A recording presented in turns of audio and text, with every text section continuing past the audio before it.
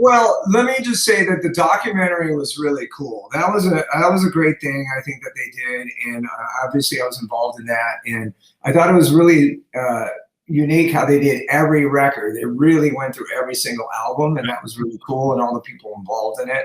And I was pleased and happy that I was part of that. The live stream thing, whatever, that's what they decided to do, and it's neither here nor there in terms of my participation. I'm not too concerned about it, or not hurt either. So I mean, it's just is what it is. It's no big deal.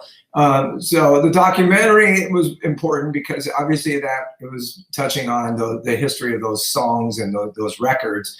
And like I said, I was happy to be part of that, and I had a lot of fun doing it. So live streams, whatever. I mean, live streams to me anyway. I'm over it. I know it sounds terrible. We did one with Saint. It was fun. I enjoyed it. I was glad we did it, especially right after Punch in the Sky came out, because we couldn't play it, so we had to do something. But and granted, we're trying to give fans and people something, obviously, and kudos to that. But I don't necessarily need to do another live stream personally. It was cool. Did it. I'm ready to play in front of people. It's like a normal rock band. So, who knows? We'll see. But I'm not worried about that. I'm not worried about that or anything. All right, cool. Yeah, I think the documentary overall was awesome, and it was funny because I think the episode before it was one of your era albums. It took longer to come out, and I was thinking, fuck, I hope they continue with this because, I've talked to this at length with you in the past. We've done a storytellers episode on Anthrax, and we've talked about your era in the band. That stuff, I mean, hit me at a certain point in time where there's a very emotional connection to that. So it was important to me that your era get represented and get talked about. And I do think that outside of that one thing, and maybe that's just me being an ass and wanting more within the documentary, but I do think that it was great that nonetheless all of those albums were touched upon. Yeah, and Megaforce has reissued some of those records, including Volume 8, which I'm super happy about. Actually, I've received some royalty checks lately, so I've been pretty stoked. And that's all I ever really wanted, in my association with Anthrax. My whole thing was just let it be available, like, who's better, what era is better, this and that. I mean, nothing really will ever compare to the 80s Anthrax in terms of it being so fresh and new and unique, and when they came out. And the 90s is the 90s, and it changed, and everything went with it, and they brought in a new singer, and it was a cool transition, in retrospect, and I was part of it, and always excited about those years and my contributions, and I love those records. But there was a period of time where they just were not available. Like, I would go to Amoeba here, record store here in LA, the big one, which is one of the few at this point, and I would look, browse as I'm looking for records, and of course I would look through my own stuff because I want to make sure it's there, and it was never there. It was just like, right. Wow, man, like, God, this sucks. I just want it to be available in case somebody wants to buy it. And because there was just some weird, like, when we left Elektra, we left the masters, and then we licensed those first two albums, and then they went through, and then you have to relicense them. So it's a cool thing to have the masters or whatever it is called at this point. But then you always have to license it. If you don't, then you'll sell them through and it'll be done. I mean, you experience the same thing with Saint with the first three Christmas records, which are actually reissuing too. Metal Blade's reissuing those now because we worked out a deal with Chrysalis, which is awesome. They actually forgave our debt, which was a very large sum of money, and they forgave it, which was pretty awesome and pretty cool. So we're excited about that. So for me, royalties are just like, it's principle. I made the joke earlier as we started, but it's principle. I don't care if it's $10. I don't care if it's 10 grand. I don't care. I just want to get royalties the whole purpose of what we do. Like, you want to see a check that shows that you're getting paid for this thing that you did. And it's, like I said, it's principle. It really never matters what amount it is. Well, of course it does. But, when I get one, I'm just happy because it feels like it justifies what you did. So when those records weren't available, it was disappointing to me. I think We've Come For You All was always about because Nuclear Blast had that in Europe, but in the States it was like Sanctuary, which I also think went under. So, I don't know, but Megaforce has done a great job reissuing the stuff with cool vinyl, and I'm in debt to Missy Collazo, who's the queen of the label, and it's been great. So that's all I ever want, is just those things to be available.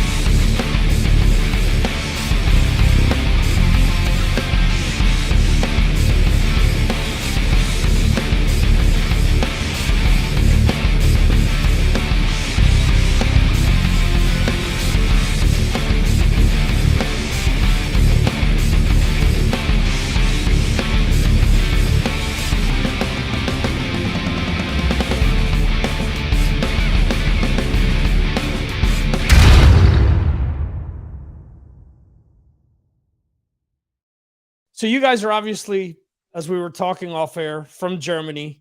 Yes.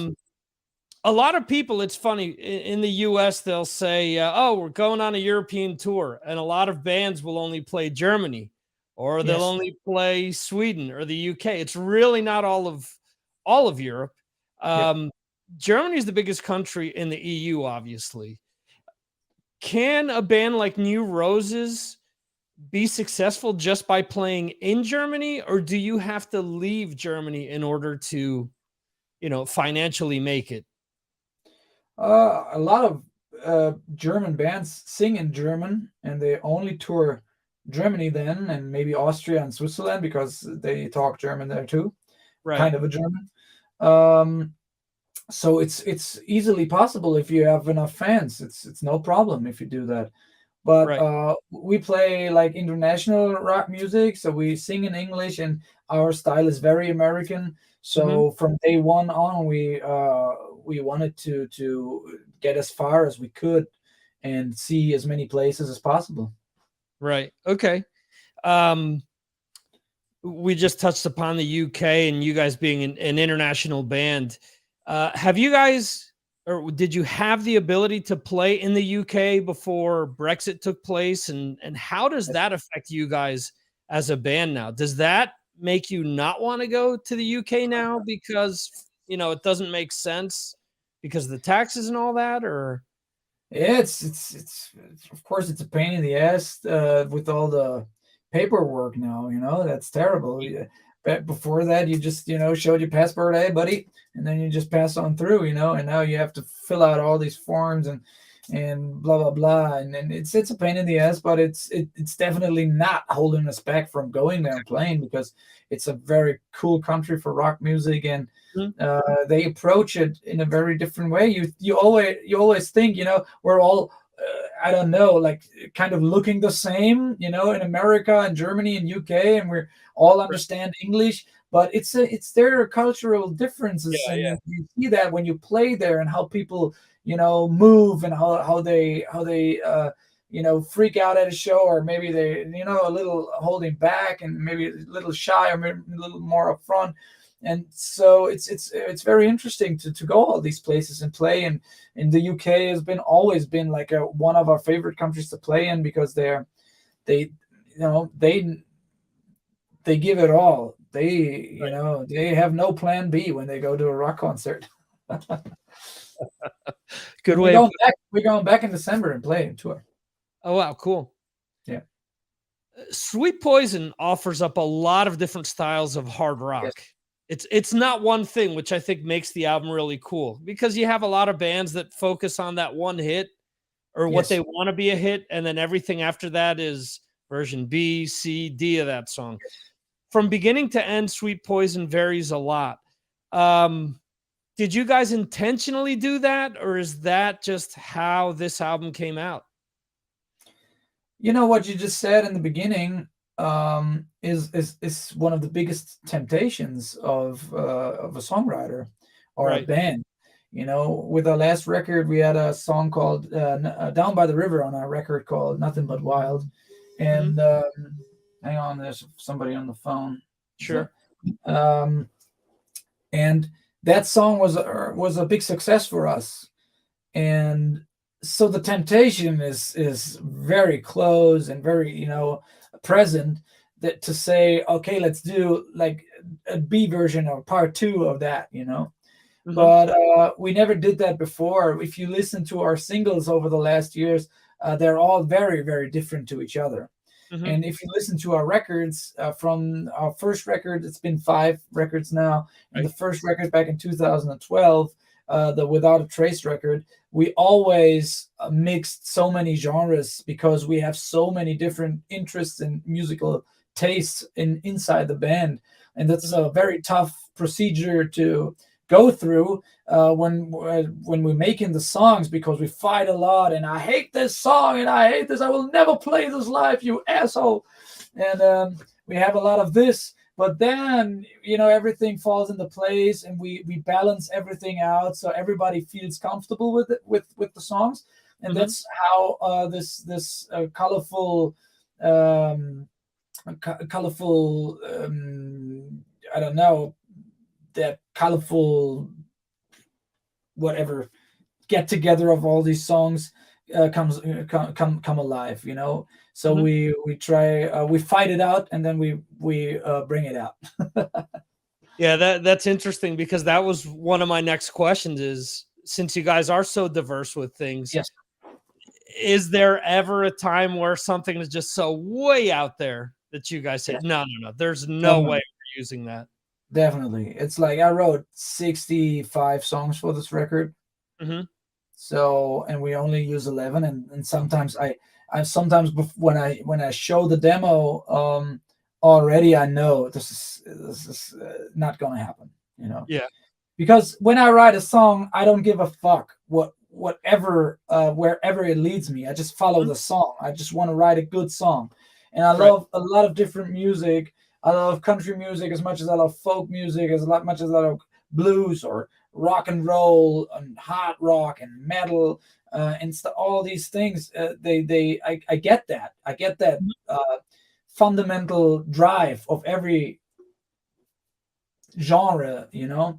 Right. And I'm excited for that. And when I write a riff or I have a line, or I just follow that path, and then I finish the song and I'm all fired up because I like the song, and I don't give a shit, you know, what genre it is or how you would call it. So I send it around to the guys, and they sometimes they write back like, are you crazy, man? You know, this is not even possible to play for us. You know, we don't want that shit. So that happens a lot, you know. But it's Mhm. you know, over the years, it's our 5th record now, and you kind of get, you know, used to that procedure. So at first, when that first happened on the first and second record, there was a lot more fighting going on, and now Right. we're all, you know, everybody knows. Okay, here comes another crazy song, you know. So we just let him ride that, and stuff like that. So we're yeah, we have a lot more humor now to uh, involve to work things out. Right. Okay. So, given that you write so much music, how Yes. far back do these songs come from? Are these songs that you wrote between the 2 albums? Are there songs that were lying around for 10 years, or they songs you wrote in the studio? No, most of the times I wrote the songs um, on the tours, like between touring, you know. Mhm. And I have a scratch book, um, and I just write down notes, small lines or uh, fragments of Mhm. songs, and I have my phone, and I just humble or mumble, or what's the English word? Yeah, mumble. Yeah. Mumble, just weird melodies into my phone, and I try to to remember them when I hear them, again, weeks later, and I collect, and then at a certain point, I take everything out and I start writing, and I take the notes and I take the riffs, and I just start writing for a new record. And this time it was a little different because we couldn't go on tour. The whole record was written during the lockdowns, and that was a different drive. You had to find a different routine. Routine is a important thing for me as a songwriter. I'm not the I'm a working horse. I go to my studio here every day, and I take out the guitar and I write. And I have my routine. But during COVID, nothing was really possible. You couldn't rehearse, you couldn't jam, you couldn't go on tour and write things down that you see on the road. So we had to find different ways to come alive with this record. And the main difference was we knew the present sucks and the future is uncertain. So we turned around and looked on our early years, and I thumbed through my own life story, and my early 20s and teenage days, and what excited me when I was a little younger, and I wrote a lot of them songs about these days, and that worked out pretty good. Cool. Is there anything that you think worked in your favor by having that lockdown? Is there anything that you feel that you were able to work on that maybe had you been on the road you weren't able to do, but given the downtime you were able to do certain things? So it's really tough to say. I ask that question a lot, but you never find an answer because you can't have two parallel universes, and see what works out better, So right. Definitely at first we actually embraced the break, because we were on tour like years straight, Right. And then you were at home for the first time, and you could actually like open your closet and say, wow, I got clothes here, and stuff like that. And wow, I got read all my letters, and that was crazy to finally be home for a while. And that like kind of charged the batteries a little, but on the other hand, you learned how to really appreciate what you did before, right, with a brand new passion, because after years on the road, we had 4 records out when the lockdowns came, and so we've been constantly on tour since the second record, so 5 years nonstop everywhere. So you kind of start, thinking it's taking it for granted, and you start bitching about it, you say, so much playing, and all this, flying and driving and being on the boat with Kiss are so, difficult, so exhausting being with Kiss all the time. And then right. And then you're at home, and then you realize wow, what a hell of a ride that was, and I can't wait to get back in that crazy circus, and have all these crazy experiences, meet all these crazy people, and play all these great places and stuff. So now that we're back on tour, we have a lot of our old, like, premature, puberty kind of reckless, we want to conquer the world kind of passion back again. Right. Okay. And you said that you went back in time to kind of re-examine what influenced you way back when. How do you feel that you've evolved as an artist from back then to 2022? I get to where I want to go much quicker now. Okay. So I write way faster than back then. So that's a good thing. Because you know your strengths, your weaknesses, and you kind of learn how to navigate, towards and away from one thing and the other thing, and that helps a lot. Mhm. And you get a little more relaxed, which is really cool. Right. Relaxed in a way of not being afraid anymore, because being afraid was a big thing for me always as an artist. Afraid to embarrass yourself, afraid to let people down, let the audience down, uh, afraid of just sucking, and all these things. And now that you've proven yourself in so many difficult situations all over the world, and you've been through so much shit, especially in the early days. We were sleeping in the van, and we had no money, and we had no audience, and we had no clue, and we were still going forward, always forward. Right. Making so many mistakes, and now that you made all these mistakes, you know what you're capable of, you know what you can stand, you know what you know how hard you can fight if you really want stuff. That Mhm. gives you like a very healthy version of self-esteem Right. and comfort. So you can now, every time I walk out on stage, I breathe in one deep breath, and then I go out and enjoy my own show, Mhm. enjoy the company of the people that used to frighten me, because I didn't want to Right. let anybody down or embarrass myself. Now I can go out and say, like, whatever happens, I've been there already, Mhm. and that's a very, very cool evolution as a band, and you feel that on stage now. We're just there, we're relaxed, Mhm. Okay. And how do you feel that your influences have changed back then to what they are now? You obviously mentioned a lot of different styles of music. So maybe there are things that you listened to back then that you don't listen to now, and vice versa, things that you listen to now that Yes. you never would have listened to back then. I wouldn't say that. I think that the pendulum, is that a word? Yeah. Just swings back and forth.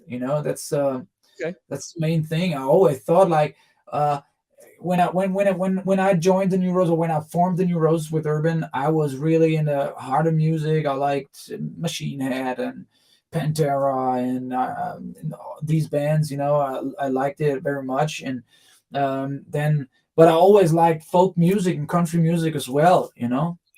And over the years, my passion for country music got bigger and bigger and bigger, and I didn't listen to metal that much anymore.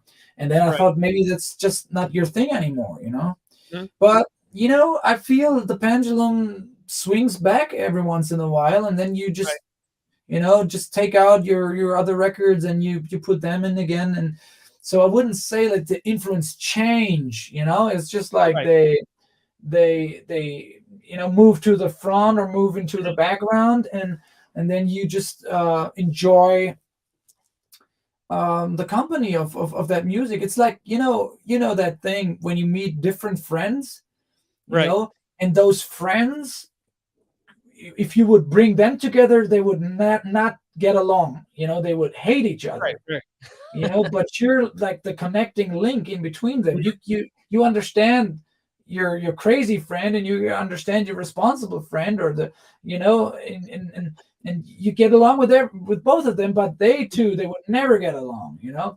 Right. And this is me and music, man. I feel like that link in between. I like so many different things, and sometimes I like that more, and sometimes I like that more. But I wouldn't say that, oh, we really changed and said, I like that, but Mhm. I'm not liking it now. Okay. Um, we mentioned again off air that you guys are from Wiesbaden, very Yes. big U.S. military presence there. Yes. You guys did, as per Wikipedia, you guys did 2 shows in Afghanistan. That's true. How did that all come about? We wanted to do it. We Okay. wanted to do it. You know, uh, in America, it's a common thing. I think you have a whole organization called the USO that takes Yeah. care of all these things. We don't have that in Germany, Mhm. and we wanted. wanted to do that. So we contact the Bundeswehr, which is our military, and say like, hey, if you ever think it's a good idea, we would volunteer to come. Mhm. And soon after that, they called and said like, hey, you want to come?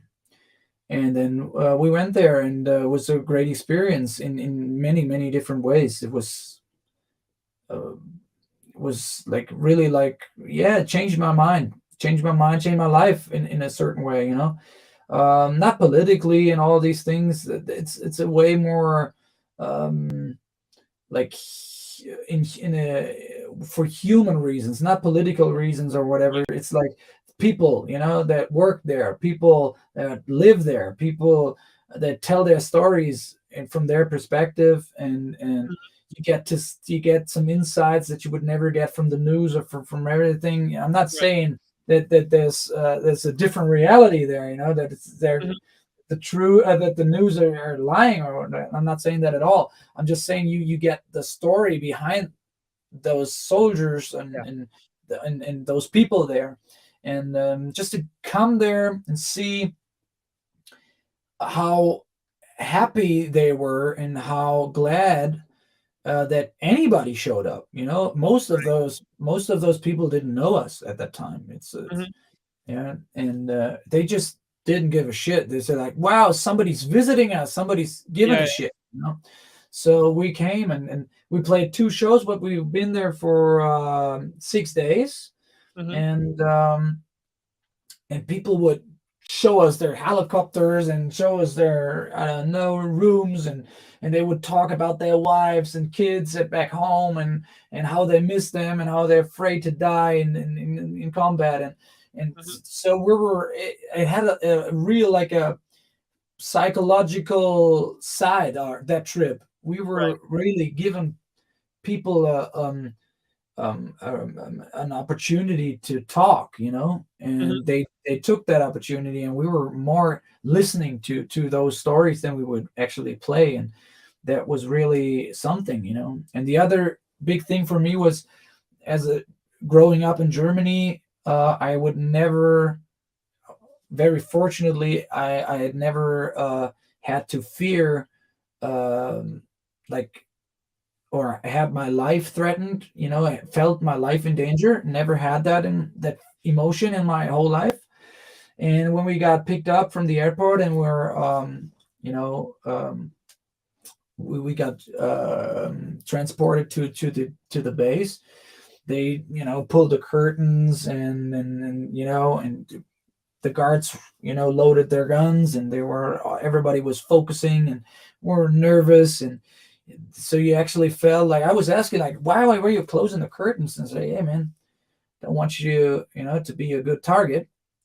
And Right. so I was sitting in that bus and I couldn't look out, and you know we were driving and you were looking at the clock like at the watch like every, you know, 12 seconds or something, Mhm. because you actually felt that danger, you know, in the air, Yeah. but that I've never felt before. And that emotion really changed something in me. And these days I remember it almost every time I'm out in the woods or I'm doing a lot of sports stuff out there, and I feel that freedom and that Mhm. peace. And I always think back to that moment where I was in that van, in that bus, um, like really super uncomfortable, and saying, I don't, I want this, I want to get out of the situation right now. So that changed a lot of me. Yeah. I can imagine. Have you ever reconnected with any soldier that you Yes, met over there in Afghanistan? yes, we have a lot of soldiers that we still in contact with, and they are always free access to our shows every time they want to come and see a show. They're on the guest list, and like I said back then when we would play in Wiesbaden, I met countless American soldiers that I'm still good friends with. Every Christmas, I fly over and spend Christmas with my best friend over in Florida, and Oh wow. so yeah, he is one of my biggest influences, rock and roll wise as well. He never played an instrument or anything, but his whole lifestyle, his whole stories, and his musical taste. He knows every record ever made in rock and roll history, and I could, you know, open him like a treasure box, and he would, you know, just spit great rock and roll right in my face. So I learned a Right. lot from that, and that whole rock and roll vibe in the military is it's a pretty important part of my life. Okay. You mentioned Kiss before. You guys have played a bunch of different big festivals and tours and stuff with big name bands. Yes. Uh, what are some of your favorite acts that you guys have played with? Yeah, Kiss is definitely one of them. Especially for Hardy, our bass player, he's like a real Kiss guy, you know. Okay. And to play with Kiss was a big thing for him, but we all loved it, of course. We played with ZZ Top, which was big for me.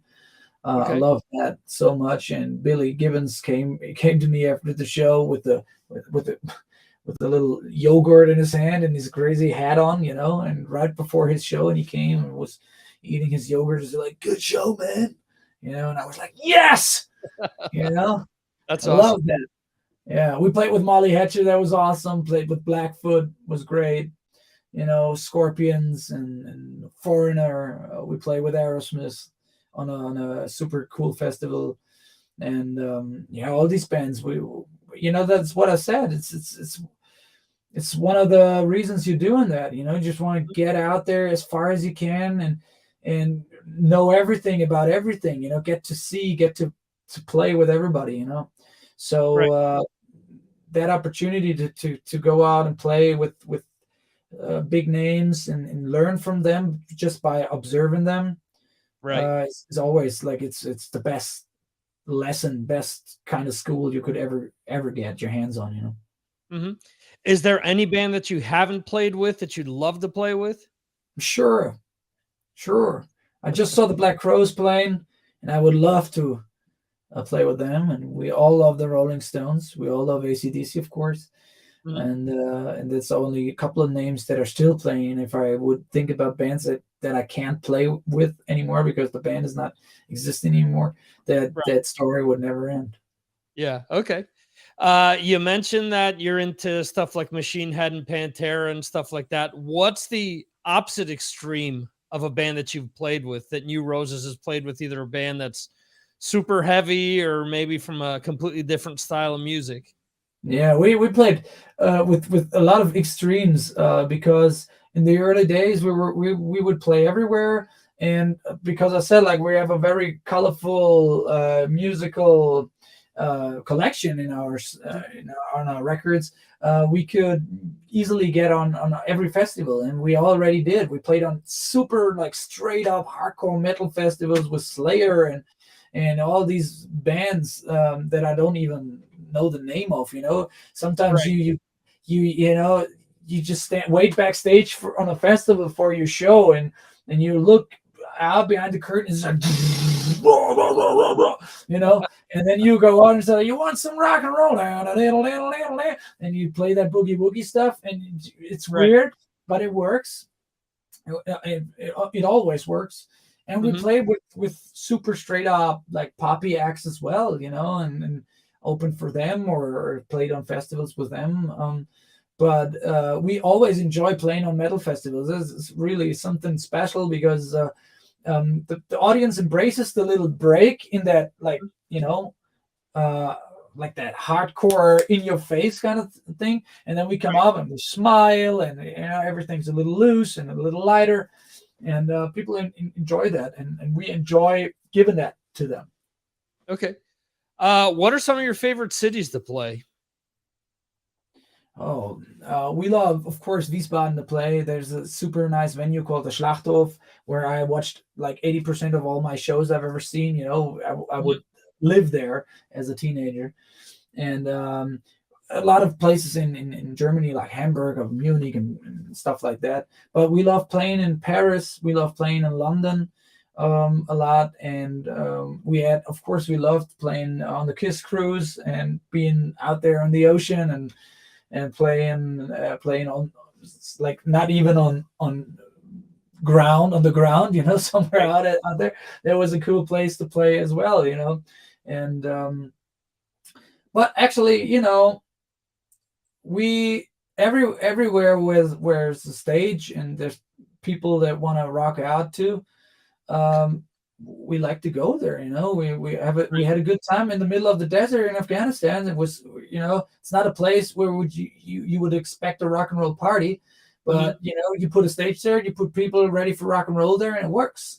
So that's Right. what we learned. Right. The Kiss Cruise is actually taking place now. Do you look at that and think, man, I'd love to go back and do that one more time? Sure, that's the fucking another downside of the COVID shit.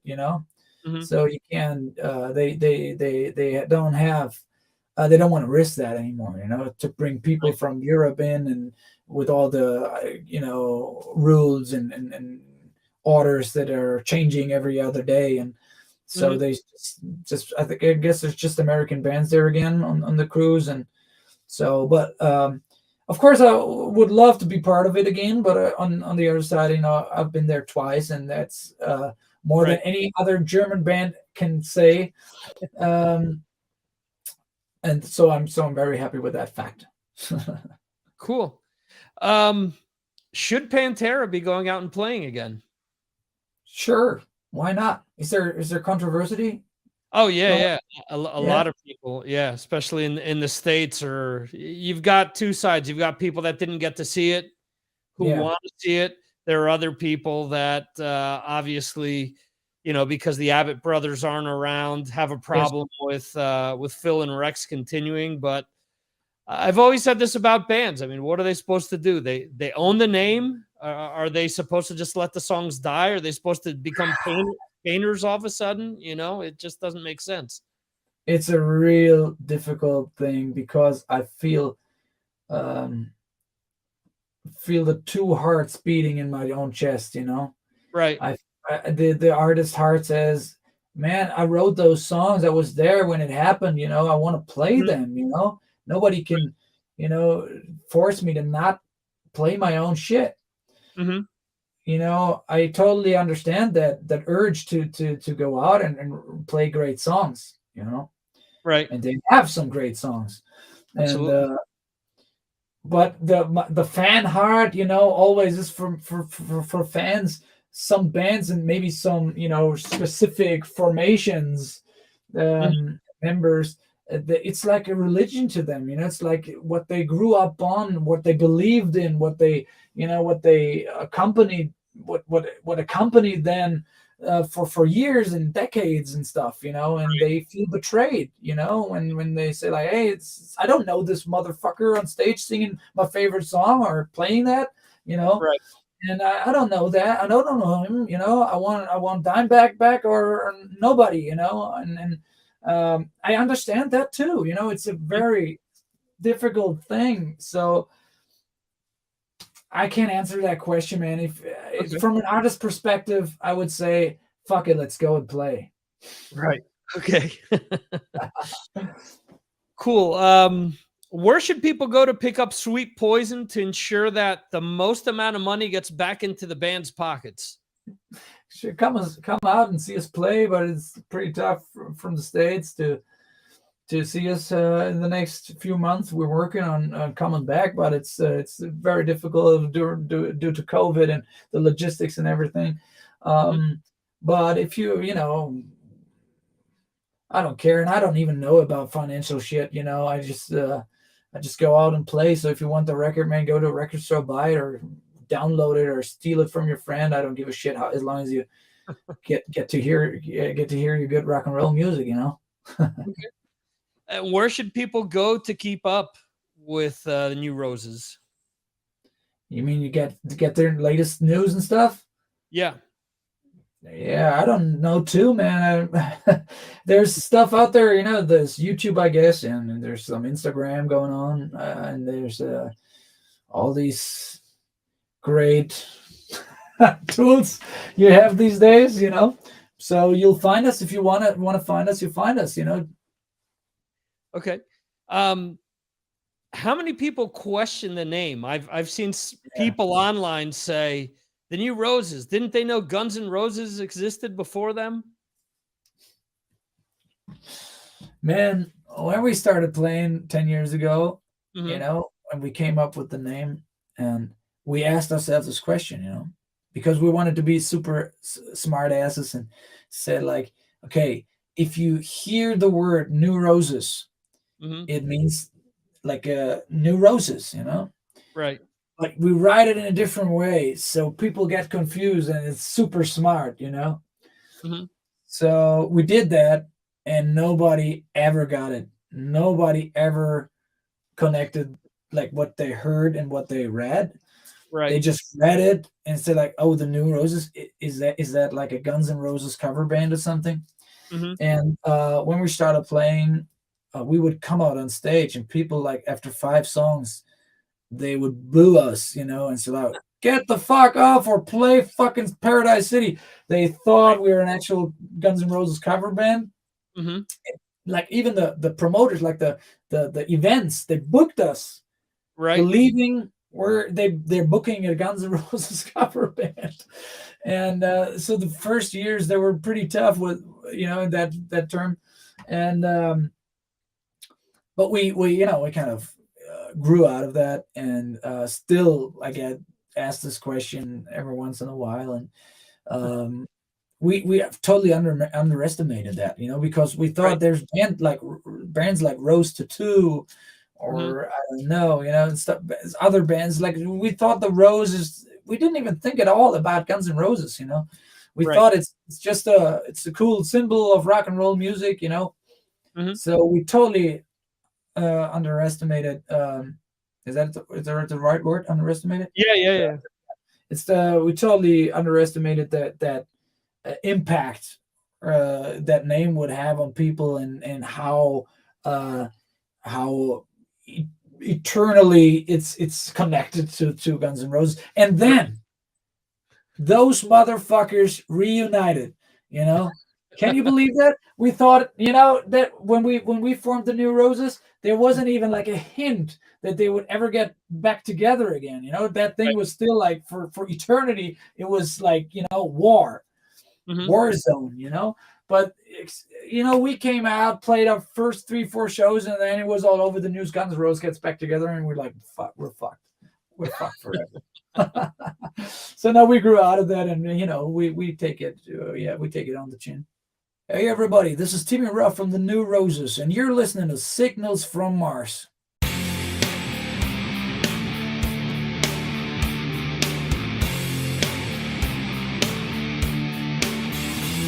Thank you for watching the Signals from Mars live stream.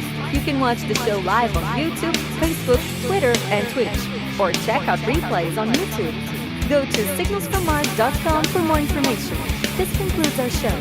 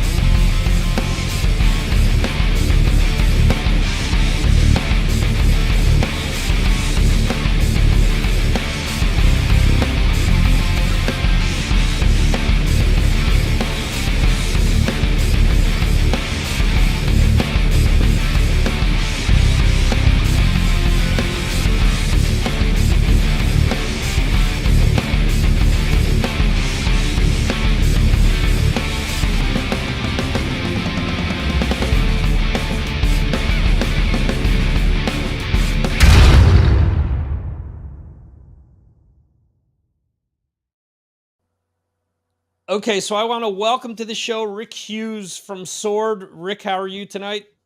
I'm good. How are you, Victor? I'm doing excellent. Glad to have you here. And Glad to be here. awesome. So I wanted to start things off with the $1,000,000 question. 34 years later, why did 2022 make sense for a new album by Sword? Well, it's a long story, but I'll try to get to the point fast. It all started, well, I'd say in 2000. Let's rewind a bit. First and foremost, we're all high school friends. Okay. The drummer is my brother, Okay. so my brother and I have done everything together. All my project, he's the drummer that I've worked with. So when we kind of took a break from the scene, I kept on doing my stuff. It was more rock and roll with my brother, my sister. We had a band together, and we just pay the bills, you know. Hmm. And then the internet came about. The internet came about, and it gave us an access to the fans, and the Right. fans, it gave them an access to us. So the feedback was so big that we kind of started to talk about it Hmm. around 2000, 2005. We were playing stuff together, the guys for the band, and then we had an offer to go play a show in Quebec City Festival d'été, big festival. So we went there. We had fun. The enthusiasm of the fans was such a presence in the room that it kind of fueled everything. After that, everything fell into places. We said, okay, so this show was amazing. The song aged beautifully. People want to hear them live. So let's see if we get some more offers. So we got an offer to go play the Keep It True Festival in Germany. Okay. We did that in 2011. We came back. We did Heavy Montreal twice. Hmm. Again, the enthusiasm of the fans built the flame to say, okay, next step, we need new songs. Hmm. So that's how it came about. Okay. And obviously the world dealt with this pandemic. Did that play anything into you guys getting together more recently, maybe working on these songs more, or did that not even factor into the entire process of three? Quite the contrary. The album Okay. was ready in Ah, 2019, wow. and Okay. we were making plans to release it in 2019, Hmm. and it was decided to be released around the summer of 2020. So everything was ready. We were the and when the shit hit the fan, we called a meeting Hmm. and we said, stop the press. We're not doing anything.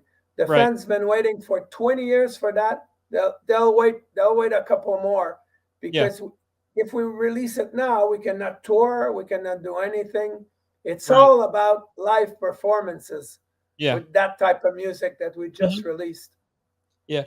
Was there any trepidation on your behalf or the band's behalf to think, in order to record this album, it needs to be fun. We all need to, do a certain thing. Or were you guys confident going in? You know what? We're just going to hit this one out of the park. We went with our instinct. We went with our personal taste.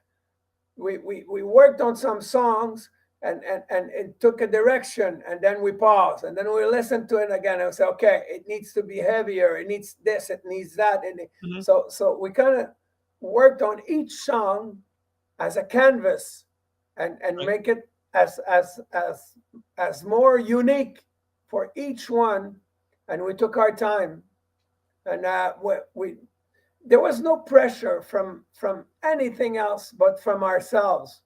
Okay. I pressured myself to come up with the best lyrics, the best melodies, the best hook, because that's what the fans deserve. They Mhm. deserve the best, nothing less. Right. Um, did it feel any different going into this album? When you got to the studio, I mean, obviously you've recorded and done a lot of work on your own over the years, but did this feel different for you as compared to other albums with Sword? Well, the only difference was that I was more um, my craft took me when I was 20 years old, I was singing with my gut, you know, Mhm. and when I listen to it today, I think that I did a pretty good job, you know. But Right. and now with this album, I'm still singing with my gut, but now there's the head that comes into play that goes, okay, wait, this is not the best way to do it. Mhm. This is the best way to do it. Where before there was one way, and it was put your helmet on and go for it. You know, Right. this was more precise Okay. for a lead singer. I did it precisely, and every melody I wanted to take it. I wanted to exploit it the best I could. Okay. So you're saying your experience came into play in knowing how to sort of flesh the music out better and flesh what you were doing out better. You got me exactly. Listen, the way it worked out is that we had some ideas, and the ideas were amazing. So I got the melodies going with the music, because I always try to do a melody that's not going to be interfering with the music. It's going to be it's going to hold by itself, and the music will hold by itself.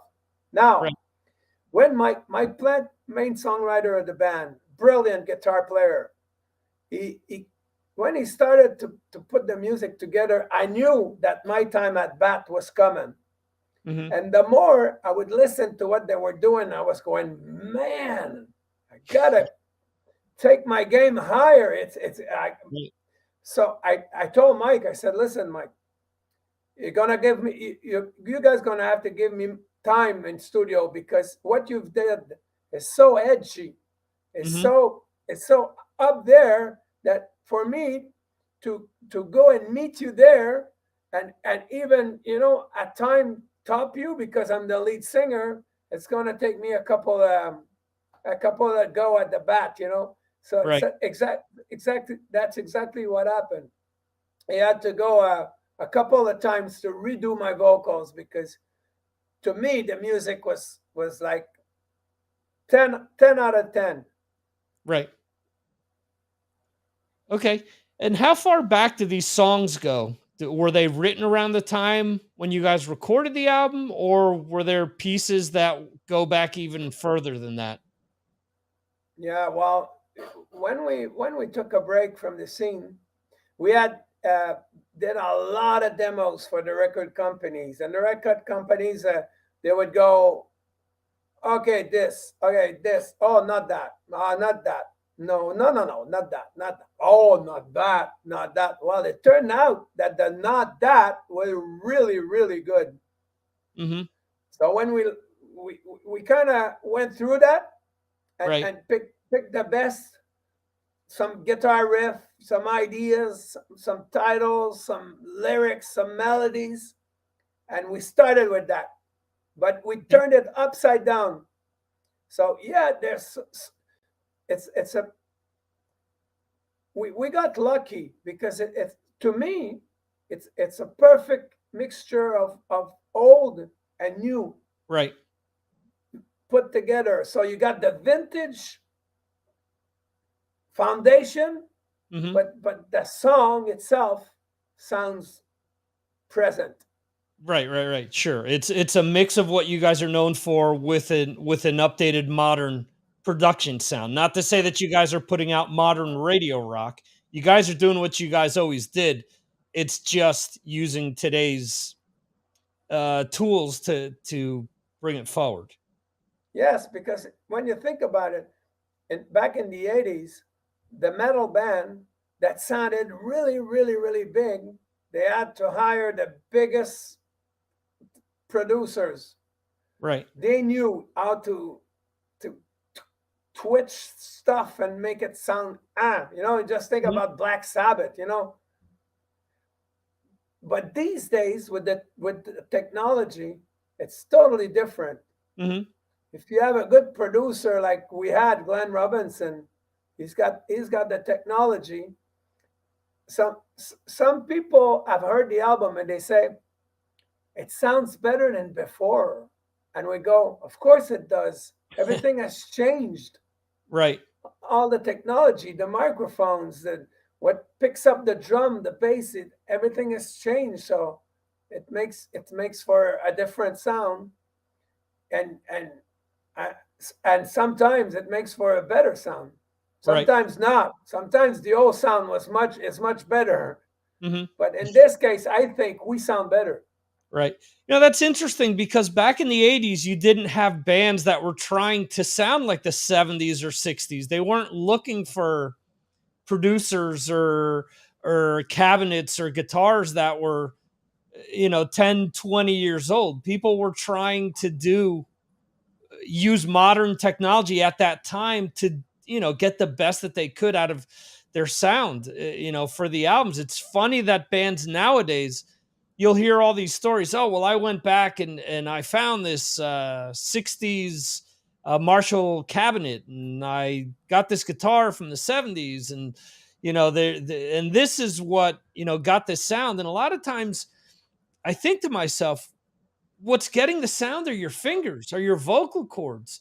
At the end of the day, if that feel isn't there, if the individual player isn't putting their blood, sweat, and tears in there, it's almost not authentic, it seems. True, true. That's why they call it classic rock. Right. That's when you know that we've done full cycle. Hmm. We're returning to what was made it so good. Hmm. Back in the 80s, you had Priest, Sabbath, Metallica, Judas. I mean, name it. They were all there.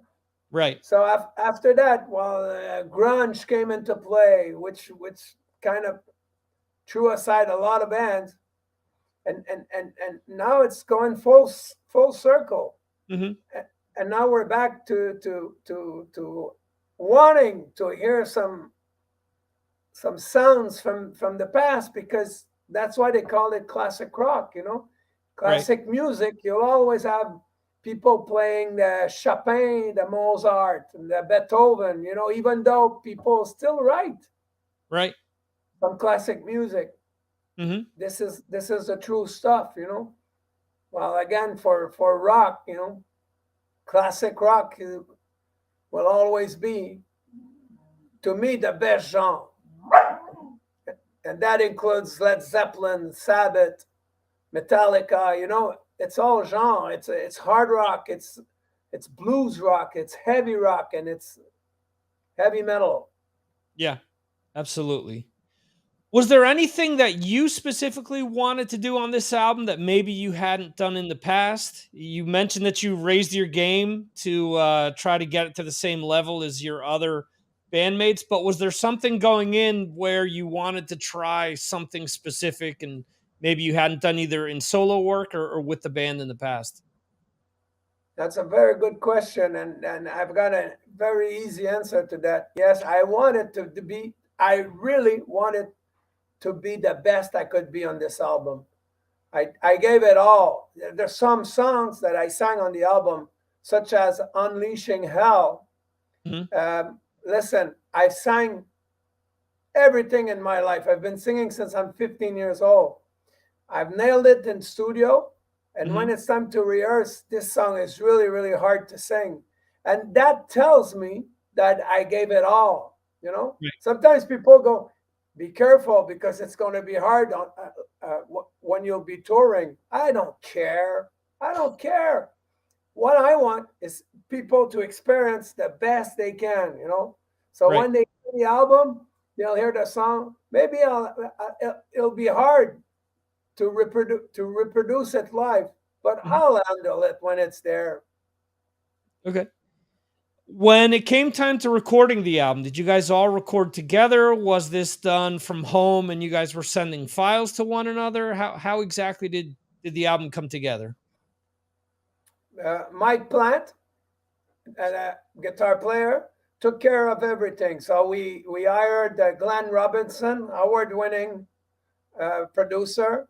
So we went to a studio. Mike Plant was there for all the phases of recording. So he was there for the drum, the bass, and he told them, "Okay, yeah, okay, no, don't play that because my guitars will be."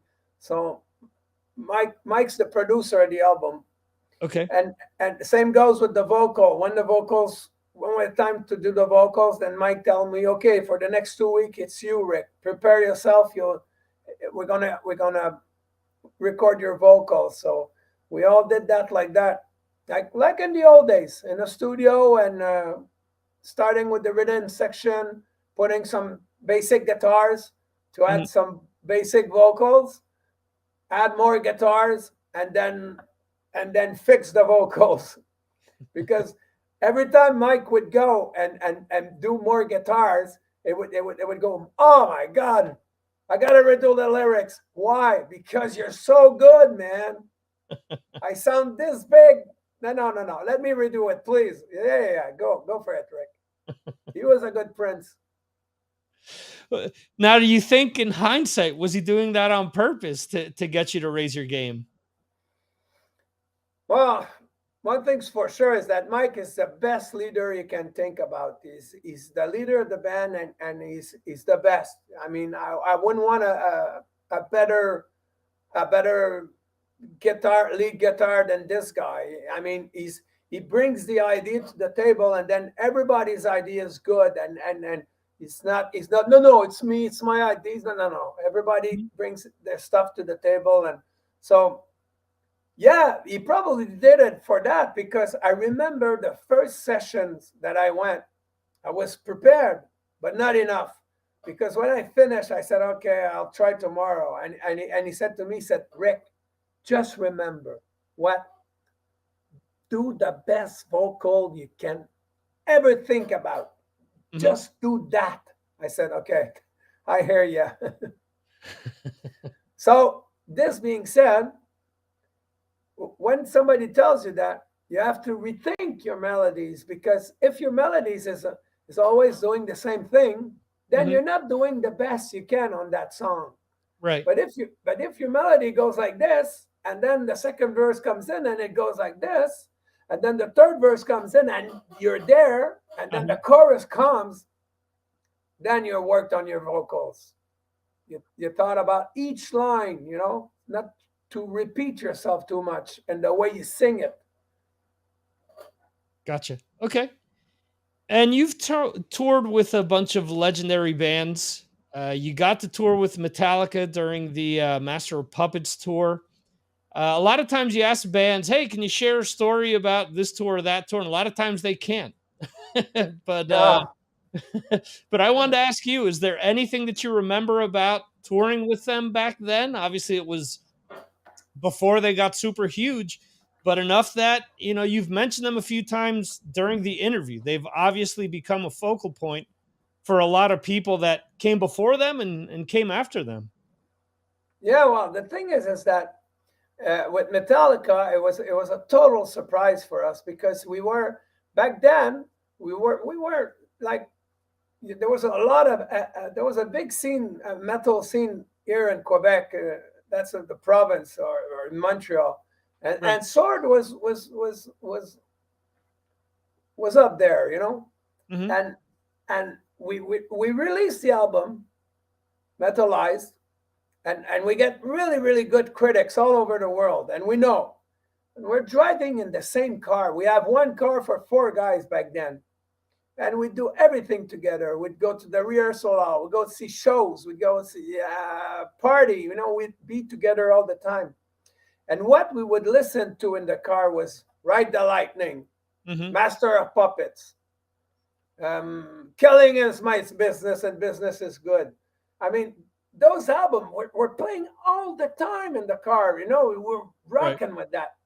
So we get home, when we get to the rehearsal hall, which was home. My brother and I had rented a big house, and we had the rehearsal hall there. And the manager had called us and said, guys, I got a big news for you. What is it? I just had a phone call from the management of Metallica. They love your album, and they want you to join them on the tour. So it's them that ask us to join them. Imagine that, Metallica. We were fans. So we went, wow. So it came to pass. We toured with them. We got to meet them. We talked about music with James. I talked with music about while we were backstage. You know, we rubbed shoulders, Mhm. and it stuck with me all my life. This is a highlight of my life. After that, we got to tour with Alice Cooper. Okay. Now, Alice Cooper here in North America in the 70s, he Mhm. was the biggest thing. Right. Everybody loved Alice Cooper. It was playing on every radio, rock radio, Mhm. pop radio. You know, Only Women Bleed, No More Mr. Nice Guy, name it. I'm 18, all this.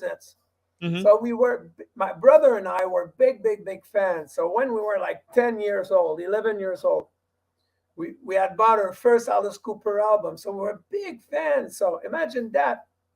Two brothers with the two Mike sword, you know, being Mhm. on tour with Alice Cooper. It was the, what's funny about it is that the tour was The Nightmare Returns, but Right. for us it wasn't a nightmare, it was a dream come true. Right. So we Excellent. got to meet Alice Cooper one night during the tour because he was very protected. Mhm. He was on the wagon. He'd been on the wagon for a while, and they made sure that he stayed on the wagon. Mhm. So we wanted to meet him, and they said no. He's very very private because he's got to keep his mind clean, you know, Right. because you know, not because you decide to be on the wagon that everybody has to be. So Right.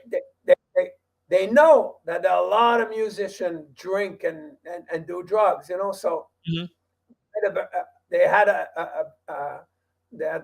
a distance with the other band. So we insisted. So one night they said, okay, tonight after Alice's show, he's agreed to meet you in a tour bus. Here's the condition: if anybody of you is drunk, you won't be allowed to go in the bus.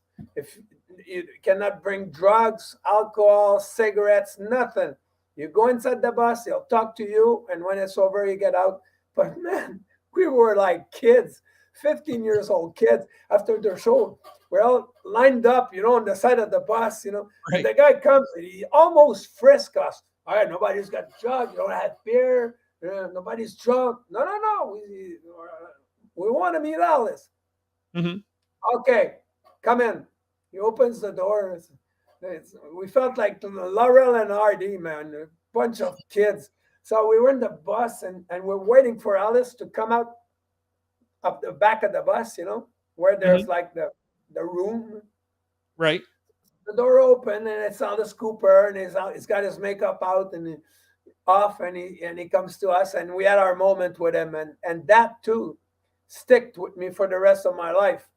But the Mhm. icing on the cake was touring with Motorhead in the Okay. UK Uh-huh. in '89.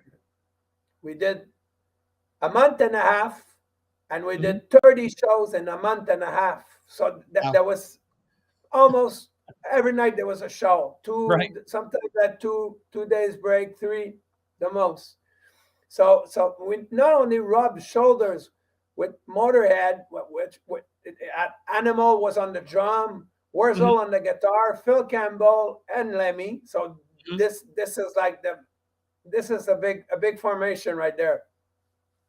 Lemmy took us under his wing, so he was looking after us. We became friends. He took us out when we had nights out. He said, "Okay, tonight, boys, I'm going to take you out at a bar in Edinburgh, and you'll see." When Lemmy would come in, man, the seas would part, Right. the doors would open automatically. It was Lemmy is here. Oh man, that he was such a great person. That's awesome. Um, we talked about off air about a friend of mine, Rock. I said Valancourt, but you corrected me and pronounced his name in French. He used to host the show Radioactive Metal. He told me that I should ask you about a story where you guys took a motorcycle to the second floor. I think he told me of a hotel. And Sherbrooke. Yeah. You asked me about the town. You said Sherbrooke. Yeah, Yeah. we did that. Yeah, our Harley Davidson. They're quite heavy. So they were a bunch of rocker friends, you know, they took the bike and they second story, no elevator. They took it up, and it was a big, big, big party that night. Right. So for the song FTW, I would ride with the bike on stage. Uh-huh. So cool. It's a true story. How'd the bike get down? Same way with some rocker friends. Oh, very cool. What are the band's immediate plans now after the album is released? The album gets released on the 18th of this month. After that, what do you guys have in store? What the best case scenario would be that the album takes us to the edge of the world. Okay. Best case scenario. Mhm. So we'll be touring in Spain next year. We'll Okay. be touring in the States in 2 years from now. That's the best case scenario. Worst Okay. case scenario, the album falls flat. We Okay. call it a day. We call Okay. it a day. As a matter of speech, you know, Right. I mean, logically, you know, if you release an album and nobody likes it, then it says, okay, I'm off. I'll be Okay. doing something else. But you know what? I'm very, very confident about this one. Yeah. Yeah. I think that the fans will be pleased with this, and people that have been fans that may only know the name or maybe remember the classic album covers. When they hear this, I think they will be pleasantly pleased. As we mentioned before, it's a great mix of the old with the new, and I think that a lot of people will enjoy it. So hopefully, there isn't the latter will not take place. There Yeah, will be people calling the day. yeah. You mentioned Heavy Montreal before, and even before the pandemic, it seemed as if we may have seen the last iteration of the festival. Do you think we'll ever see Heavy Montreal or something similar come back? Oh, yeah. Hard rock and heavy metal is very, very big here in Quebec. Right. So the last versions of Heavy Montreal that I went through, it was sold out. It was big, big, big. People Mhm. here in Montreal, if let's say Iron Maiden comes and announce a show, it'll be sold out in a couple of days. Right. People love it. People love music that has muscle, you know, that has a meaning that makes you want to move, not you know. Mhm. So that's what metal gives you. It gives you a good sensation when you go to a metal concert. It's all about the energy that it gives you Right. just by the music, because some heavy metal band hardly move, Mhm. but still you get the energy Right. as much as a band like Iron Maiden. When you go see them, there's all that moving around, and it's fantastic. Yeah. What do you think separates Quebec and Montreal from the rest of the country when it comes to just grasping metal that way? Because obviously you've played all over Canada. Why do you think it's special? I mean, obviously it's your home territory, but outside of that, what makes Quebecers different from people in the rest of Canada when it comes to this form of music? Well, I don't see any difference other than maybe the language, for Okay. for for the fact that we speak French. Maybe maybe that gives us a little uniqueness that others don't have. Maybe, I don't know, but Okay. I don't see myself any different as any other heavy metal band from Canada. I'm mainly a Canadian that lives in Quebec, Right. um, but no, I don't see a big difference. Okay. Where do you want people to go to pick up the album when it comes out or to pre-order it now? And it ensures to make the most amount of money go back into you and the rest of the band's pocket. The best way is to pre-order it. Right Okay. now, you can pre-order it by going to a Massacre Records website Okay. and you pre-order it, or you wait on the 25th of November when the album is officially released, and order it from there. If you buy it digitally, physically, or that's up to the fans. I mean, everybody's got their reason to have it physically or not have it physically, and I respect that. Okay. And where should people go to keep up with the band? The best way is through Facebook. We have a Facebook page, Sword. Okay. They'll recognize the logo, Mhm. and that's the best way to keep up to date with the news. Hey guys, this is Rick Hughes from Sword, and you're listening to Signals from Mars with my good friend Victor. Rock on!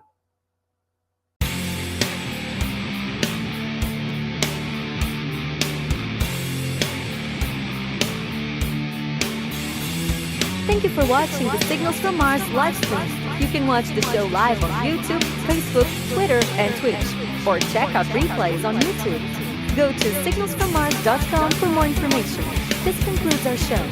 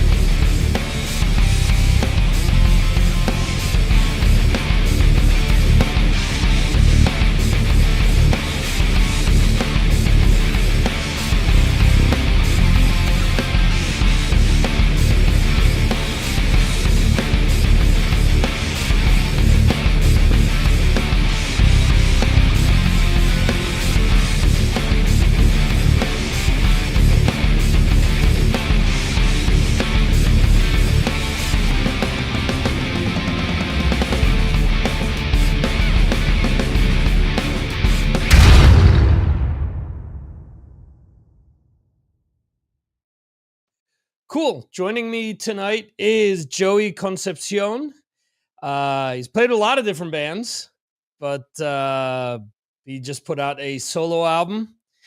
And of course, I'm so prepared that I didn't write. Okay, it's Divine Technical Machines. I have it down lower in my questions here. I'm usually good at putting the name of the album at the top next to the name, and I messed that up, so I apologize. So it's all good.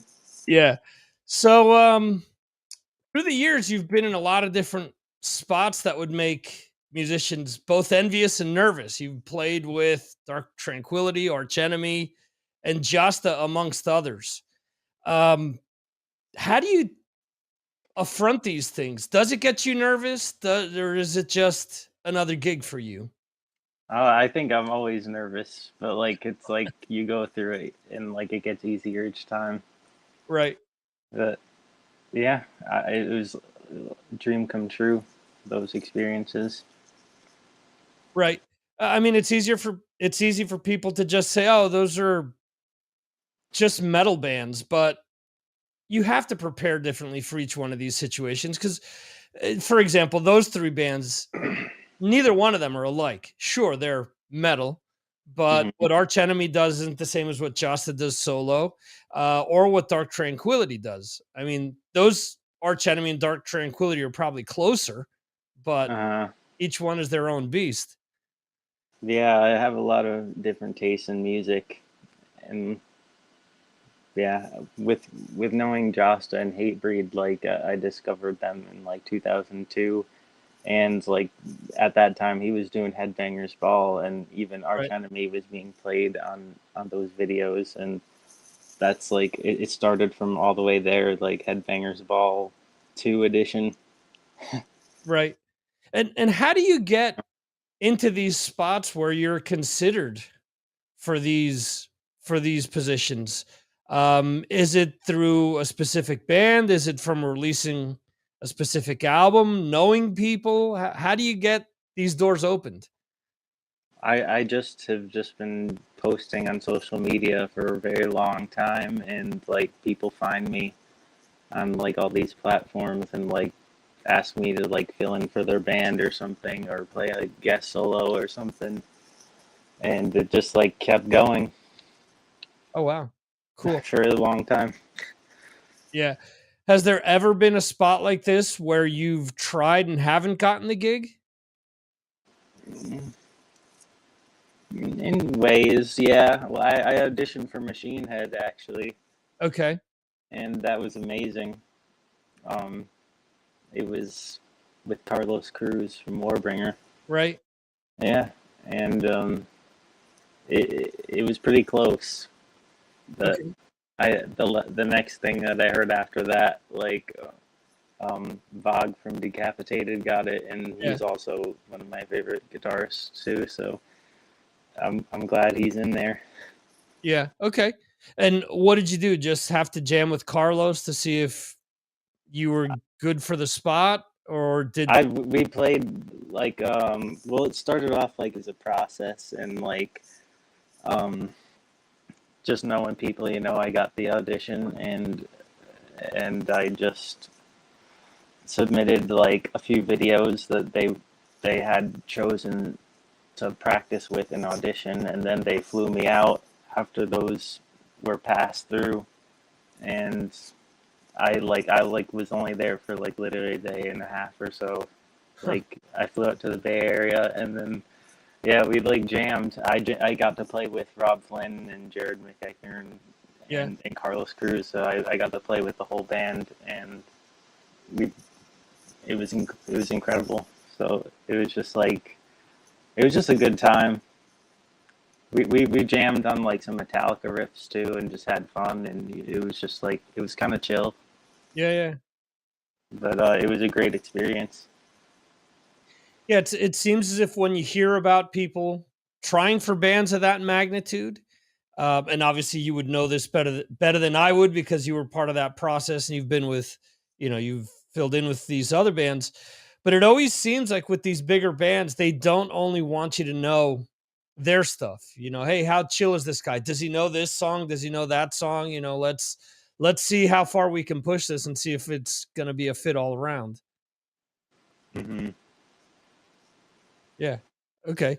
What do you take away from this stuff, though? I mean, is it all just a learning experience for you with going into any one of these bands or doing this, trying out for Machine Head? What, in your mind, what do you take away from the entire process?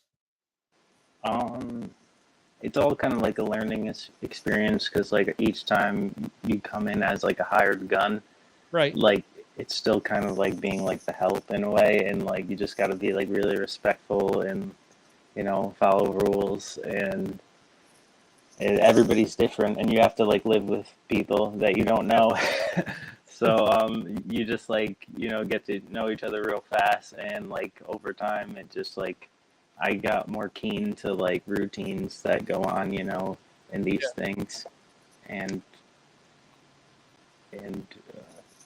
I just like I it's just a lot of fun, and I just love what I do. Yeah, cool. You just released solo album number 2, as we mentioned initially, Divine Technical Machine. Was there anything specific you wanted to do on this album that maybe you hadn't done on the first one?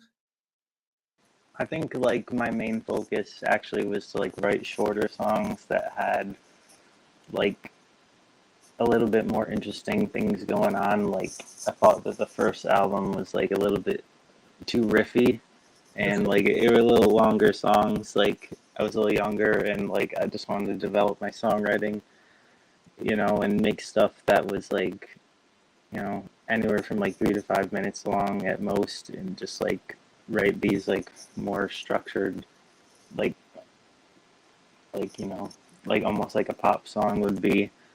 But then like, there is some like almost like proggier or interesting parts, that like change up a bit, and it's like it just like, it just came together. I wanted to like me and my producer, we just call it candy, we just fill in the gaps with the guitar solos.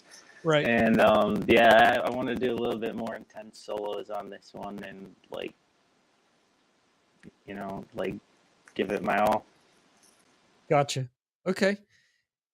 And how long were these songs around? I mean, are these riffs that you've had lying around since your previous solo album? Are these things you just wrote? How long was the entire process?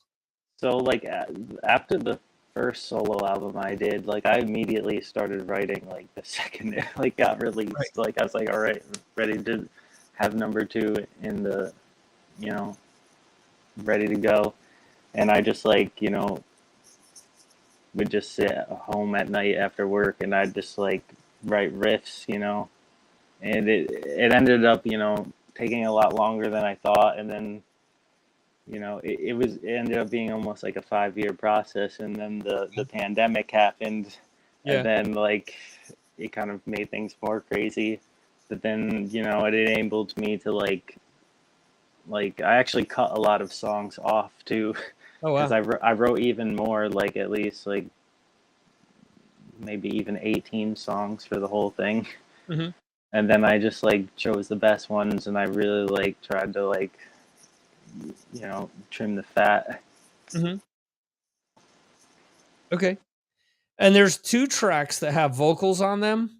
How did you go about choosing what songs got vocals and which didn't? Is there a specific way that you go about doing that, or did it just feel right that those songs needed some sort of Yeah. singing on them?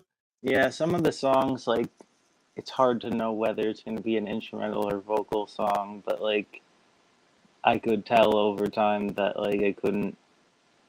I don't know, the riff behind it was more like groove based, and I felt like Right. it needed vocals rather than like something busy and more artsy or whatever. But yeah, I just felt like the vibe was like I couldn't do like a melody line over it, so I was like, okay, yeah, this has to have vocals. Okay, cool. Um, so you're saying that you kind of purposely did that though, based on what you'd done with your previous album, whether it's, cutting the stuff down or whether adding vocals to certain things that, I mean, there were things that you took away from there that you had done that you didn't want to repeat, I guess. hmm Okay. Yeah, I thought that like yeah, between the contrast of my first solo album and my new one, yeah, I almost felt like I held back a little bit too much on my first album and went more melody, and like I don't know, I wanted to like fuse both of that, like evolve from it, and like make it kind of new and different on this new album. Okay. And you've got 3 big name guitarists on here. Obviously, Jeff Loomis and Christopher Amat, as well as Mark Rizzo. Why did you want to work with these 3 specifically? They're just good friends of mine, and like I couldn't ask for better, and I'm just really lucky that they agreed to do it. And I wanted to like I actually had guests lined up for the almost all the songs on this album, but through the pandemic, some things like got like didn't happen, but yeah, it's totally cool. But I wanted to like again like make something like it's like a guitar party Mhm. compared to my first album. So like I just got a little help from my friends. Gotcha. Did you have to provide them with any sort of direction? I want you to play something like this, or I definitely like I wrote like for their parts to Okay. be. Yeah, I was like I felt like for Jeff and Chris and Mark, like I just tried to make something that I thought was in their vein. Okay. Yeah. After receiving what they had recorded, did you feel at any point that maybe you had to up your game with any of the tracks and have to re-record things? A little bit, but I mean, I didn't too much, you know. I just like I'm really happy with all they did, you know. Like it's exciting, you know, to you know not just be the only guitar player on the album because Yeah. like I just like different sounds and stuff. Gotcha. Okay. Was there anyone? Well, you just mentioned that you had some other people lined up, but it just didn't work out. Yeah, Um, okay. Any names that you can mention, or you'd rather not? I don't know if I'd be allowed to, so Okay. I'll just Cool. skip Yeah. it. I don't want to Yeah, get. I don't want to get you into trouble. That's cool. That's fine. yeah. Okay. Um, at this stage of the game, are you intimidated by any other guitarists? Like if you were to have anyone else on here, or maybe even if you were asked to fill in for anyone, would it make you like overly nervous that you think you wouldn't be able to pull it off? Or at this point in time, you're not intimidated? You're nervous, but you're not intimidated. I mean, what do you mean if like an artist I haven't worked with like asked me right now to work with them or? Yeah. I guess it depends. Like, I have to be really passionate about what I do and like love the band and the artist. Like, I've had a lot of experiences that like when I was younger, like I wanted to get my foot in the door and like I helped bands temporarily, but like I really want to do it for the passion, you know. Gotcha. So I gotta love what I do. Gotcha. What would be a dream guest spot where a band says, "Hey, you know what? We need someone to fill in on this tour. Could you come out and do it?" I like a lot of bands. There's so many. uh, I don't know. All I right, guess give me three bands. Three bands that maybe like Testament or something. okay. Um, Soil Work. Okay.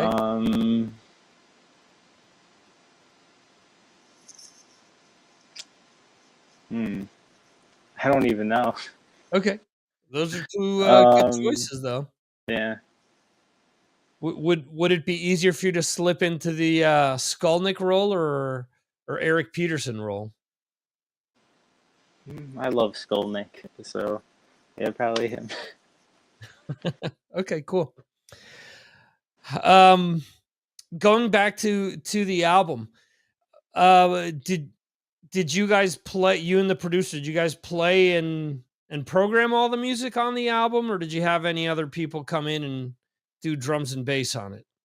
Yeah, my friend Jeremy Kling, he's a bandmate of mine also in the band The Absence, Okay.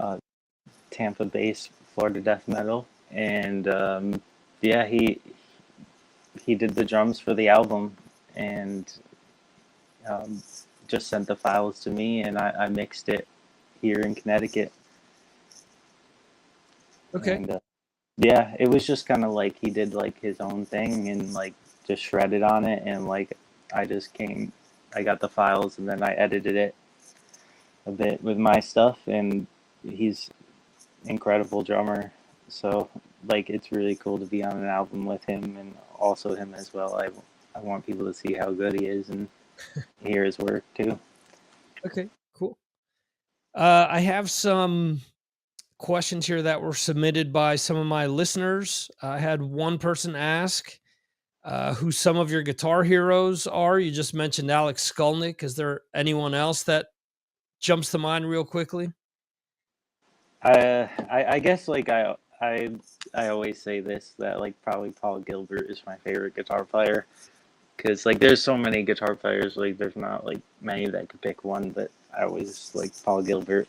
He's the best, and obviously Yngwie and Vai, like those three are like the godfathers for me or something. Even you know Chris and Jeff Loomis, and I mean there's so many guitar players of the generation that I really like, you know, even from the 80s and 90s, but, you know, like John Petrucci and Mhm. Jason Becker, Marty Friedman, and I like Greg Howe. Okay.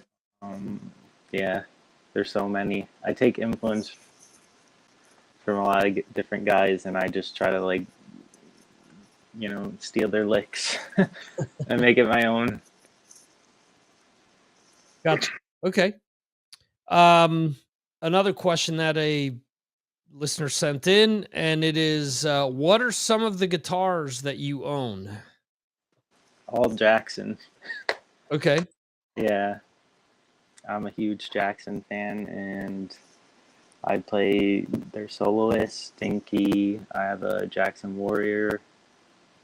I have a few Fender Strats, and Charvel. So, yeah, Jacksons are my main guitars. Okay. I was about to say I picked the wrong guitar to put behind me because I do have two Paul Gilbert Firemen. And then I'm glad that you mentioned Jackson because right over Scotty and JJ4 from mid 90s. Mm-hmm. So that's a Jackson. Believe me, I play nowhere near as good as you or Scotty in. So is there any guitar that you don't own that you'd love to own? Just more Jacksons in all forms, colors, shapes. I love it. But yeah, like the soloist is probably like the guitar for me. Okay. Cool. And where should people go to pick up Divine Technical Machines or Divine Technical Machines, singular, not plural, to ensure that the most amount of money gets in your pocket? I would say maybe Bandcamp. I think that the link is just bandcamp.com/Joey Concepcion or Joey Concepcion guitar. But even if you just Google it, Bandcamp is great. Okay, cool. And we have Bandcamp Friday coming up, so that'll help you out even Glad. more. Thank you. Where should people go to keep up with what you have going on? I'm really active like on Instagram and Facebook. I'm not like huge into social media, honestly, but Okay. I just got like a TikTok and I'm trying to like ease my way in there, but like, I just do like some guitar videos and I just share, stuff like this, the interviews and videos on my Instagram and Facebook. Hey, this is Joey Concepcion, and my new album, Divine Technical Machine, is out now, and you're listening to Signals from Mars.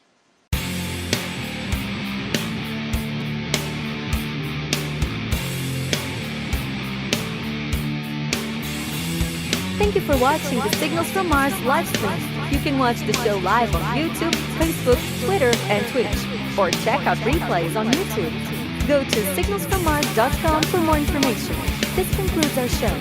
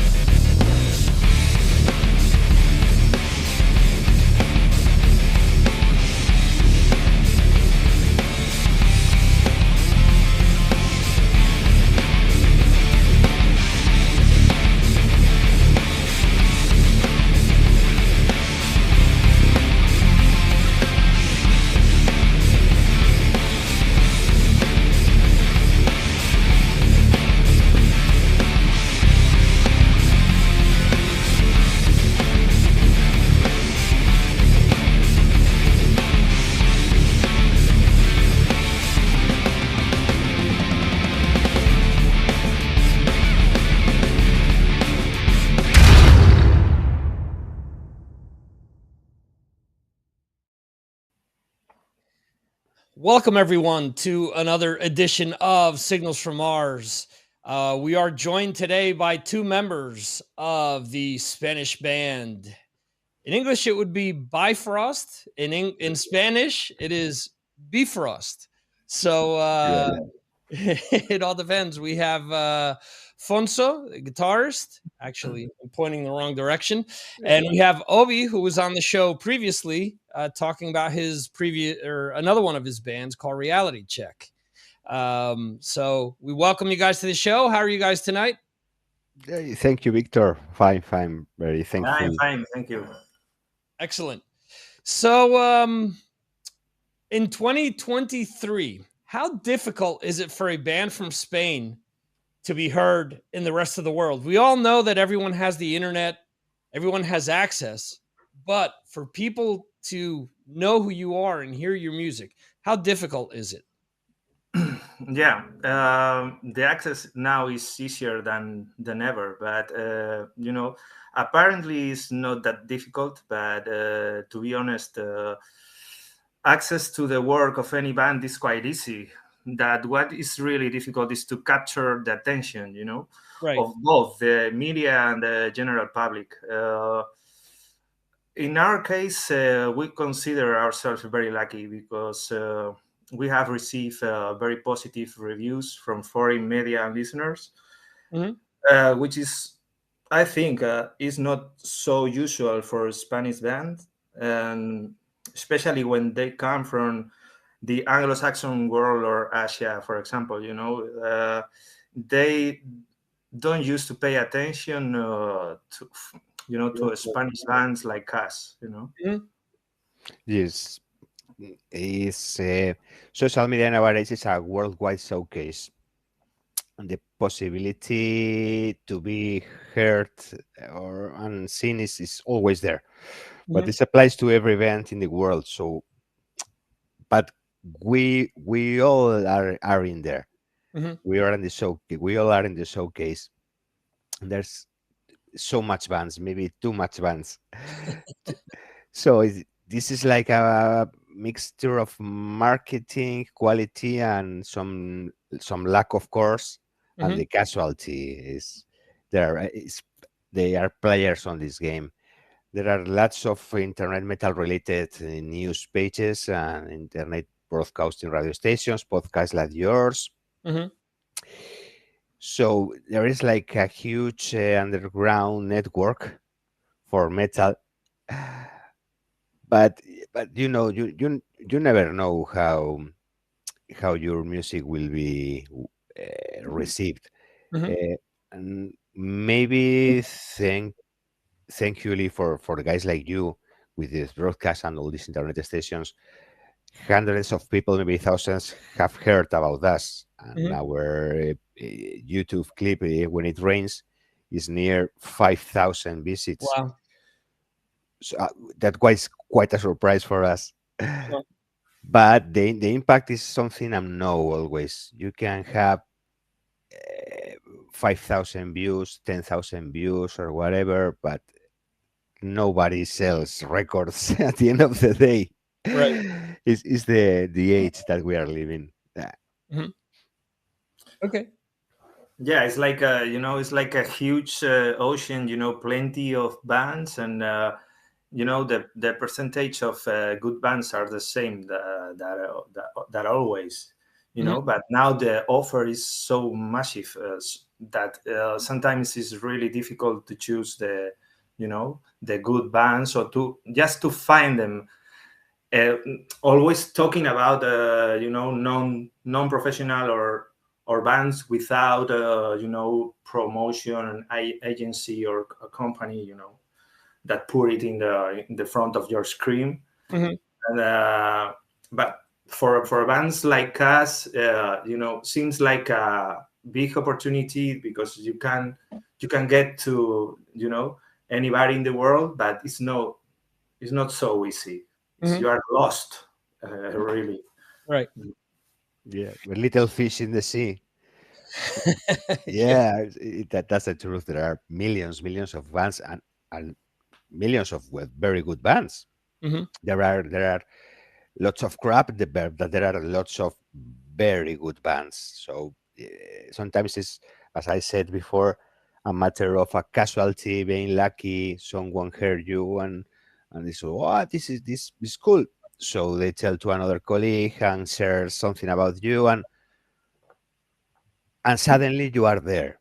But Right. this is like 1 in a million. We will see. Right. Yeah, there's so much music out there. I receive promos from 30 bands a day. So Yeah.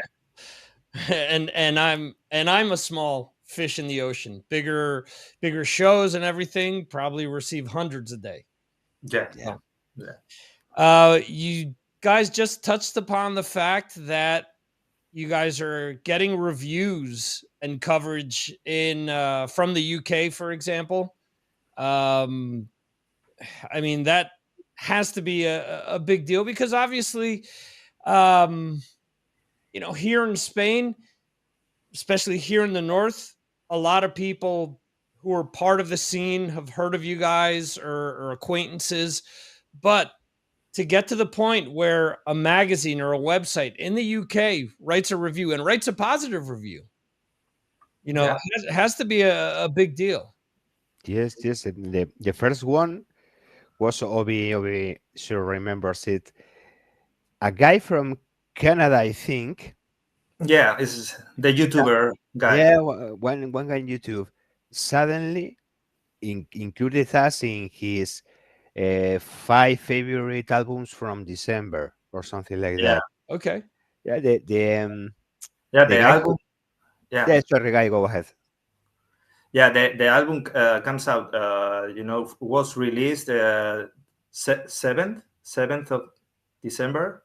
December Okay. 7th. Yeah, I think so. And this guy put the album in the best for album, I think, in the first week of December. Okay. And it was like, how this guy know about us in 2 days is like crazy. This is related with the last question about the internet, and yeah, and this, but it was quite a big surprise for us because we didn't we didn't expect that from a guy from Canada. Yes. Yeah, the casualty we talked before. You never know that suddenly this guy has this video and you are like, how? And funny thing, the guy who told me about this was the guy who did the cover for us. Okay. For us, Samaraya from Paraguay, a great artist, big artist. Yeah, and he was the one who told me about. Hey, look at this. We were sorry, like how this is possible. but we were very glad about that, of course. This guy made the covers for Cradle of Filth and many other professional or top level bands. Yeah. It was when you work with professionals, something happens. It's like, wow. Yeah, the things works. Yes. Yeah. That's interesting. I was reading something today about offering work or offering like freelance stuff, and the cheaper you offer things, it gives off an impression that it isn't as good, whereas if you work with professional people, it gives off the impression that something, oh wow, I need to pay attention because they're working with somebody professional. Yeah, I think that happens, frequently. But for us, get this kind of reviews from abroad is like very important because I think that we are the target of the band is not Spain. It's Spain too, but it's not only Spain. Right. We are singing in English, and we already know that when you sing in Spanish, you have like more opportunities to play here and to get followers in Spain and even in South America. but when you are Spanish or you're singing in English, it's like it's quite different because Spanish people, look at you like, what are you trying? You can look quite pretentious sometimes, and when the people from people abroad listen your music, you have the risk not to get enough for them, or and then it's very good get these nice reviews from Anglo-Saxon countries, because they are giving you like pass. This is good. This is they don't care about your. Sometimes the guy, the YouTuber we were talking about before, she said like she was like quite surprised about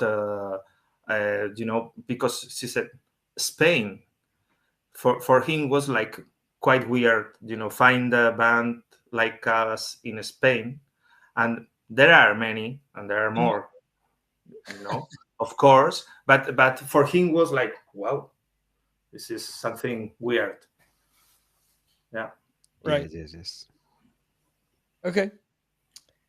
A lot has happened since the band formed in the year 2000. Looking back, is there anything that you guys would have done differently? Yeah. This is just my opinion, because we can have a different point of views in the band. But I think that we could have taken some advantage of the first decade of the 2000s to play, more live concerts outside of Cantabria and Spain, and have taken more risks at a time that we could afford it, because, given that we did not have dependent families and an age more appropriate for touring in a van or whatever, and adapt to any situation. And also we could have a higher production as far as professional recordings are concerned. We used to, make the recording process like between friends, and we should maybe, because everything is perfect now, and it's like, but maybe we should start to work with professional producers, like long time ago. We could say that this is our first time working with professional producers. So I think that it could be, but the band is perfect because we're friends, and we are friends for a long time, and we still are still together, and and having fun. So this is very important. That's so important for us, because we all are living in the reality where you won't be a rock star. You won't make a living with this. This is the truth. This is the truth about the modern music. Most of the bands won't make a living from this. So having fun and being together is like a very important thing to us. We always have been a bit lazy about the band regarding touring, but as we said, we build Bifrost making good music and enjoying our time together. We're in the first place friends making music, so the rehearsals are fun. Always like one of these special moments of the week. We gather in the rehearsal room and talk about anything, and go and have a cigarette and take a beer, and then we play some music, and it is a good day in the week. So things different. Yes, looking back, I mean, it's clear, but putting some more work on this maybe would guide us to something bigger, something better. as a band. But being positive as the reality is what it is, you never know. You never know. So maybe we could have been in the road, finish hating each other or whatever, Yeah, disbanded or whatever.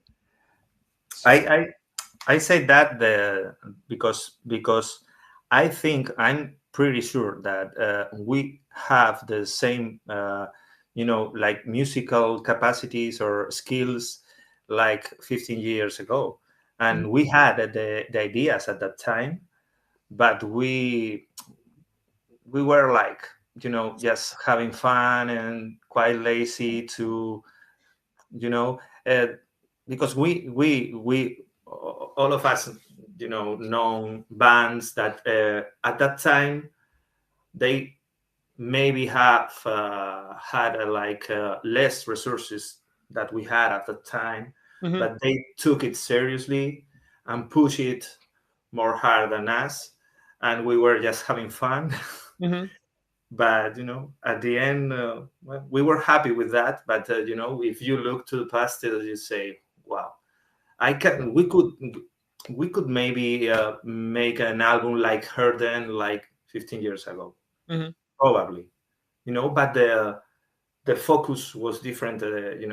We are focused in. Yeah, and you keep learning during the travel to this moment. You keep learning. So we made some mistakes during the recording of the other albums, and we learned some things in the first place. We learned again. So this time it was like, no, we have to do this properly. We want to have something forever that is at the level of any of the music we have at home. You can play this to anyone. Nobody, if you don't tell someone this is my band, this is from Santander, Cantabria, Spain, they can think we are a Swedish band or or an American band or whatever. That was the point.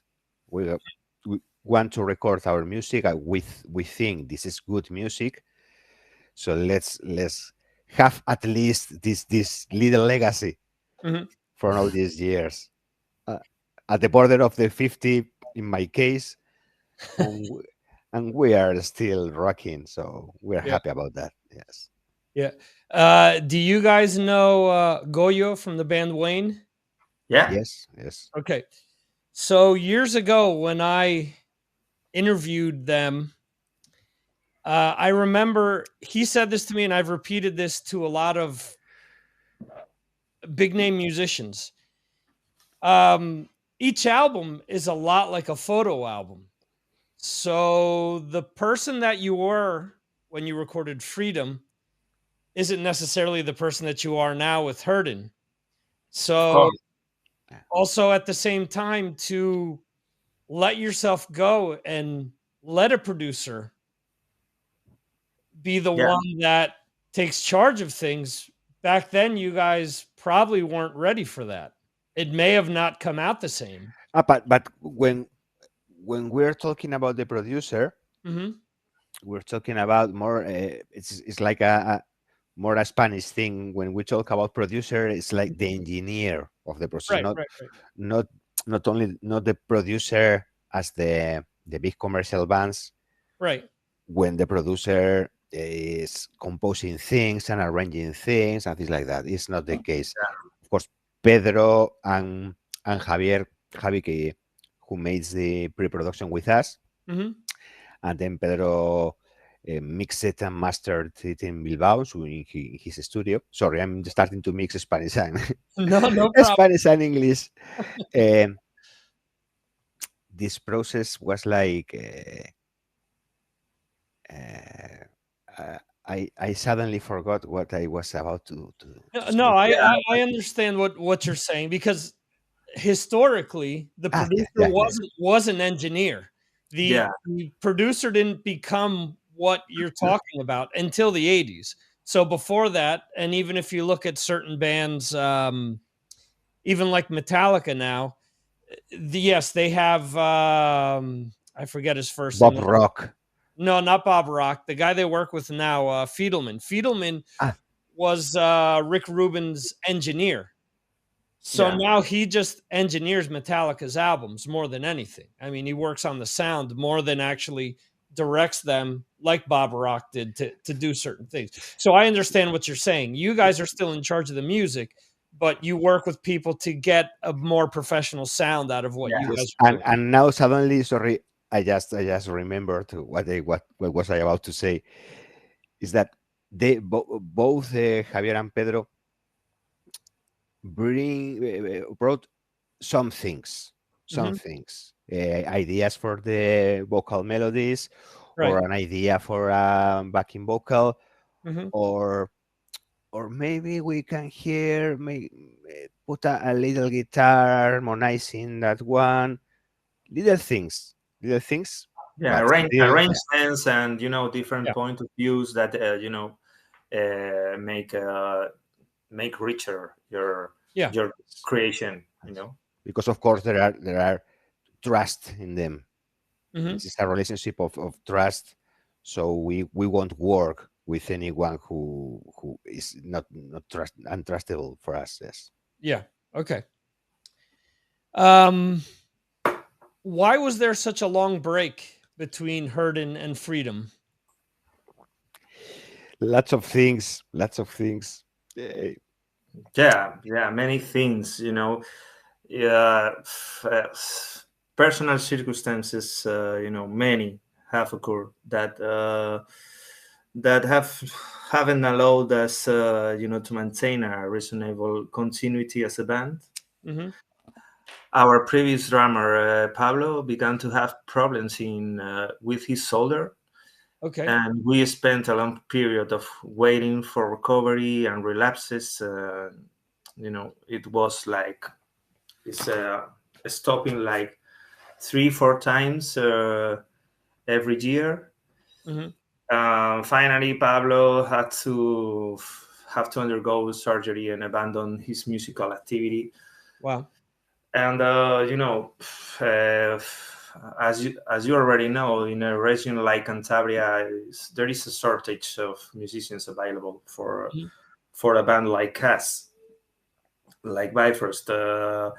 And all this led us to paralyze our activity as a band, with some heard songs already composed. Mhm. But we had to stop, and because we had no drummer at the time, and this led us to focus our energy on other projects, other bands, because Fonso is playing in Mordor, and I'm singing in Reality Check, and we left Bifrost apart for some time, and waiting to find the right person to be our drummer. Mhm. And finally David joined the band in, I think, 2016, and we were able to resume activity, and then the pandemic came, which is also caused delays in the recording process, and that we had already started, because we have some records, some pre-production just before pandemic, and we had to stop again, and blah blah blah. Yeah, it was 2 years. The pandemic. It looks like now. It looks like it was 2 months, but no, it was 2 years. So taking into consideration all these injury things, the time to recover for Pablo injuries again, then they was honest with us and told us, guys, I can't say when can be okay again, if I will be able to maintain this, so find another drummer, because I can't go on. So we changed drummer. Obviously this process takes some time for him to adapt, learn the songs, starting rehearsals and so on. Then the pandemic came. the family is grown. Yeah. Yeah, that's a major question. And so, and of and of course, we have no hurry to make a new record. We've never felt like in a hurry to make a new record. We only realized how much time have been passed when we started to talk seriously about making a new record. That's when you look behind and say, "Oh my God!" What back in that time it was like 8 years, not 11. But now with all that kind of things, Right. but we looked behind and it was like 8 years, 9 years, and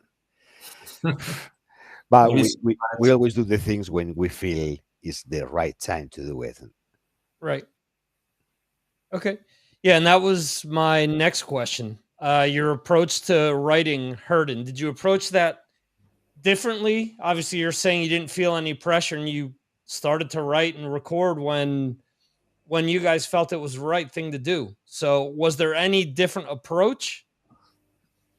Yeah, you know, I could say yes. Well, without losing our essence, in my case, because it could be different points of view about this question, but I can say that I approached the composition of the songs with the intention of being more specific, because in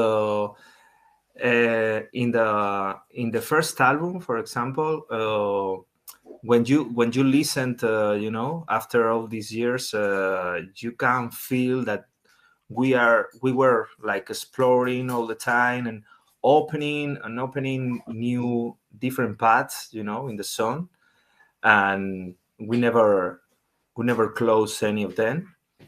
And now, I have tried to be more specific in the musical message, more getting the point more with more melodic precision. Okay.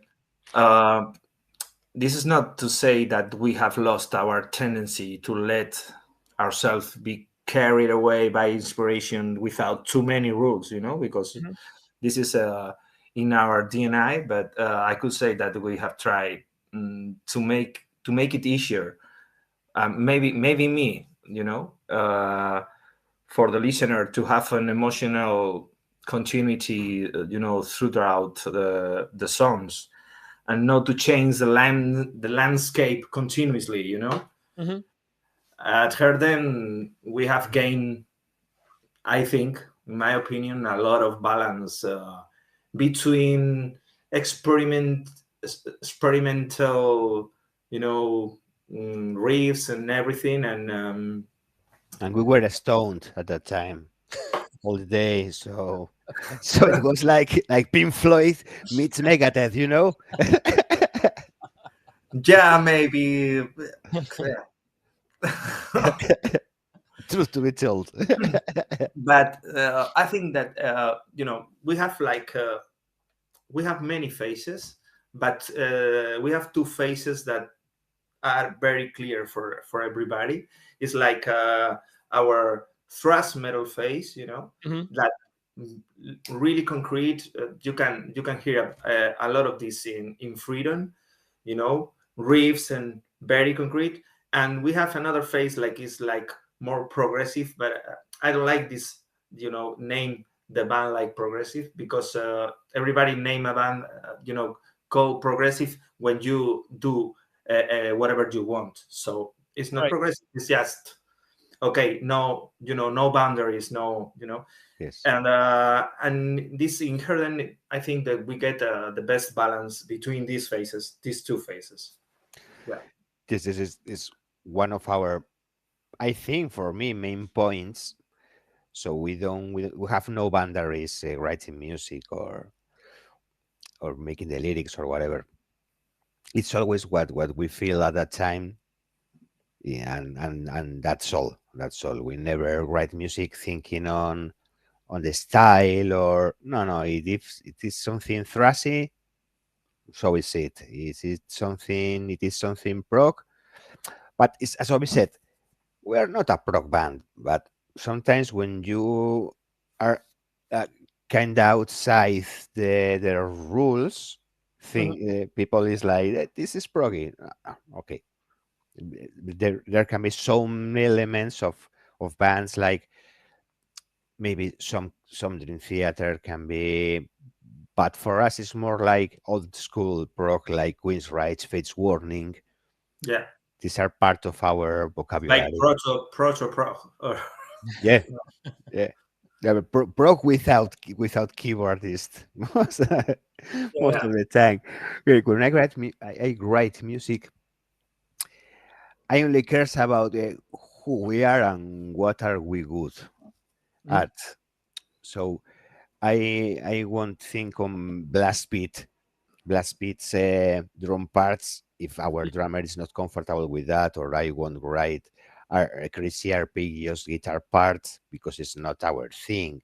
Mhm. So this kind of things I have it in mind, but no, in my case, I didn't think something more than that.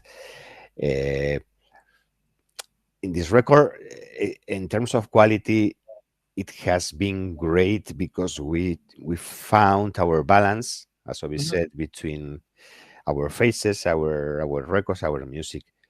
It's like one balance centered in metal, but you can see any of these details here and that about Yeah, some different genres, because we don't care. We don't care if we are thrash or prog or metal or USA power metal from the 90s, like Vicious Rumors and bands like Right. that is more our thing. But and the one thing, I think in this record has been the most important change was the vocals, the detail, in the vocals, the care is is something new for us. Oh, we always took care about vocals, but this time it was different, with more patience, having more time. It was actually it was a good thing that this was done during the pandemic and the curfew, because there was like separate days for Javi, who was making the vocal thing with Obi. So they worked during the night.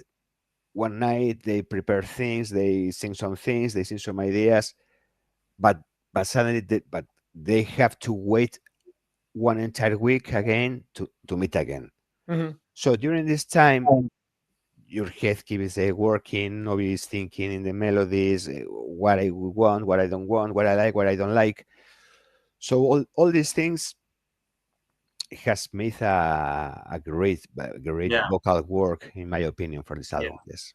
yeah. Makes the difference because we didn't used to. I personally, we didn't used to pay too much attention for the vocals, and this is I think that it comes from because uh, I am a guitar player. I just sing because somebody have to do it, and And you do way better than me. yeah, and well, but when in the first recordings, I don't feel myself really as a singer. I just was a guitarist that sing, but no a singer. And I think that after reality check recording and reality check experience, doing only vocals in the band, I start to feel more confident and and see myself as a real singer. Mhm. And and now maybe in the last recordings I get exhausted, mentally exhausted after recording guitars and solos and everything, and the vocals was something like quick recording, and this is okay, this is okay, this is okay. The level of you know, I don't know how to say, but it's not very. There was no pressure about the vocals. It was okay, and okay, it was enough for us in that moment. But now it's not the same. Mhm. And I want the perfect vocals, and I know that I can get some level that I didn't know before, that my limit was higher, Mhm. and now I knew it, so I want to get it, you know, I want to put it in that level. So we work always searching that level. But if you don't know what is your level, you are not you know, you are searching nothing. So I think this is the main difference. And as Alfonso said, is like more, you know, more worried about how the vocals and how the influence of the vocals in all the music, because the music can be bigger and bigger if the vocals works properly, you know. Yeah. Yes, Right. yes, yes. Yeah, a lot of times you don't know what level you can reach if you're not pushed there. Yeah. So saying what you're describing makes sense. The other thing too, to what Fonso was saying before, when Megadeth released Hangar 18 in 1990, nobody called that prog. Yeah. And nowadays they would probably call that prog, especially the Yeah. solo section. Of course, totally agree. It's you know, Rusty Beast and these three albums and that at that age is like now everybody say it's prog, because they was so technically, they was so you know, Yeah. and so better, you know, better than anybody, and now it's prog, of course. Yeah. They Yeah. only could play now in prog festivals. It's crazy, that is. Yeah. I think you guys answered my next two questions already. But Fonso, as a guitarist, and actually Obi as a guitarist, is there anything that you guys did differently on this album, or something that you wanted to try? We already talked about the vocals, that you guys tried something different. But as guitarists, did you guys try something different, or did you set out to do something different on this album that you hadn't in the past? Not really, to be honest. Not really. I in my case, I dedicated a good amount of time to compose the solos and record it and do it all of it properly. And I had time. I had time back then. I was, yes, I have some months while I was unemployed. Right. So I had the hours to sit here in front of the computer and, okay, let's do this. Let's do this properly. Let's do it okay. But nothing different in terms comparing to the other albums. Not really. Okay. As I said before, we learned about some things. So regarding the sound of the guitar. Okay. So this we thought about it. It's not nothing regarding composition or whatever, but regarding the sound and what we want to achieve, this was the main thing. The guitar sound has to be demolishing this time, because back then it was not that good. Yeah. Right. Okay. Yeah, I'm really satisfied with Herden, with in talking about guitars. I think it's the best sound we ever had. So you know, I'm really satisfied. I think it's the first time I'm totally satisfied with the guitar sound. Yeah, me too. And yeah, and even the composing and the solos, and and everything, because in my case I have been very very careful about the things that I can play now, because no guitarists, you are not always in the same, you know, you don't have your skills on top Right. always, Mhm. but you have to choose the best. You have to focus on the melodies and how the solo is gonna give you give is giving something for the song, Mhm. and not trying to show your abilities. So Yeah.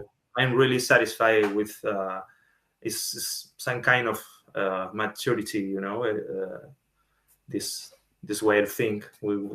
When you are young, you just want to play fast, but now is different, and I'm really satisfied with that. Yeah. We still play fast. We still play fast, but that's not the same. You care about other things you appreciate in the artists you see and you hear. What do we like? What do I like? What kind of solos is what keeps in your mind for years? Mhm. So that's the thing for us right now. Uh, it's, I said the same that Lasobi not so much more time ago. Here then I won't change a comma in this record. I won't change anything. It's perfect for me. I think for all of us it is like, okay, we did it. This is what we wanted. This is what we have. Mhm. So we are very happy about it. Yes. Yeah. I remember it's quite funny because I remember Fonso, telling me that be quiet. You can think to go fast, because when you when you think you are slow, Mhm. you are still fast. We have been so many times playing fast, that even when we are trying to play slow, we are still fast. Yeah, Yeah. yeah, yeah. So it's quite funny, but at the end, when I listen to solos, it's not. I don't feel that is, oh, what a fucking slow solo I play here. No, not at all. But Never, when you never, are, but when never. you used to recording lines as fast as you can, and like, like, no, but we're still fast. Yeah, but that's the point. Even you don't want to, you will end being fast in metal. So thank you. So you can concentrate in a good melody, but in the end, a solo which can be, I don't know, 30 seconds or whatever.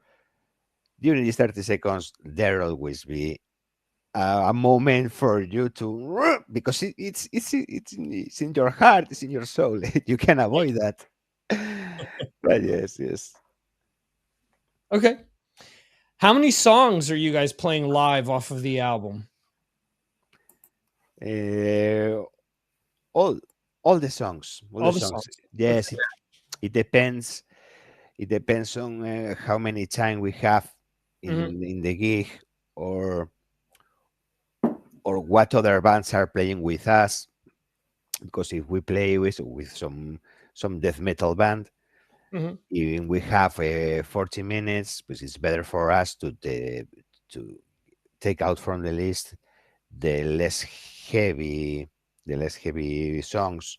Right. I remember one time uh, playing in the groove, in La Groove, in Euskadi.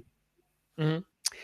We played in like a In a death metal festival. yeah, in a death metal festival, because one of the bands couldn't make it, and we were called. I was playing that with Mordor also. So we need a band. It's okay. Bye first. Let's go. And I remember playing one of the most slow songs called Ashes. Asses. Yes, yes, it's a beautiful song with acid, twisted, but this slow is different.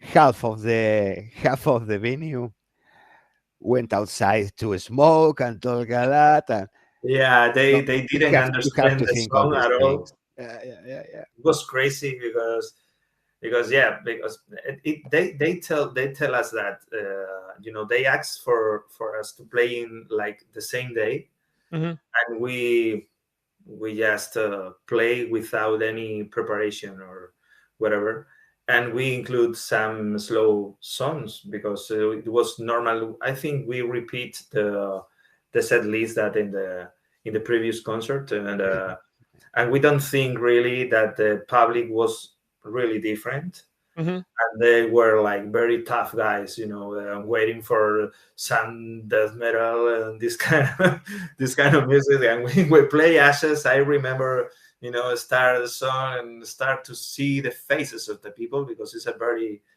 little hall, It's and you can see the faces of everybody, and some of them was like, "What the hell are they playing? Why? Why these people are here, and maybe 20 of them, go out go out and never come back, and it was like, what the fuck. But Yes. There's that. This no, this kind of things we have to think about it. Again, we learned during the road some things, and we won't make the same mistake again. That's sure. yeah, Yeah. because we have a stronger material, and we have heavier material in our albums, and we can choose like 10 songs of really really thrashy, Yeah. but and we didn't think about it, and but Well, you guys were trying to help. You were called last second, so you did the best you could. Yeah. Yeah. It was like again, we don't thought about it. Yeah. We Yeah. just let's play this song. We like this song. Okay, let's play it. And the rest of the songs in general are more heavier than this. Yeah. So there was no major problem. People, oh, well, no, we played When It Rains, first song of I've heard then. It's hard, it's fast. So people was like, okay, no, despite of the fact that we sing clean vocals, Right. but it was okay. But then we played Ashes, and it was like, too much for us. Bye bye. Yeah. What do you guys have planned for the rest of the year? You mean the live concerts or? Concerts, promotion, anything else? Videos? Yeah. What's the plan? We are starting to think. We just put in the first push to record a new video, because we realized that the video get a huge impact, comparing with the albums or live concerts in Spain, or in the videos get very fast and very far, Mhm. and we are thinking to do another video. And in my opinion, if we could, I would make a video for every song. Okay. Not all the videos have to be professional, or some of them have to be like recording sessions or whatever, Mhm. but I think that the audiovisual thing is more is consumed by more people, Mhm. and is more attractive.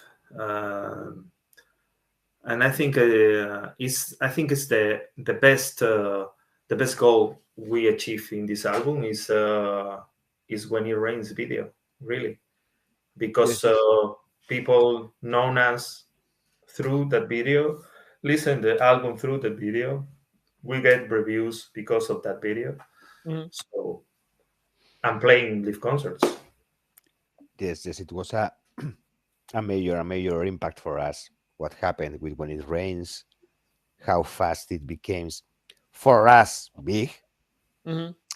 and again a good decision to work with some good professionals to make the video, friends of us, but people with a lot of talent, and they did a great job.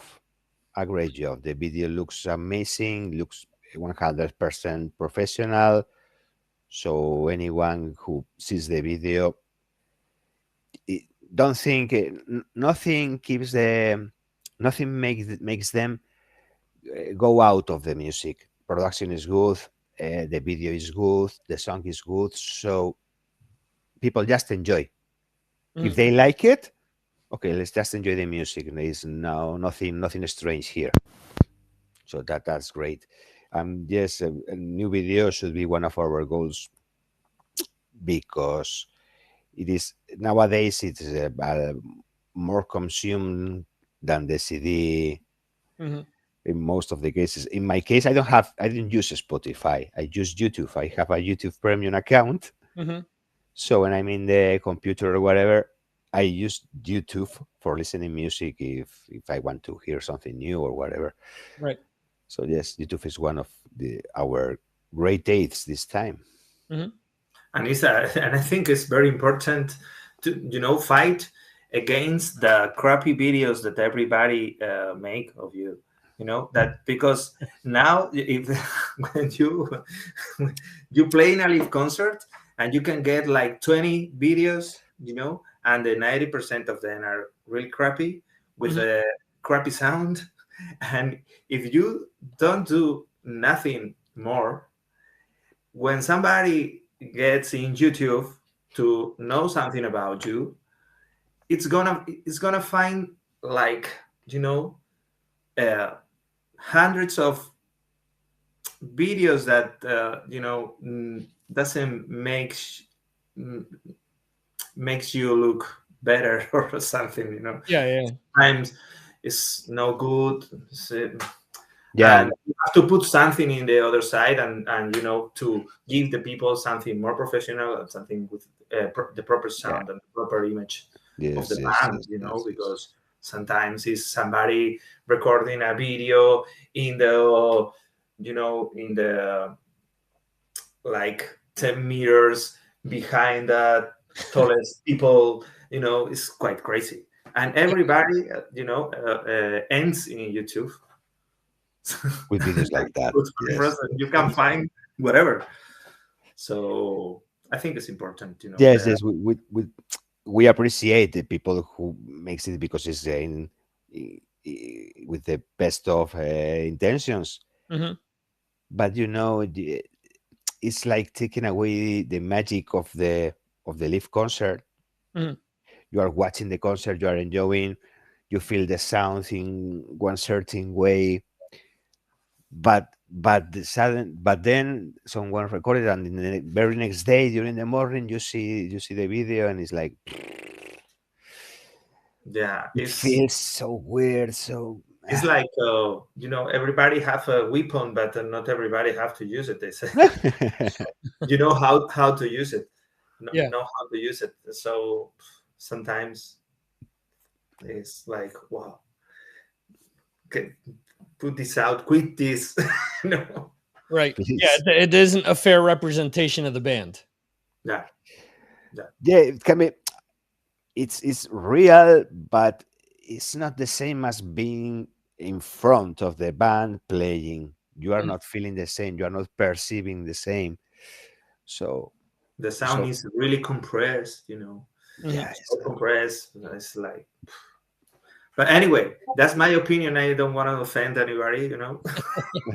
I say crappy because I say crappy, even when the things I do is like, no offense. Okay. Where should people go to keep up with the band? Best way should be our Facebook page. People can search with Bifrost Cantabria, our mainland, and also in our Bandcamp. we can they can find us for Bifrost Metal, Okay. and there they can buy the album. There we have a digital version and a physical digipack version. Okay. So anyone who wants to buy our music, please go there and do something about it. Yeah, that was my next question. Where should they go to buy the album and make sure that the most amount of money gets in your pockets? So you're saying that Bandcamp is the best place. The Bandcamp is directly to us. No one in the middle, no distributors, no shit. Okay. That's for us. Yeah, this is a handmade product, straight from the creators. It's like it's direct selling. Yeah. And we do have Bandcamp Friday coming up soon, which means that you guys get even more money out of that.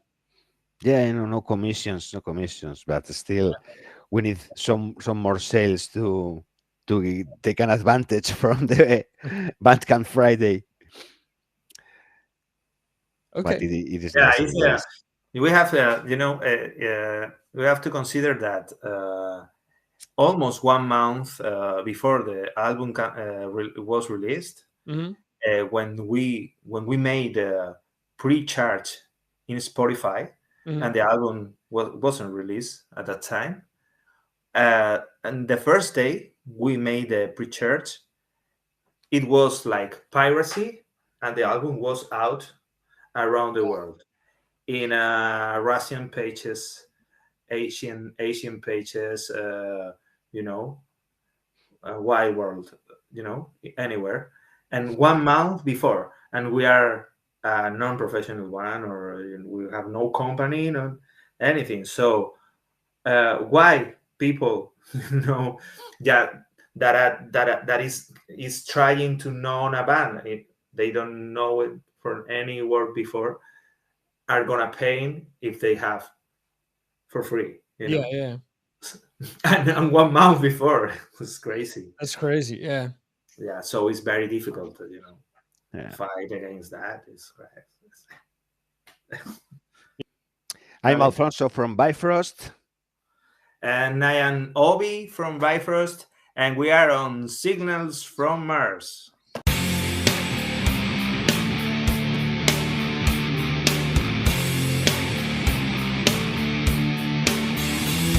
Thank you for watching the Signals from Mars live stream. You can watch the show live on YouTube, Facebook, Twitter, and Twitch, or check out replays on YouTube. Go to signalsfrommars.com for more information. This concludes our show.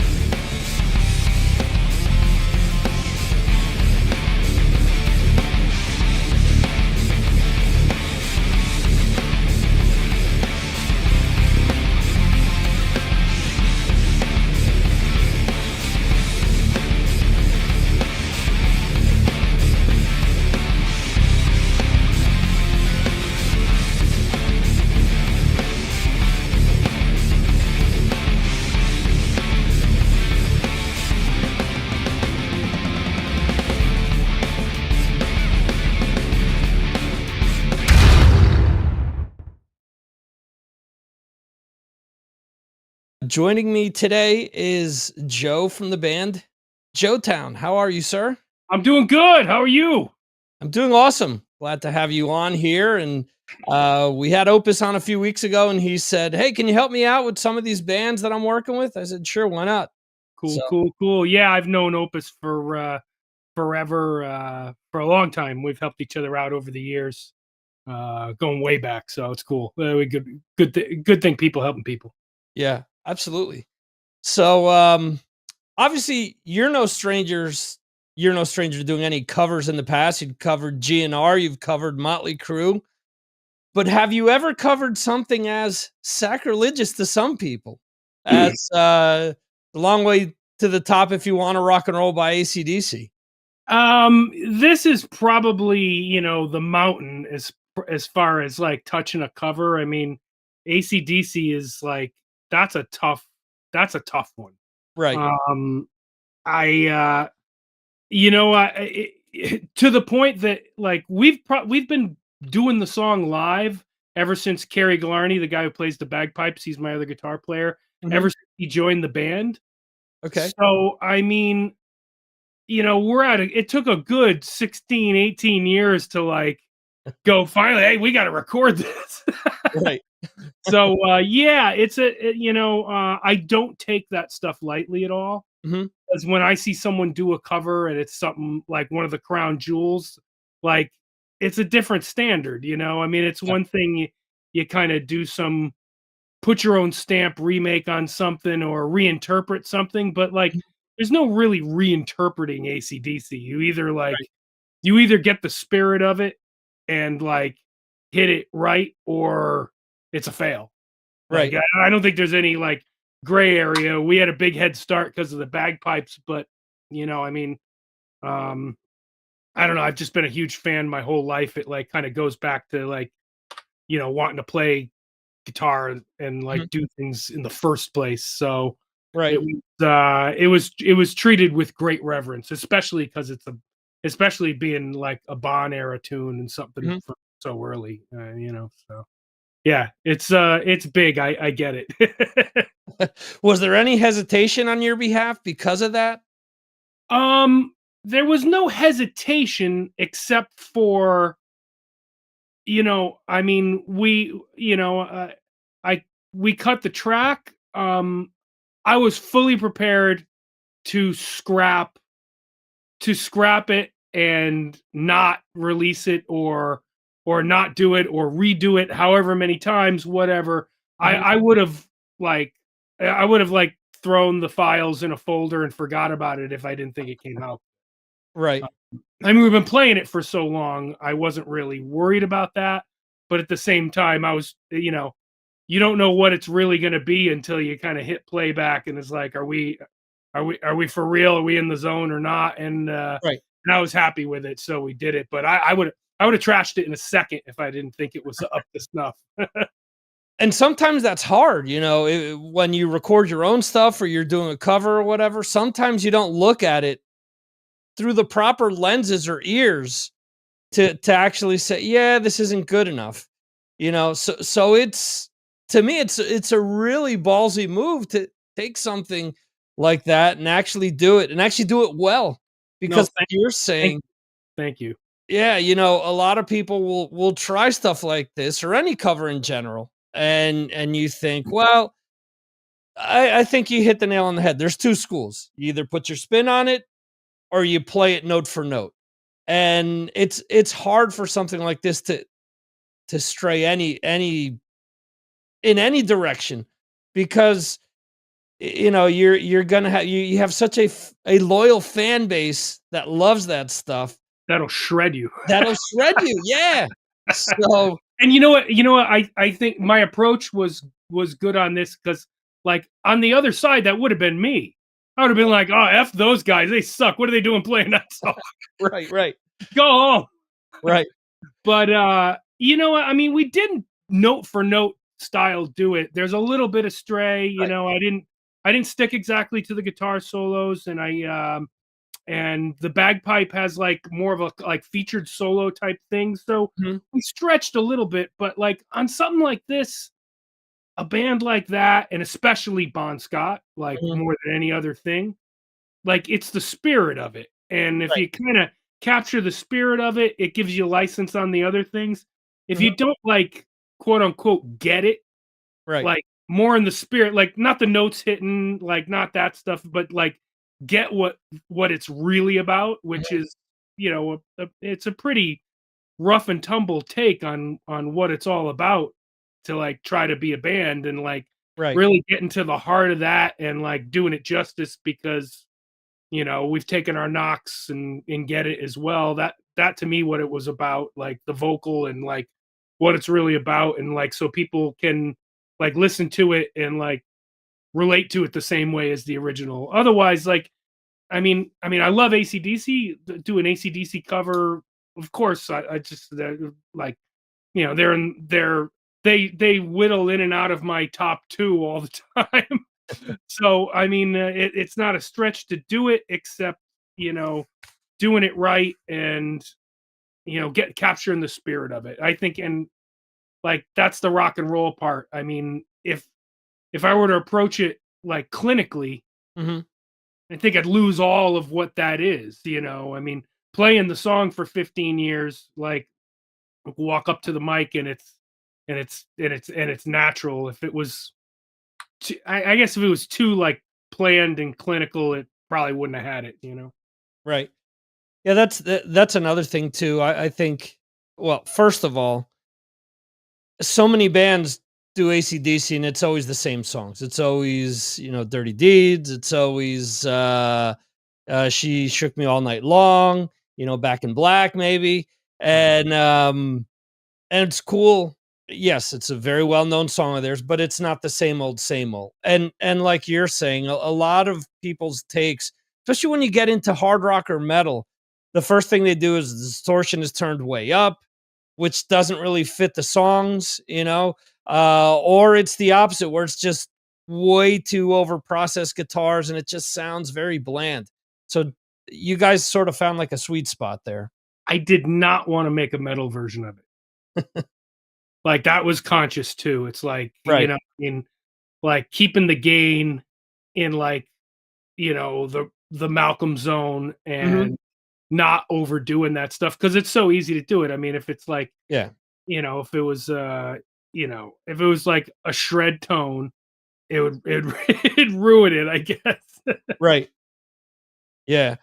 You guys did something else that I've always thought was cool, going back to seeing other bands do similar, and that's you guys did this video on a flatbed truck. And I can always remember seeing the Stones doing that in the mid 80s. I remember Dokken had a video like that as well. And I always thought it was so cool. I'm like, holy shit, they're playing, they're going on the back of a truck and all these people are following them or seeing the music. I thought it was just so cool. So how'd that come about? Well, you know what? We started doing, I mean, we play gigs, we do club gigs and we play venue style gigs, but we started doing these like civic event type things Mhm. because with the bagpipes, I mean, honestly, with the bagpipes, and I have kids that are like in like teenagers, Mhm. and like I was like, we got to do some things where it's like not, I just kind of snapped. I was like, we got to play some places other than friggin' bars. It's like, there's people who like music that like aren't 21 and hang out in bars. There's lots of them, Yeah. actually. So I was like, we got to do some things. So with the bagpipes and everything, we started doing like St. Patrick's Day parade stuff, Mhm. and started doing like town events and various parades and things like that. And we decided to like line up the truck thing for the St. Patrick's Day parades, and it just kind of came together. And that was part of the reason for doing the tune, Mhm. was like we were already doing all that stuff, and I'm like, well, that's kind of like the original video they did. I go, we should do the tune and just kind of do the same thing, like not try to copy their video exact, but I mean, Right. it's going to be that because it's a band on a truck rolling through town, regardless of what we do.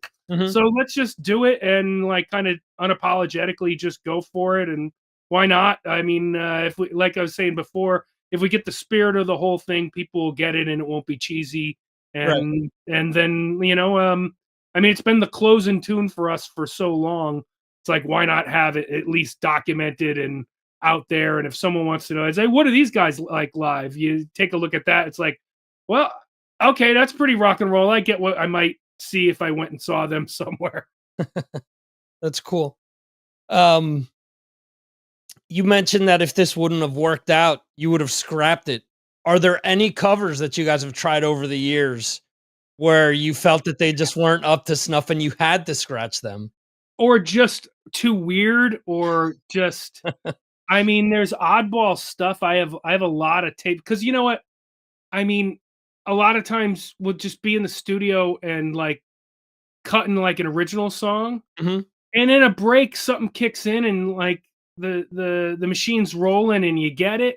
And it's like, oh, Yeah. that's cool, and you like forget about it, and then like you listen and like some stuff is like, oh my god, we kind of nailed that. We should finish it, mix it, and like put it out. And other times you're like, okay, we'll just leave that right there.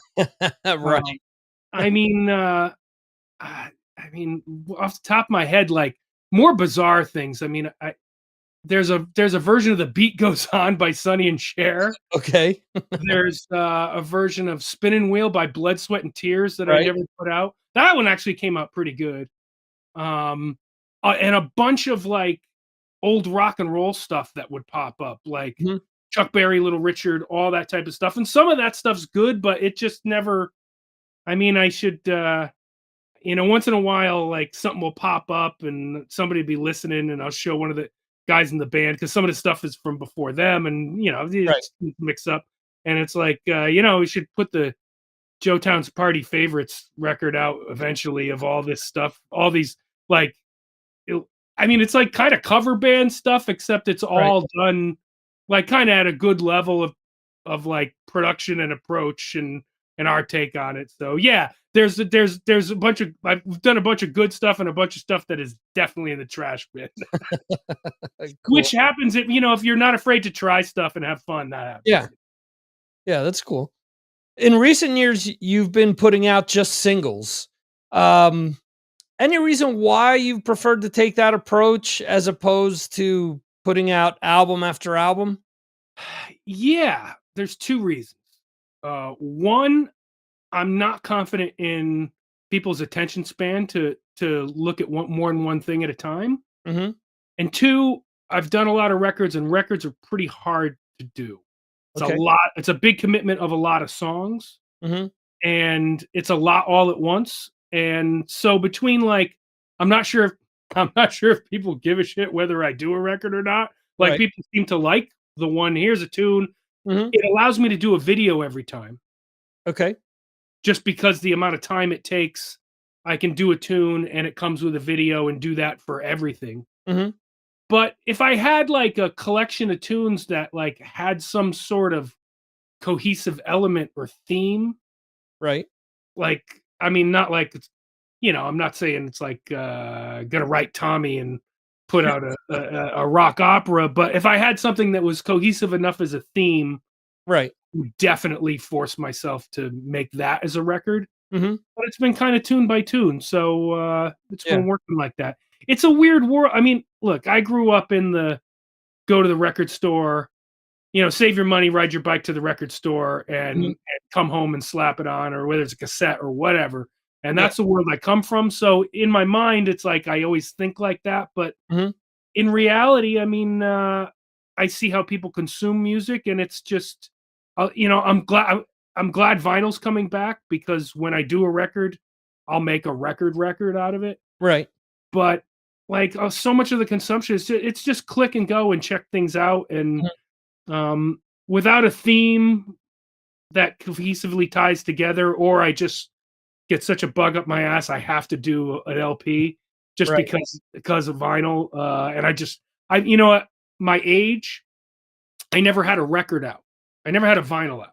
Right. I've had a million cassettes, CDs, streaming, everything else, but like just the age I was at, like vinyl had exited the conversation for the most part. Yeah. So it's kind of it's definitely a thing I want to do. So kind of convoluted answer, but No.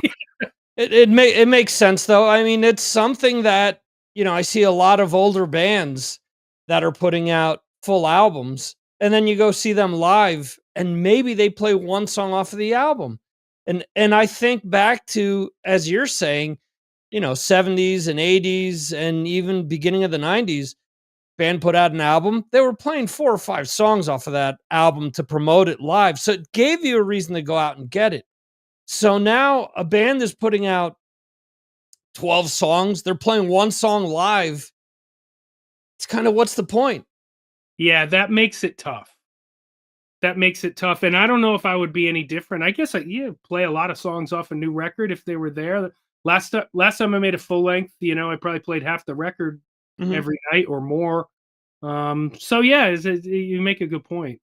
Yeah. Yeah. I mean, Then again, you go see your favorite band, you want to hear all the cuts you want to hear from them.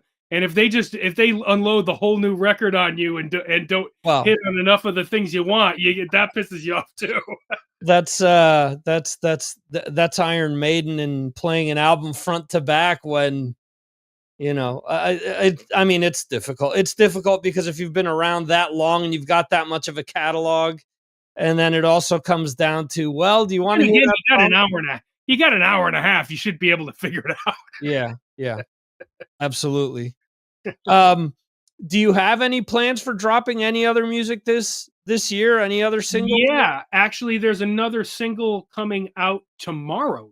Oh, okay. Wow, cool. So this has kind of been a 1-2 punch right now with like the bagpipe thing with Terry. So we released the Long Way video and single, and then we have an original called Irish Blessing that drops tomorrow. Okay. And that's another video shot from like a lot of the same type of events, different feel to it and stuff, a little more concept and not just on the truck. And then but that's an original tune with bagpipes, big rock song, but not like not a cover. So Okay. we're excited about that. We wanted to do the two songs like right around St. Patrick's Day because of the themes and everything. Right. So and then I should have another tune. We're looking at during the summer. There'll be another release. So that's the other thing you're talking about, singles versus records. With a record, I'm going to drop the record and I'm not going to be able to really muster up enough to like between production, studio, and everything to do another record for a year. Mhm. If I'm releasing singles, I can probably release, 5 with videos, 5-6 a year, Mhm. which is kind of fun. So, it's kind of what I'm doing for now, unless I, record a bunch of songs real fast and it becomes a record. Okay. Well, you could always also do like they did back in the 60s, just collect all the singles that didn't make an album and just put them together on And an then album. just put them together. Yeah, that's what Opus mentioned that too. He's like, well, once there's 10, you might as well put the whole thing out. I was like, yeah, Right. I never thought of it that way. Yeah. I never think of making the record after it's been out, but that Right. is So you've been around since the mid 90s in the New England music scene. Is there any band that you saw? Because I mean, we've seen big, huge bands come out of that area. Is there any band that you thought was going to be big that never ended up making it? Yeah, I guess big is a relative thing, Right, but as right. far as doing something, I was producing a lot of bands late 90s, Okay. early 2000s and stuff. So there, I believed in a lot of that stuff and thought it should have done more or done something. Opus's old band, Gargantua Soul, was really good. Right. They were a cool thing. I produced their first record. And then there's the bands that don't really do anything, nothing amounts to it, but like there's like a song or two that's just epic and great. There was this band in New Haven, Illface, who had it was like I thought they had a new genre of subgenre of gutter metal. Okay.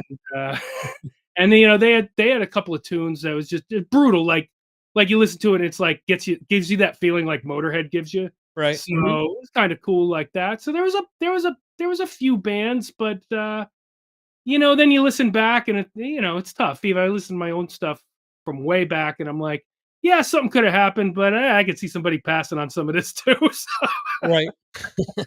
time does a lot to it. But it's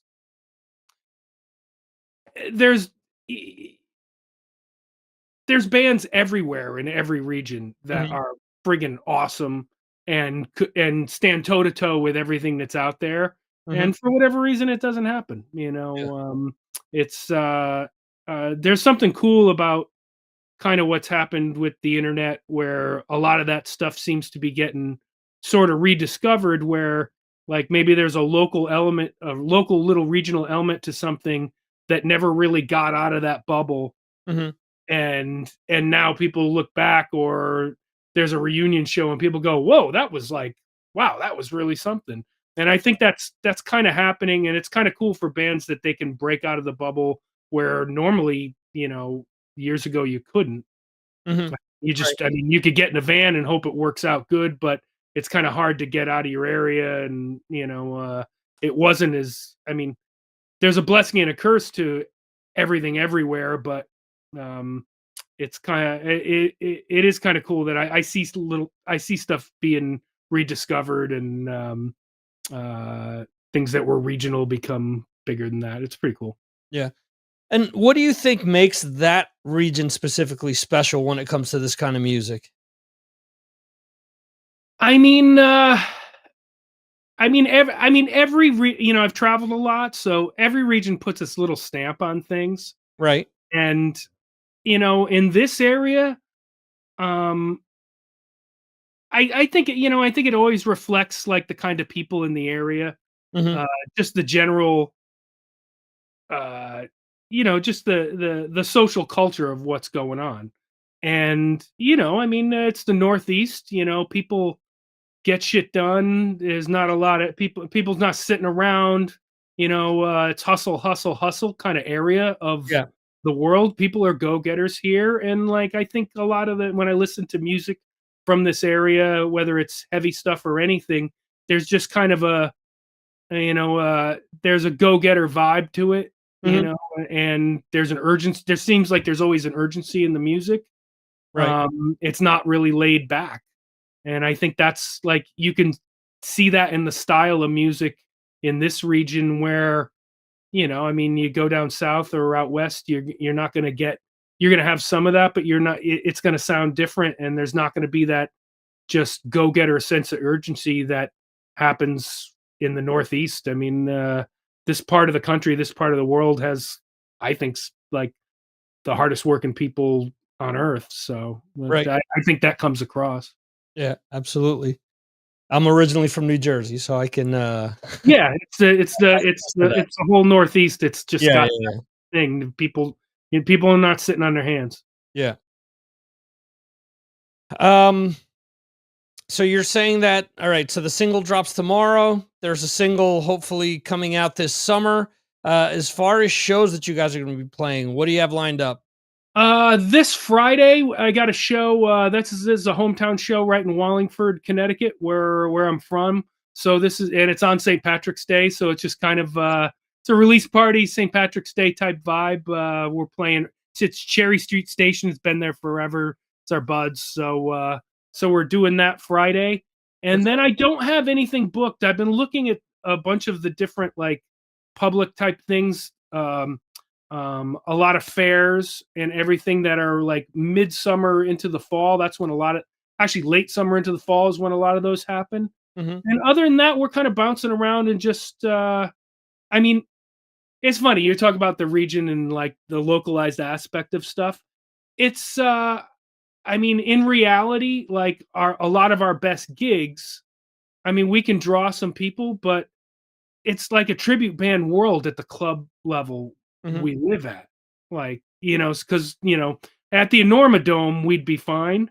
Right. But at this at this level, I mean, we tend to do our best, like opening up for a tribute that really does well. And Mhm.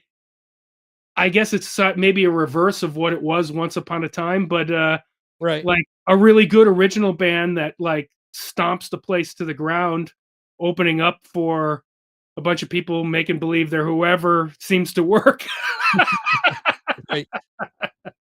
But it's all which ones we do. Like, I mean, when we open up for like a Sabbath or Metallica tribute or a Zepp tribute or something, well, some are amazing. I mean, I'm amazed at the detail some of these guys go to Right. like, recreate things exact.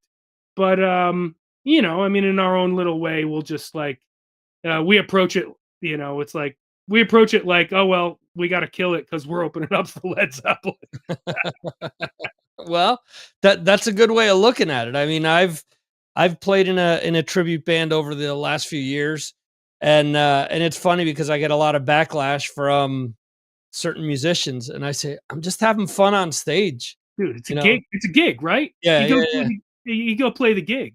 Yeah. I mean, and it's like, you know what? People respond to it. What I think is interesting is that people have responded to the tribute thing and really kind of abandoned the cover thing, where there's a band that plays kind of an array of songs and Right. maybe like really good, but they mix it up.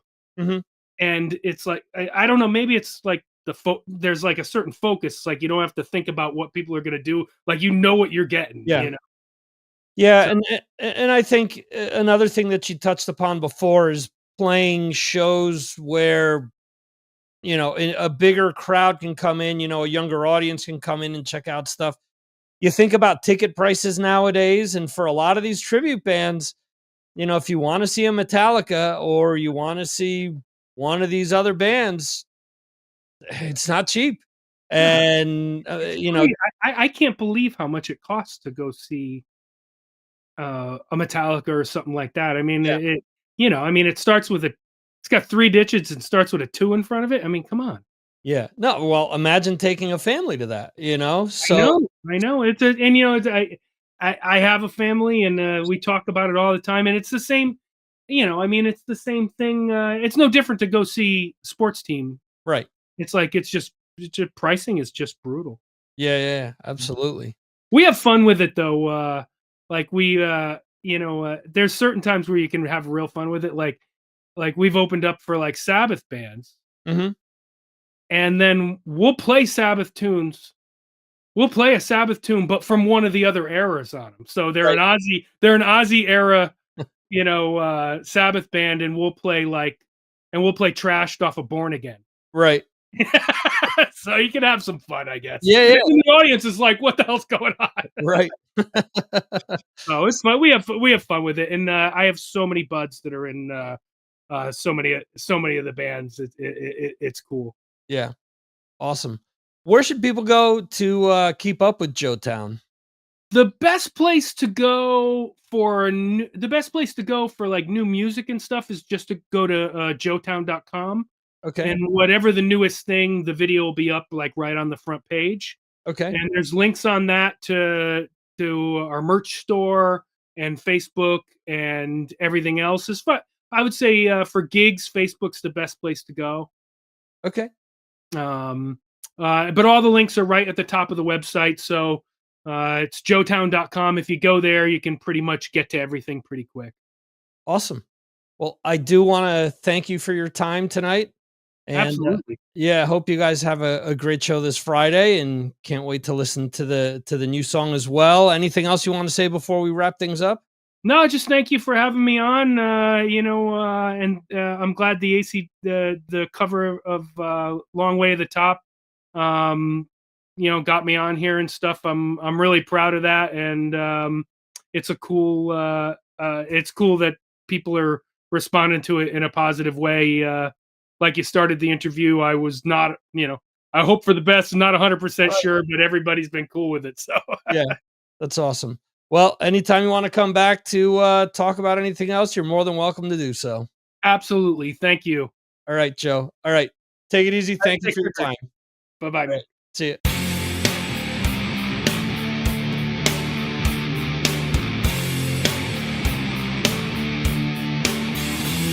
Thank you for watching the Signals from Mars live stream. You can watch the show live on YouTube, Facebook, Twitter, and Twitch, or check out replays on YouTube. Go to signalsfrommars.com for more information. This concludes our show.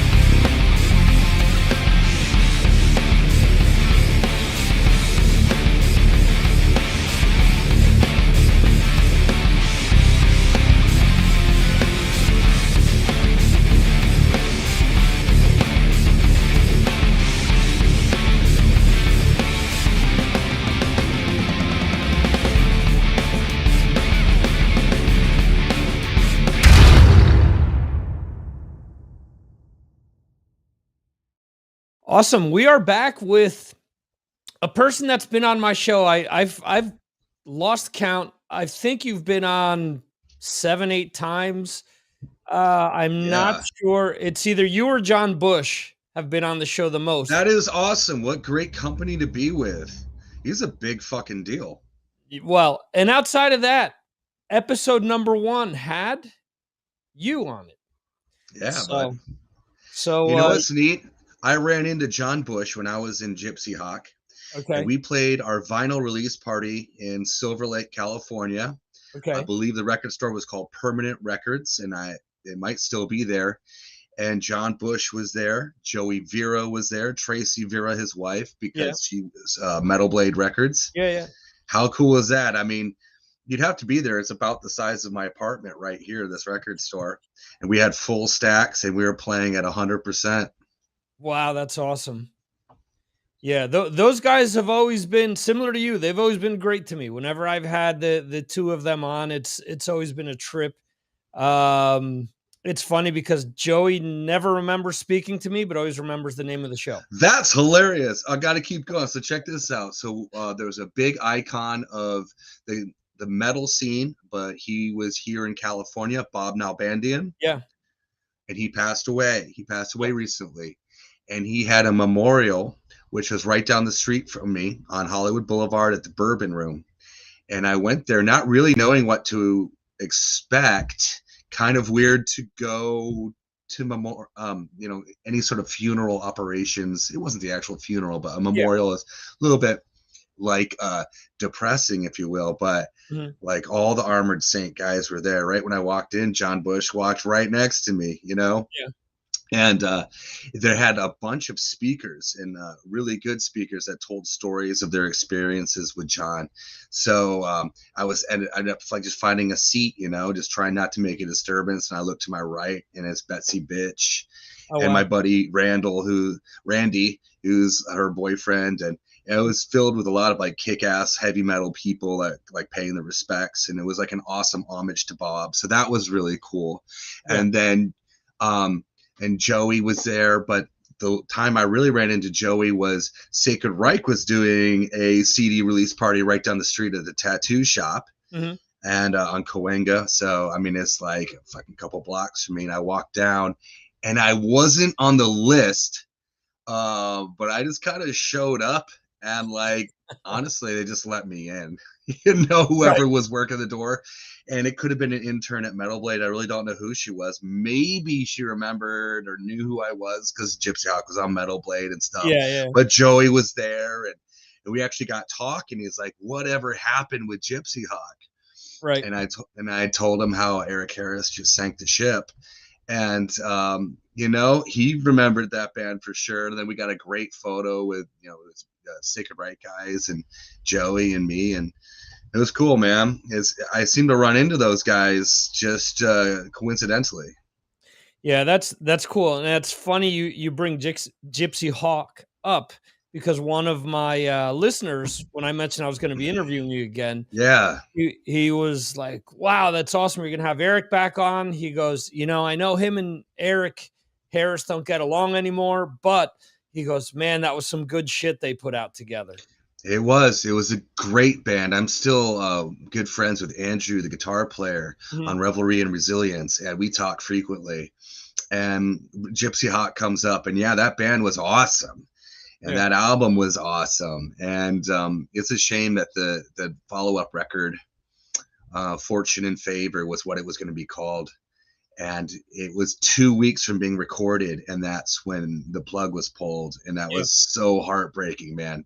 We had just perfected that record for like 6 weeks on the road, and it was a tough tour. We went out with Black Pussy, which is a great stoner rock band from Portland, Oregon, and it was a great tour, but it was a tough tour, and like we had a lot of van issues and financial problems. But honestly, that's par for the course. That's how it always goes. You're supposed to and we had always weathered the storm in the past, and that tour, this horrible decision was made to go home and like just not fix the van issues, and just like, oh, fuck this.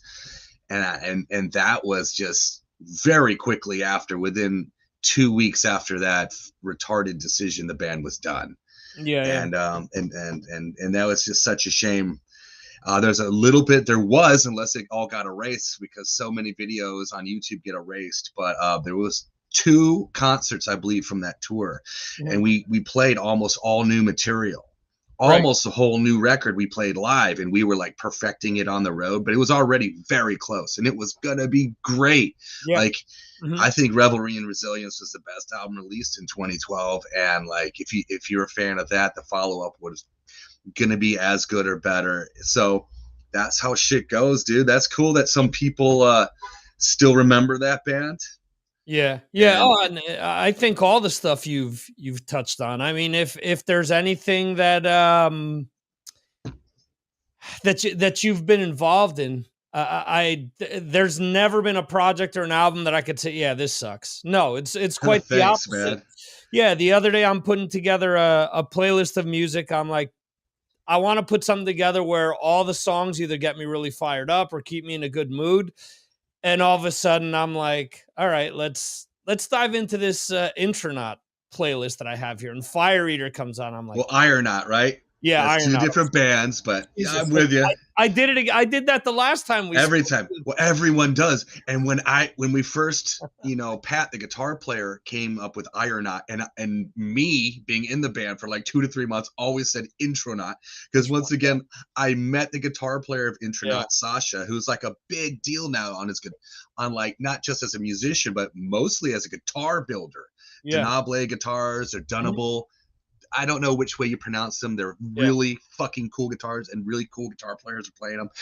And like, he's turned into a big deal. I ran into him in the Gypsy Hawk days. We did a show like, I think it was called Emos in Austin. I'm not sure exactly the name. I could be wrong on that, but they had like an indoor and an outdoor stage. We were on tour with the Valiant Thor, and we played the outdoor stage and they played the indoor stage. And, heck, our guitar player Andrew, like his girlfriend, so they break up, and then she ends up dating Sasha. So like all these paths, I come across these people all the time. So that name was like buried in my head. And one of the dudes I work with now is really good friends with the bass player, and their name still comes up. So totally excusable.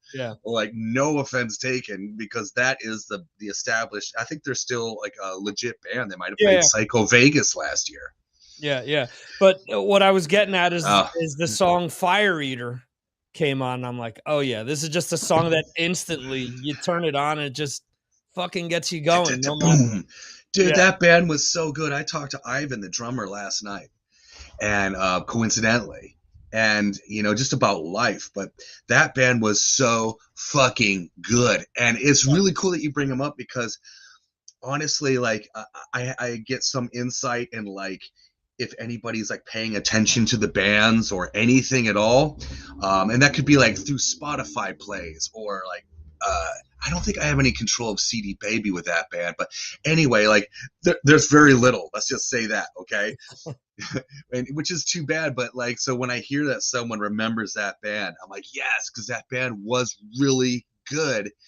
And there's a whole story. Maybe we got into it last time or not, but it's too bad that band couldn't do more, because it kind of jumped out of the gates. That band, like within 3 months of getting together, we were playing live at the Viper Room with Fireball Ministry, and then we started like opening up for so many cool bands. It seemed like any band that was remotely linked to the stoner, I called it stoner thrash, so we were not really stoner doom, but like kind of this stoner metal scene. We opened for so many fucking awesome bands really quick. And dude, I'm glad that you dig some of the music from there. Oh yeah, there's a lot of there's, like I said, I have a specific playlist with, it has pretty much everything you guys released in there, and that's definitely a band that's a rabbit hole band for me, that if I put one song on, I got to listen to that whole playlist a bunch of times. So oh my god. Well, right before the band broke up, we were recording. We always did EPs, which I don't like EPs. I like a good album, which doesn't have to be 17 songs. 8 songs to me, kind of like that's how many used to be on a cassette tape. That's that's enough for an album. So like 30 to 45 minutes. Yes, that's like I'm satiated. 30 minutes is a little slim, but if you're a thrash band, it's totally cool. And fuck, bro, like I wish we had more full length albums, but we were we had just started tracking at least 3 songs, and then everything shit the bed there. So jump the shark over. Last time we spoke, actually, you were already in Void Vader, so I think we did kind of touch on that. Yeah. Why didn't things work out with Void Vader? Is there anything you can discuss regarding that? Or yeah, I can say whatever. Like that band I'd been in since, well, right when Ironaut started, I was in that band as well, and so I started jamming with Lucas in the winter of 2014, but it's so towards the end, like we always said, 2015. Right. So 2015, actually to 2000. All right, 22. So that's 7 years and then some change. And we had come back from a tour, and the next plan was to start writing for the new record. Mm-hmm. And we were already like 4 or 5, I'd say more like 5 or 6 songs deep of like good structures, which is a good chunk of a record. And I was pretty excited just to get started, because like that band was always stop start. Like, yeah, you know, we'd be doing well, and then someone would be gone for 2 months. We'd be doing well, and then Sam would go on tour with another band. We'd be doing well, and we'd have another setback, and it seemed like we'd always have to start over and get this, you know, the setback up, and then a tour would come up. So like we were able to write a lot of music quickly, but there would always be something in the way. But anyway, getting back to what happened, got back from the tour where I showed up Friday for a writing session, and then they just said, oh, hey, we need to talk. And they said, we have eyes on us. You are older than us. You don't fit in, and we're going to let you go. And I was just stunned. I was like, what the fuck? You know what I mean? Like that was just, that I didn't see that coming in a million years, because I thought that was kind of like a family-based, like brotherhood type band, you know, and as opposed to like a hired gun, like LA style band, you know. Yeah. I was like, that's so LA of you guys. I'm like, well, we are in LA, and I'm like, okay, I get it, but I wasn't really saying that as a compliment, you know. Right. Holy shit, man. So unfortunately, like as devastating, I can dig in, and I dug into that for weeks and months, and still think about it from time to time. But like, there's, whether it's right or whether it's wrong, it's reality. And they just threw me out. Boom. It's like, we don't want you. You're not welcome here anymore. Get the fuck out of here. You know. Yeah. Boom. And you're just, it's like, just leave you. You know, you're on your own again. You know. And I figured that was the end of it. Like, I'm 47 years old, and I've been doing this forever. And I was like, that's it, dude. Like, I'm just not meant to do this, you know. Like, the universe has spoken. You keep trying, and then something happens, and no matter what you do, it all just ends. And so, dude, honestly, like a week later, my girlfriend, I was in a really dark place, and it was kind of like a scene like right out of the movie The Wrestler, if you ever saw that. Yeah. And I was just like, you know, I'm just gonna do what I got to do to make money, and I'm just gonna fucking drink, you know. I mean, that's a pretty cool time. And yeah, like, she goes, you know, there's this band, Society One, and they're looking for a guitar player, and you should really consider it. And it was kind of tough to get through to me up here, because I was so over everything, or I was just like, had such a negative attitude. But she kept hammering on me like, no, you should really check this out. You deserve it to yourself. You know, what you're doing is not right. And you're not done. Like, you have more to offer. And it started to get through, you know, and she reached out to him and said, and they responded like, yes, they're still looking for a guitar player. And I was like, you know what? I started checking out the music again and again, and watching their videos and doing some research and thinking about, I was like, yeah, man, I could, like, this seems like a pretty cool opportunity. I could do this, you know. I'm getting the music, I'm getting the feel, you know, like really trying to let it just sink in rather than just jump off onto another fucking train to nowhere. You know what I mean? Right. Although there's always a little bit of that risk, but still, like, you just try to think it out and think it through. And then I was like, you know what? I researched on what they wanted, and to not bother them, to not be so needy. Like, it said on their website what they were looking for and how to audition. So I went, and as soon as I got home, I was like, I'm gonna do this. So I quickly like learned their songs, and which was just 2 of them, you know, but like learned them, played them, had them through my head. And then I went and rented a room in a rehearsal studio to do an audition tape. So it looked good because, you know, like my apartment, I thought that was not their vibe. I mean, they've got this industrial new metal, cold, dark, black and gray vibe. You know, and I wanted to present that. I wanted to present and let them know that I was like serious, you know, like I get what you guys are about. I'm not a fucking clown, and like I understand imagery and presentation and appreciate it and respect it, you know. And so I you know, did it like I had my laptop there and played along with it live at a rehearsal studio, and filmed it. Had my girlfriend help me just film it as well, which is also super fucking helpful. I just can't stress how much like her support and really helped me out, because I would have I was aware that they were looking for a guitar player actually, but I just wouldn't have acted on it. I needed some encouragement, you know, and I'm really thankful for that. So sure enough, honestly, like you go through all this and you'd never even know it could have been a waste of time. But what I mean by that is you can get what's called the Hollywood no, where someone just never responds to you.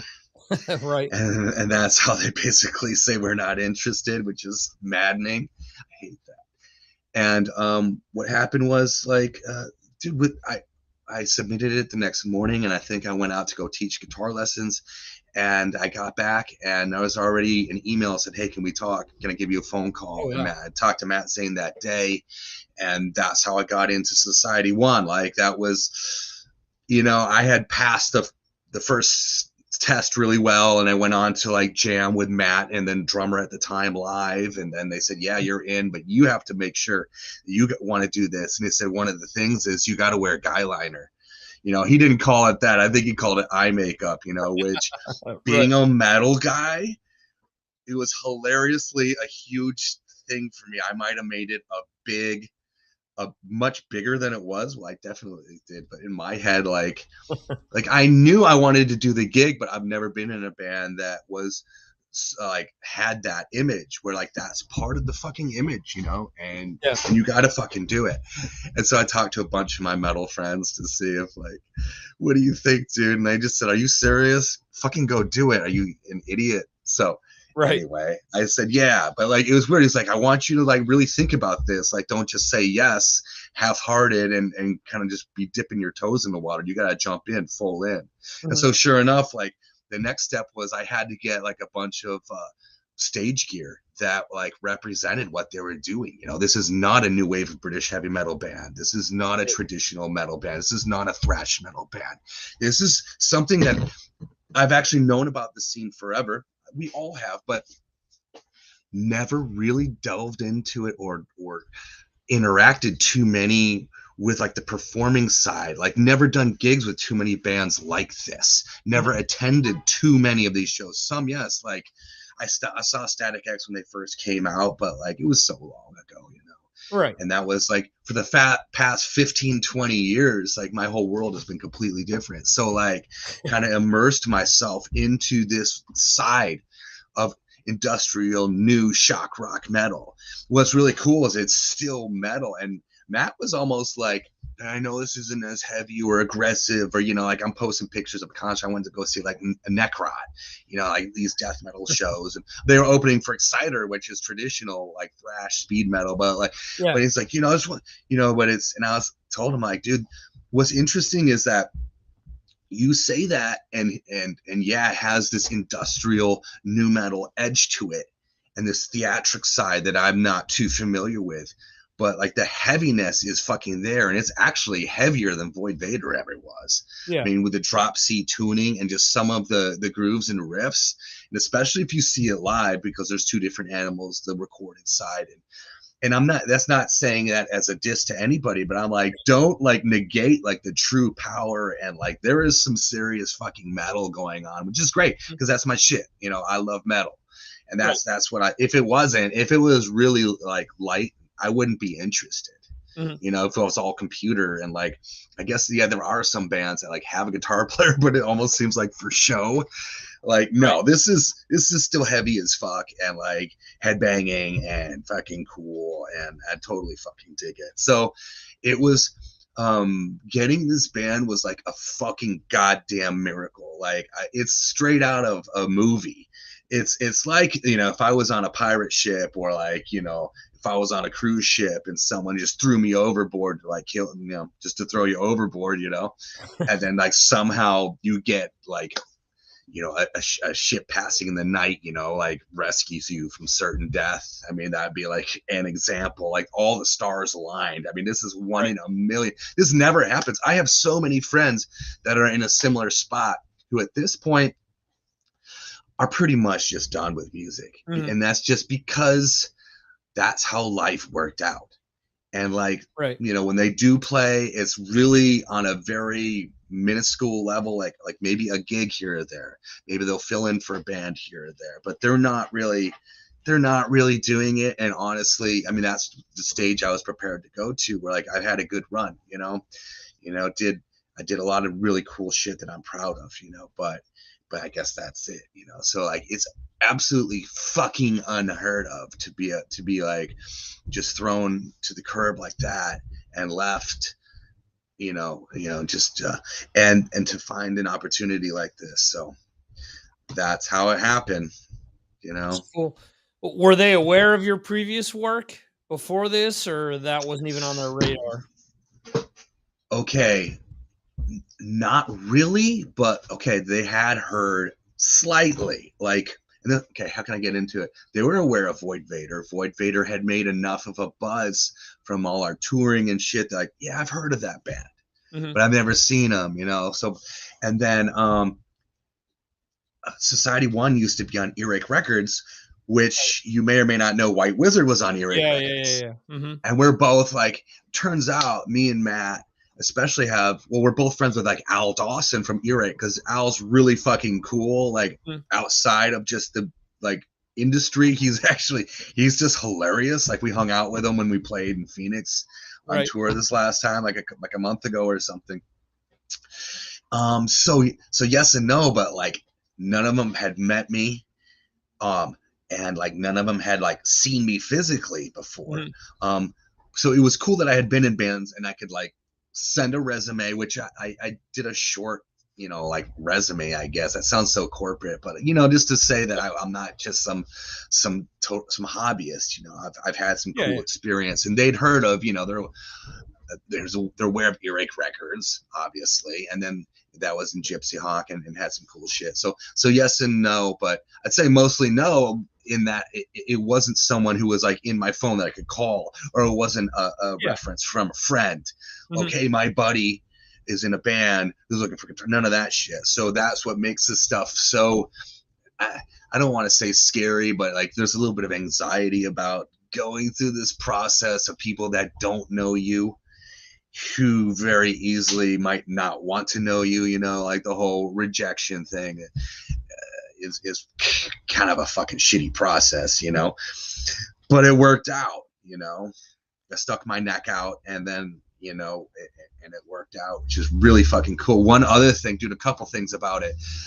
I have to be really thankful that a lot of the guitar players in this town, like, I don't know why people didn't jump on this opportunity. It'd been around for a little bit, and a lot of people just kind of hold themselves too high and have too many demands of what their worth is, like not to like devalue yourself, but to be realistic of how things fucking are. Okay, you're not going to be on a tour bus. It's not the 90s with all these like millions of dollars rolling around.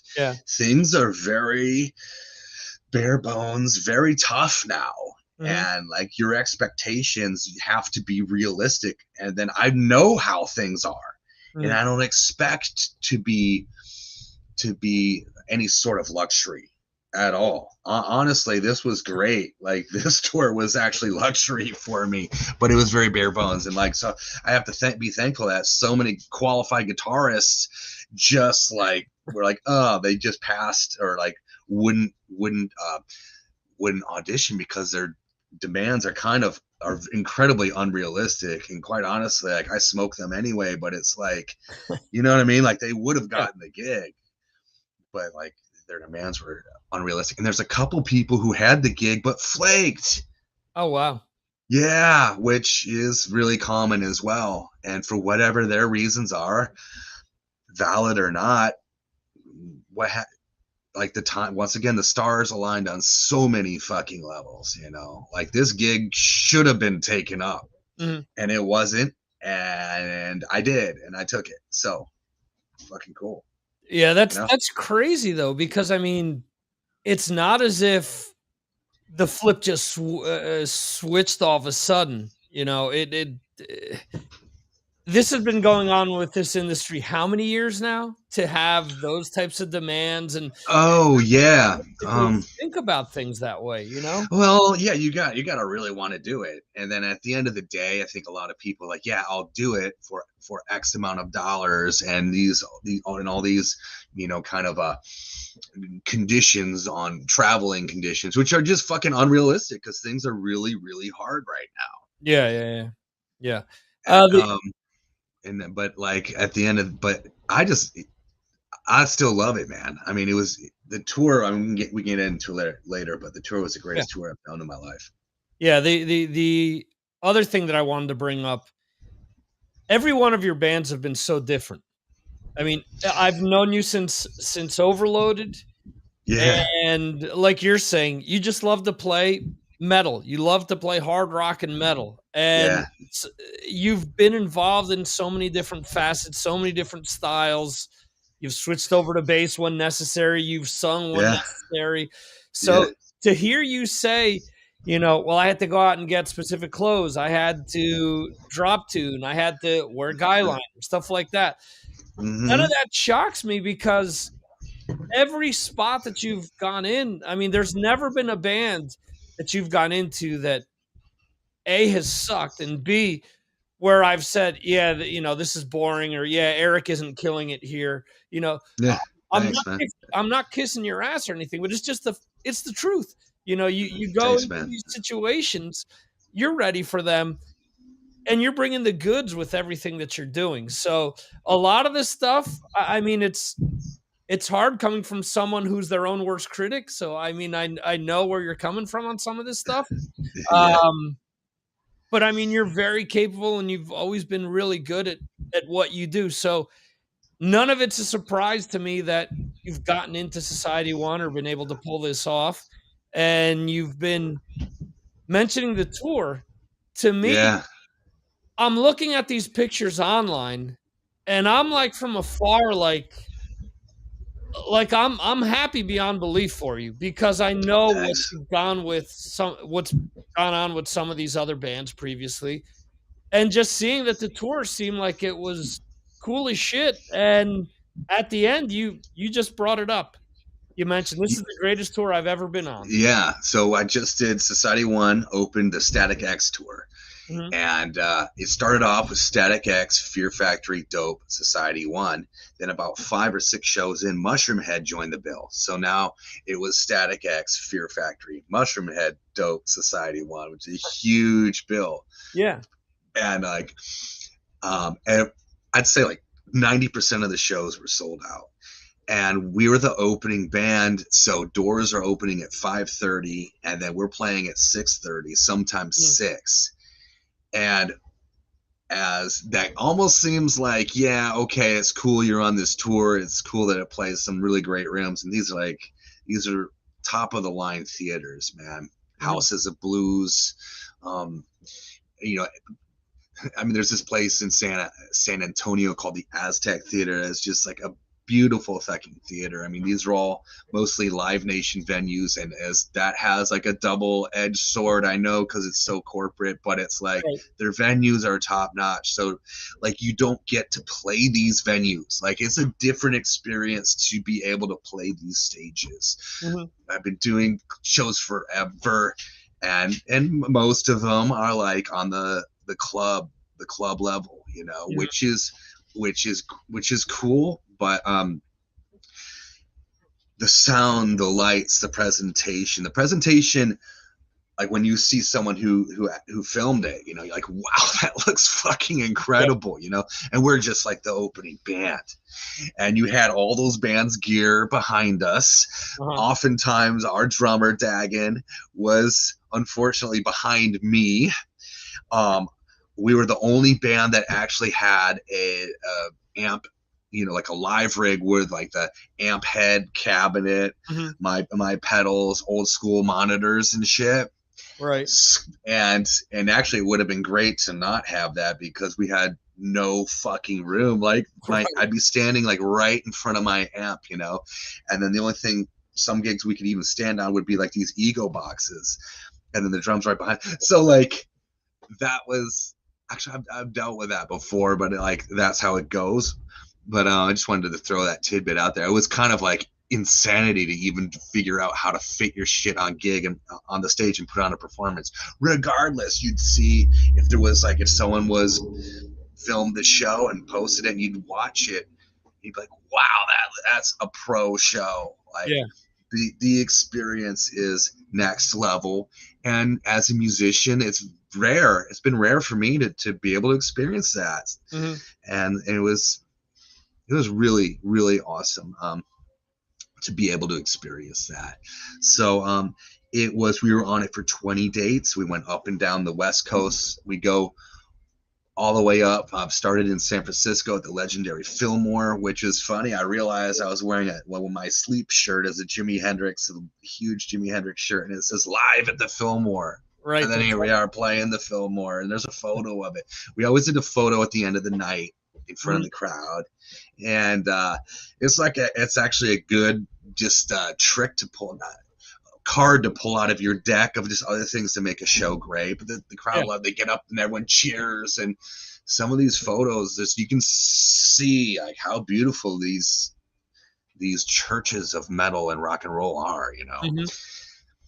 And that was one, especially has these chandeliers and just the colors that they just threw that day. The photos incredible. So 20 shows up and down the West Coast, and then through Texas, and then down to Florida, and then up the East Coast, and ending in Philadelphia. And there's just so many cities like Philadelphia in itself. Like I've played there before, yes, but like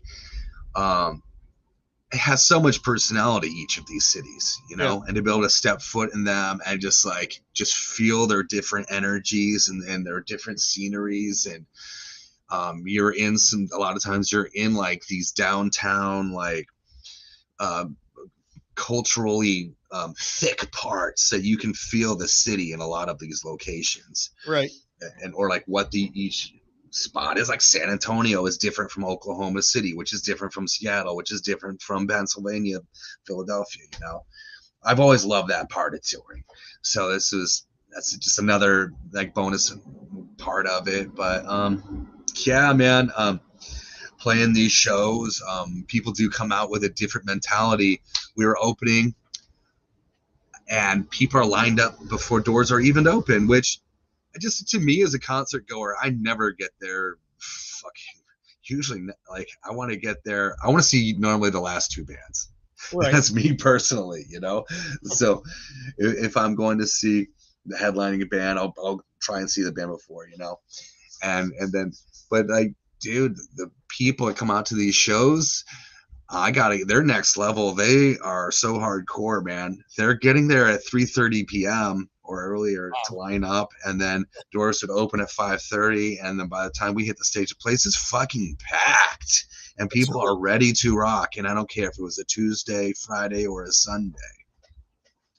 So, dude, these that's not always the way it goes on tour. if you haven't toured, so especially as the opening band, dude. So like you would think that maybe the opening slot really wouldn't be that cool, but it was fucking awesome. Yeah, that's so we killed it, and gotta be honest, a lot of the people didn't know who the hell we were. And they were stoked, man. Like it's like, yeah, I do think people come in with a good attitude and they want to be rocked, you know, which is different from the underground metal community, because sometimes just like it's so hard to win people over. But I always had good experiences with that too, but I'm just saying it was much harder because with this, I think people just let themselves go at a big event like this, and they're just kind of like, yeah, I'm here, I'm gonna make the most of it, I want to have a good time, I'm just gonna, and like, so like if a band kind of controls the energy and steers it in the right direction, I think that's Matt Zane, frontman of Society One, is a true frontman, which this is the first band I've ever been in that has a real balls out David Lee Roth meets Iggy Pop frontman whose job is to go crazy and command the audience as well as perform and hit the notes, you know what I mean? So that was really cool, dude. So that's on him for sure. And like it was a challenge on all of us, you know, like this is a huge test, and to see how it works. Like that's what's I moved out to LA because I wanted to go for it, and I've had a lot of experiences to do this, and this was no exception, where it's like you're off, you get in a project, you're off to the races, and you just don't know, like things are not laid out like securely, or like there's a big chance that this could all just shit the bed, you know. Like you just got to go as hard as you can and keep up as quick as you can and do your best, and like, will it work? I don't know, we'll see.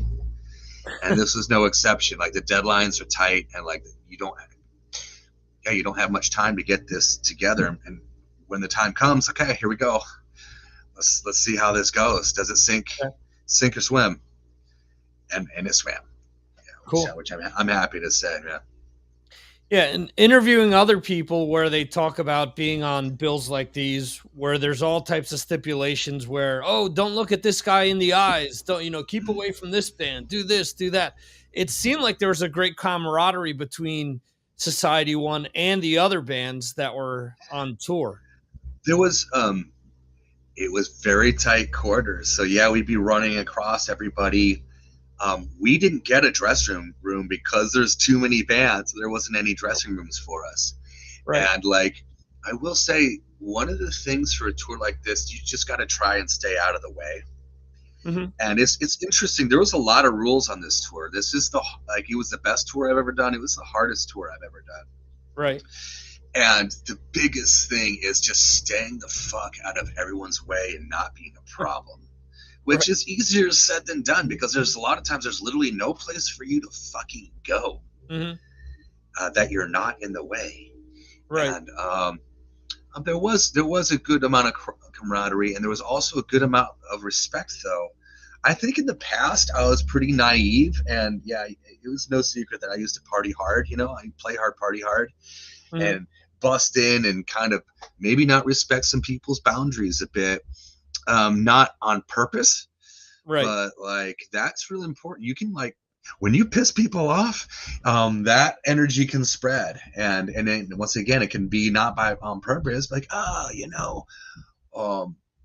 was just trying to be buddy with everybody, but like these tours are like really tough. So like for everyone to be in the best mood, like. One of the things to do is to stay the fuck out of everyone's way, and then everyone will get along a lot better. Does that make sense? Because that's not being dickish.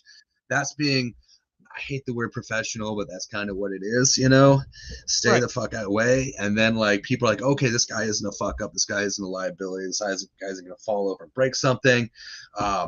Like we're taking care of our shit, getting it out of everyone's way. That's when there's no place to even put it, you know. It's like you stay on top of your game. That keeps everybody in a better attitude. So like, that's kind of That's a realistic answer. I know that's not rock and roll, like we're all fucking slamming fifths of Jack Daniels together and banging the same chicks Right. and all this stuff. You know, it's like those are the storybooks, and like the reality is just like it's a lot more like stay the fuck out of everyone's way, take care of your shit, put on a good show, don't cause problems, be a successful part of this overall experience, and there will be a better energy. You will be accepted, and everyone will get along. Yeah, and I mean also you're the new guy in the band, kind of. You know that too. So yeah, it goes both ways. It's not just within Yeah. the tour; it's within Society One. Right. You So know what I mean? yeah, so you're also looking out for yourself, where you're trying to make sure that you're on this big tour, you got this job, you got the life preserver sent to you, they Yeah. kind of rescued you, and at the same time you're It's like being stuck in the middle of the ocean and like a fully gassed up jet ski just comes floating by. Like, Yeah. what the fuck? Right. Falls out from the air. That doesn't ever happen. But go ahead. I had to throw that in. Yeah, no, but I mean that's the thing. I mean you've been around the game as you've mentioned, and you're also trying to think, hey, I got to make sure that, like you're saying, I don't think it's sure the rock and roll thing is to say what you were mentioning, but realistically, just take into consider Mushroomhead. How many guys they have in that band? So How many did they? And crew. Don't forget that. There's it's a rolling like village. And then if you've seen footage, if you've seen pictures, just all the shit that Static X had going on, all the stuff with Yeah, their presentation. I've never seen that. I loved it every night. Like the video screens, it was a complete modern concert experience. So you had the musicians themselves, and everyone looks fucking cool, and then the performance itself, and everyone is doing a great fucking job. Then you have these video screens in that like are tying in to every single song. Right. Everything is to a click, and all of these screen changes, and then the light show itself. It was completely next level. Like if you would go perhaps to Disneyland or Universal Studio and play a shit ton of money, haunted houses nowadays can be a ton of money to get this overall experience, that is hard to describe, that you have to be there, that you can't just put on YouTube and watch it and get the same, like you had to be there. Yeah, dude, it was a full-fledged production, and like all the bands had their own different like every band's responsible for their own shit, Yeah.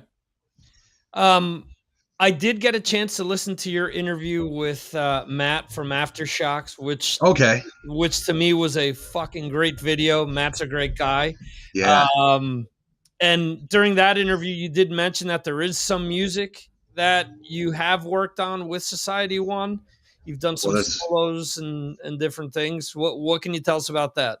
Yeah, so I got in the band, and like the first step was, okay, we got to do a photo shoot, get your image together, get something that's going to work for that. And then, here's a track. I want you to write a solo. And it was for a song that ended up being called The Fight Within.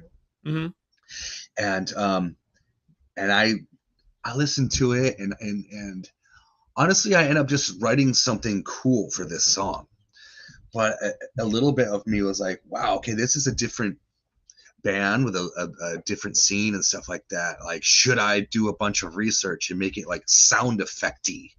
Right. Should I make it different? But I opted honestly just to go and write something that I thought was cool. And the song wasn't completed yet. I didn't hear the vocals.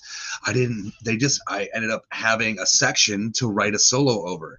Mm-hmm. So I just sent something cool, demoed it, emailed it over. He goes, that's awesome. He goes, we're going to go in the studio next week. Oh, by the way, here's 2 more tracks. Can you write something for those? So I did. He goes, and once again, I'm still so new to this operation. I'm like, what do you think? And he's like, that's awesome. Cool. I'm like, oh, great. That worked out well. because it easily could have been like, all right, man, hey, this isn't a Cacophony album or a Megadeth record or what have you. Can you change it? Go check out these. I want it more like this. That also could have been how it went, and it didn't. So that was, I'm really lucky in so many ways. But like one of the things that just worked out here was that Matt's a guitar player. Matt Zane, the Singer Society one. He went to the Musicians Institute right down the street. No shit. Him and I are almost the same age, and so like he likes guitar. He's a guitar player. He thinks the shit's cool. He's actually like, oh, cool. I have a guitar player that I can work with and like do some cool shit with, and we can use this angle in the band, There's been a lot of musicians in this band, and it is not like there's so many elements to this band. This band is not all about the guitar solos, but it's cool to have some, it's cool to be able to play that card. And he fucking dug what I presented. And what's really interesting is that, so I'm given the demo of the song and like a specific section to record over. And for example, The Fight Within, I go into the studio and I record my part. It was at a real studio down in a place called Torrance, which coincidentally is the same city that I recorded the Void Vader record with, Great Fear Rising. But that's just coincidence, and like a new dude to meet him. That's the other thing is like you're always like I go in all these bands and then I'm meeting a new producer, engineer, And he did give me some suggestions, like right at the end of my solo, he just suggested. Really, all it was that he just wanted me to end at a spot like 2 beats earlier, but I was like, you know what? All right, I'm just gonna go with your idea here. I wrote it a certain way. I mean, it was like 99% the same, but like, and then sonically, I basically walk into a studio and I'm like, make me sound good. Like this is your studio. I'm not bringing my specific amp, I'm going to bring my guitar I'm going to play, and then I want you to make it sound good. So it's up to him as far as selecting the amp, which ended up being a Marshall JSM 800 with a tube screamer or some sort of distortion pedal in front of it, and it sounded great. And then wah, actually I stepped on a clickless wah. And but so like you're going in to record and you're meeting. All these people are new to me, so it's like just do it. You just got to do it, Right. So I ended up going in. I thought we were just gonna do one song. We did 3 songs, and then when I hear the song "The Fight Within," the beat and everything that I had recorded over changed. I recorded over a driving beat that's the verse, and the drummer came in a week or 2 later, Dagan, who ended up doing the tour, and he chose to just write an entire, I'm going to say like Mideastern themed Mediterranean drum solo underneath it. So I'm soloing and I was like, whoa, this is crazy. Cause I'm recording when I wrote it had all these thick rhythm guitars underneath it. Now there's none of those. There's like some hits here and there. So it's like a drum solo, guitar solo at the same time. So I'm submitting by my part. It's kind of in my head, I had it a certain way, and then I get the song, and I'm like, it's totally different, which I think is exciting. It's once again risky, I could have hated it, like that's, and it took me a little bit to get used to it because I had it in my head a certain way, but now I'm like, that's so fucking unique and cool. Like I really think honestly, rather than just having a guitar, because it's very common to have a guitar solo obviously in the middle of a song or between verse 1 and verse 2. This is really common. And but so that's a very unique section, dude. And so that's a song called "The Fight Within." We shot a video for it and it's on YouTube. Check it out. We released a song called God to You, but there's no, like, I really had nothing to do with that song. There's no guitar solo in it. All the music was done, Okay. And yeah, they did. And then there's 2 other songs which I don't even know their fucking name that I wrote the other and recorded the solos for, which will be a very cool surprise when I hear them, because at this point, unless I dug up the actual tracks, I don't even remember what I did, Right.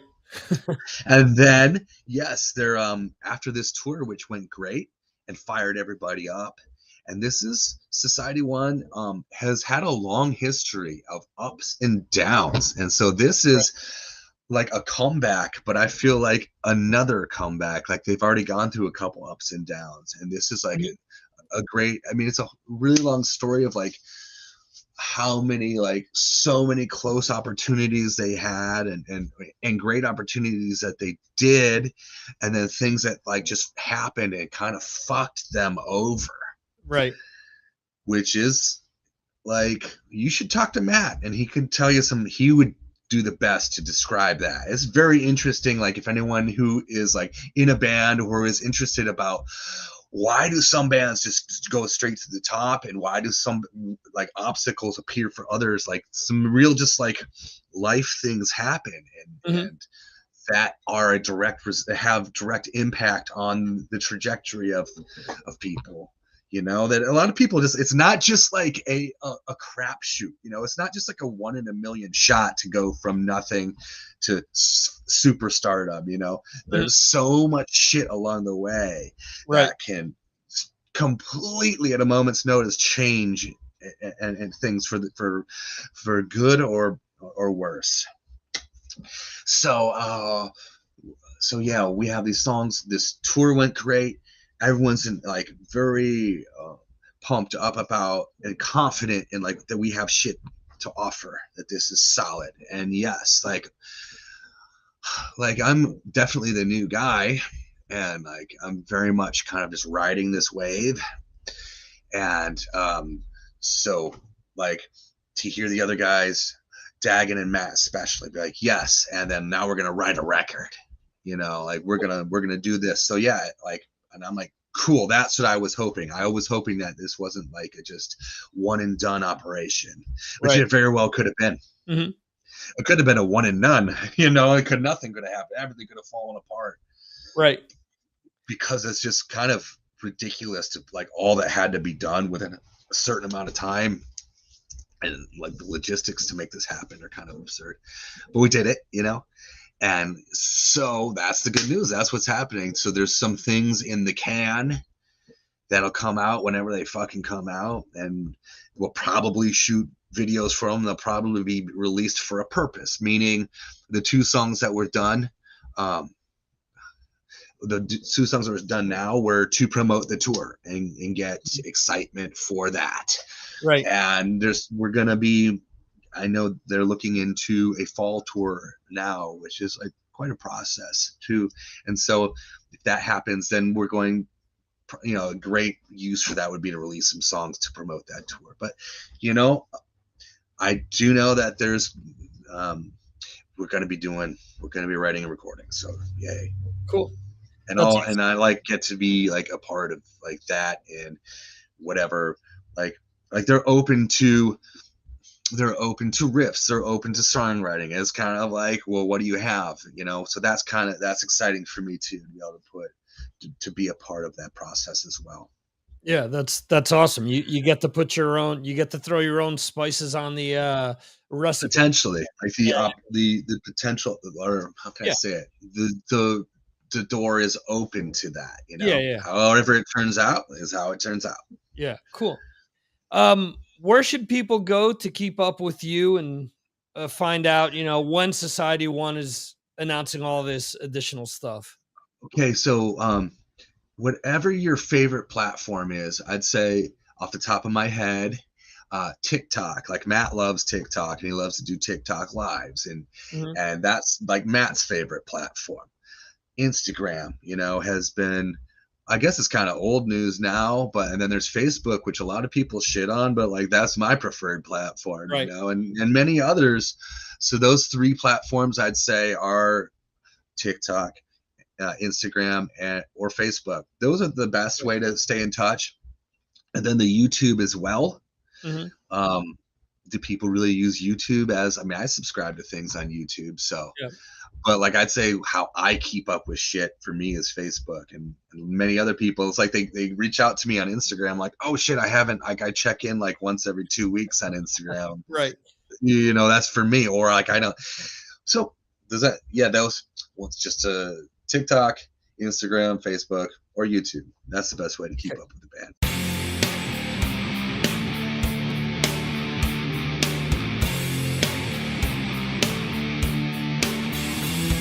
Thank you for watching the Signals from Mars live stream. You can watch the show live on YouTube, Facebook, Twitter, and Twitch, or check out replays on YouTube. Go to signalsfrommars.com for more information. This concludes our show.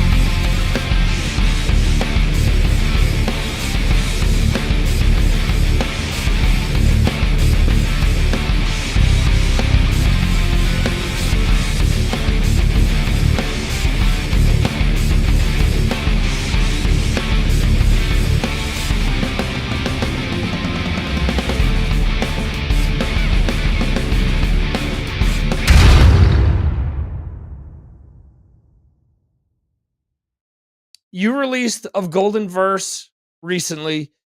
It's a lot different to Birth of the Marvelous. And once I had an artist tell me albums are a lot like old photo albums where they're a snapshot of where you are in your life. So he told me when I write something, I go back and listen to the music and I can remember, oh yeah, this was going on and I was writing this and that was going on. Do you feel that when you compare the two albums, that it was just different places in your life and as a result, different things were coming out of you? Yes, it is exactly that, I would say. At the time of the first album, I was kind of sad. Mhm. And then in the time of this writing of this album, had a little bit of simmering rage in me. Right. I would say I'm neither of these two people in real life, really, but the music does have a tendency to come out in the way that your body is feeling, I would say. I don't tend to use my brain that much. I tend to feel it more than when I think it. So a lot of it is, it's very, I would say it's quite intuitive, for better or worse, really. Right. Okay.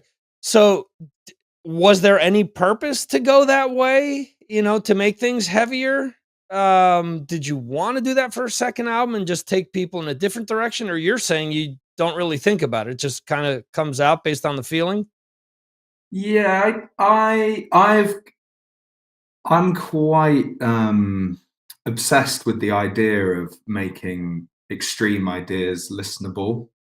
Okay. Like I almost want, like my girlfriend, for example, to be able to listen to a blast beat, but actually be able to like sing along with whatever it is that's happening over it. Right. So I like that kind of tension between accessibility but also extremity, and I think as a natural result, we hit higher levels of intensity than we did in the first album. It was quite a subdued, melancholic thing last time, and it's not that it doesn't have its heavier moments, but it didn't quite. It's not the levels of aggression that we've got on the new album. I think it's still got all the same ingredients. It's got like some sermon hallmarks, but broadly speaking, it's a much more blunt force album, I would say. Yeah, me personally, from my ignorant standpoint, I would say that the first album is a lot more textured than this album is, a lot more layered. Yeah. Or this one is really, as you're saying, just pretty straight ahead with the aggressive aspect of the music and the feeling in it. Yeah, no, I think that's exactly right, and you're definitely not ignorant. You have heard correctly, I'd say. Okay, cool. There is a 4-year gap between both of the albums. At what point in time do you start putting music together for this album? Because I read in the bio that you're writing stuff all the time, but at what point do you start to feel confident? Okay, I think this will go great with the next chapter of Sermon. I mean, I had started writing this way before the release of the last album. Okay. But I would say that the pandemic slowed this down by about 2 years. Gotcha. So we would have had this album long ago if it wasn't for that. I think we would be in a very different place as well. We would have been able to do the performances that we were supposed to, and I'd actually say now we're limping a bit because of that. Um, but I mean, I am writing music all the time. Although the truth be told, I haven't done it for quite a while because I was waiting for so long for this album to come out, and now that it has come out, I feel a little bit lost, to be honest. I don't Okay. think I've got any. I've got a title for the album, but I don't have like a set idea like I did this album. Uh, Gotcha. so I'm kind of just waiting for it to hit me, much to the label's dismay, I think. Um, but you know, if it's shit, I'm not. It's not. It's not being released. So Gotcha. Okay. Yeah, and that I think so many bands were affected different ways with the pandemic. I mean, like each one of us, our lives are different. So the way that you approach it is different to what you want with your music. I mean, some bands just I mean, I interviewed people that said, "Look, if I hold on to this, I'm gonna hate the music." Others said, "No, I need to hold on to this because I need to make a proper presentation of this music." yeah, So I get exactly what you're saying. yeah. I think. I mean, for me, it was creatively stifling. But I've read from other people, you know, like Tobias Ford. She said, you know, he could really get his head down because he didn't have to tour. Same with Mastodon. They said a similar thing. Um, James Stewart, the drummer, Mhm. and Decapitated and a load of other bands. He found it quite. I think it was a well-earned break in a way. Not to ignore the tragedy that surrounded it, but Mhm. you know, this guy hadn't taken much time off for about 10 years. So Right. I think he almost needed the enforced break. But for me, I did not. I didn't know if there was ever going to be a world worth releasing music in again. So I just Mhm. didn't see any point. So I just put my tools down and just crawled up in bed basically. Gotcha. Okay. Yeah, and I was gonna ask you about James. Um, when you're writing music, how Mhm. much do you have him in mind for the songs? I suppose on this album it plays to his more obvious way of playing a bit more than the Mhm. last one.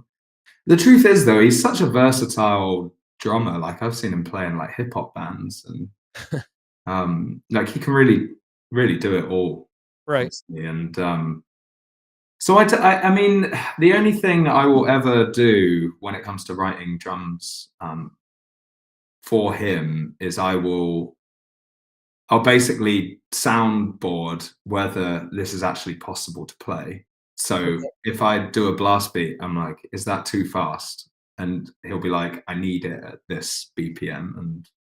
And is this pattern going to work? And he's like, well, maybe I'd play a bit more like this or something, or Right. it would be more manageable.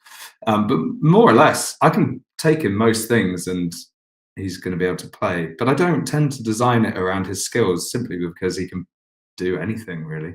Yeah. Okay. Is there anything that he throws back at you that makes you think, maybe I should change what I wrote initially because I think it would fit better with what he's doing? Yeah, all the time.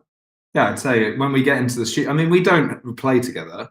What Right. we do is I send him some demos, and then we'll get to the studio, and hopefully he's learned it. And if we hit a part where he's like, I think it should be this, and then we listen to it, and I'm like, if you know, as long as, to be honest with you, as long as it keeps the pace of the Mhm. song, I'm not too bothered what he plays. It's the pace of it that really matters because that's the way the song builds. That's the bit that gives the song a reason to listen.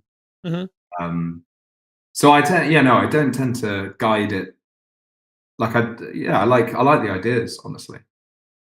Yeah, that's awesome to hear. Uh, more so than anything because I not only being a wannabe musician myself, but interviewing people over these years, you hear about, people saying, well, you have to play this because this was my idea, that was my idea. And I've always thought, well, if you've brought somebody on because of their pedigree or their style of playing, I get that you want a certain thing, but you also have to kind of trust that person to do their thing as well. And that's what it seems to me from what you're saying you're doing with James.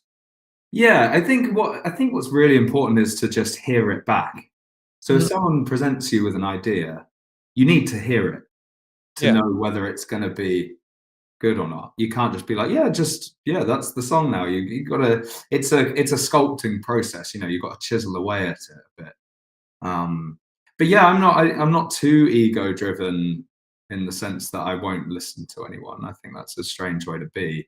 I'm actually, to be honest with you, I'm more like I'm like you. I'm pretty much a fraud. Like I don't really know music. I don't understand music. I couldn't tell you what a time signature is at all. I just use my instinct and I just keep persisting, and I think that's my main strength is I will keep persisting at it. And Mhm. I've got a fairly good vision, or a fairly clear vision. Maybe good Mhm. is debatable, but it's fairly clear. So I know how to steer the ship, and I think I know how to steer other people's input in a way. Mhm. I think there's some other good people like that in the world that are really good. I think Tobias Forge is good. I think Nurgle from Behemoth is Mhm. excellent at doing that. They're almost like creative directors. They're not Right. solely they're not like virtuoso musicians. They're not Yngwie Malmsteen, are they? Right, right, right. They've got a strong vision and they know how to get it to go. And I think maybe I'm more like that, just without any of the success that they've had. Well, hopefully that's on its way. Maybe.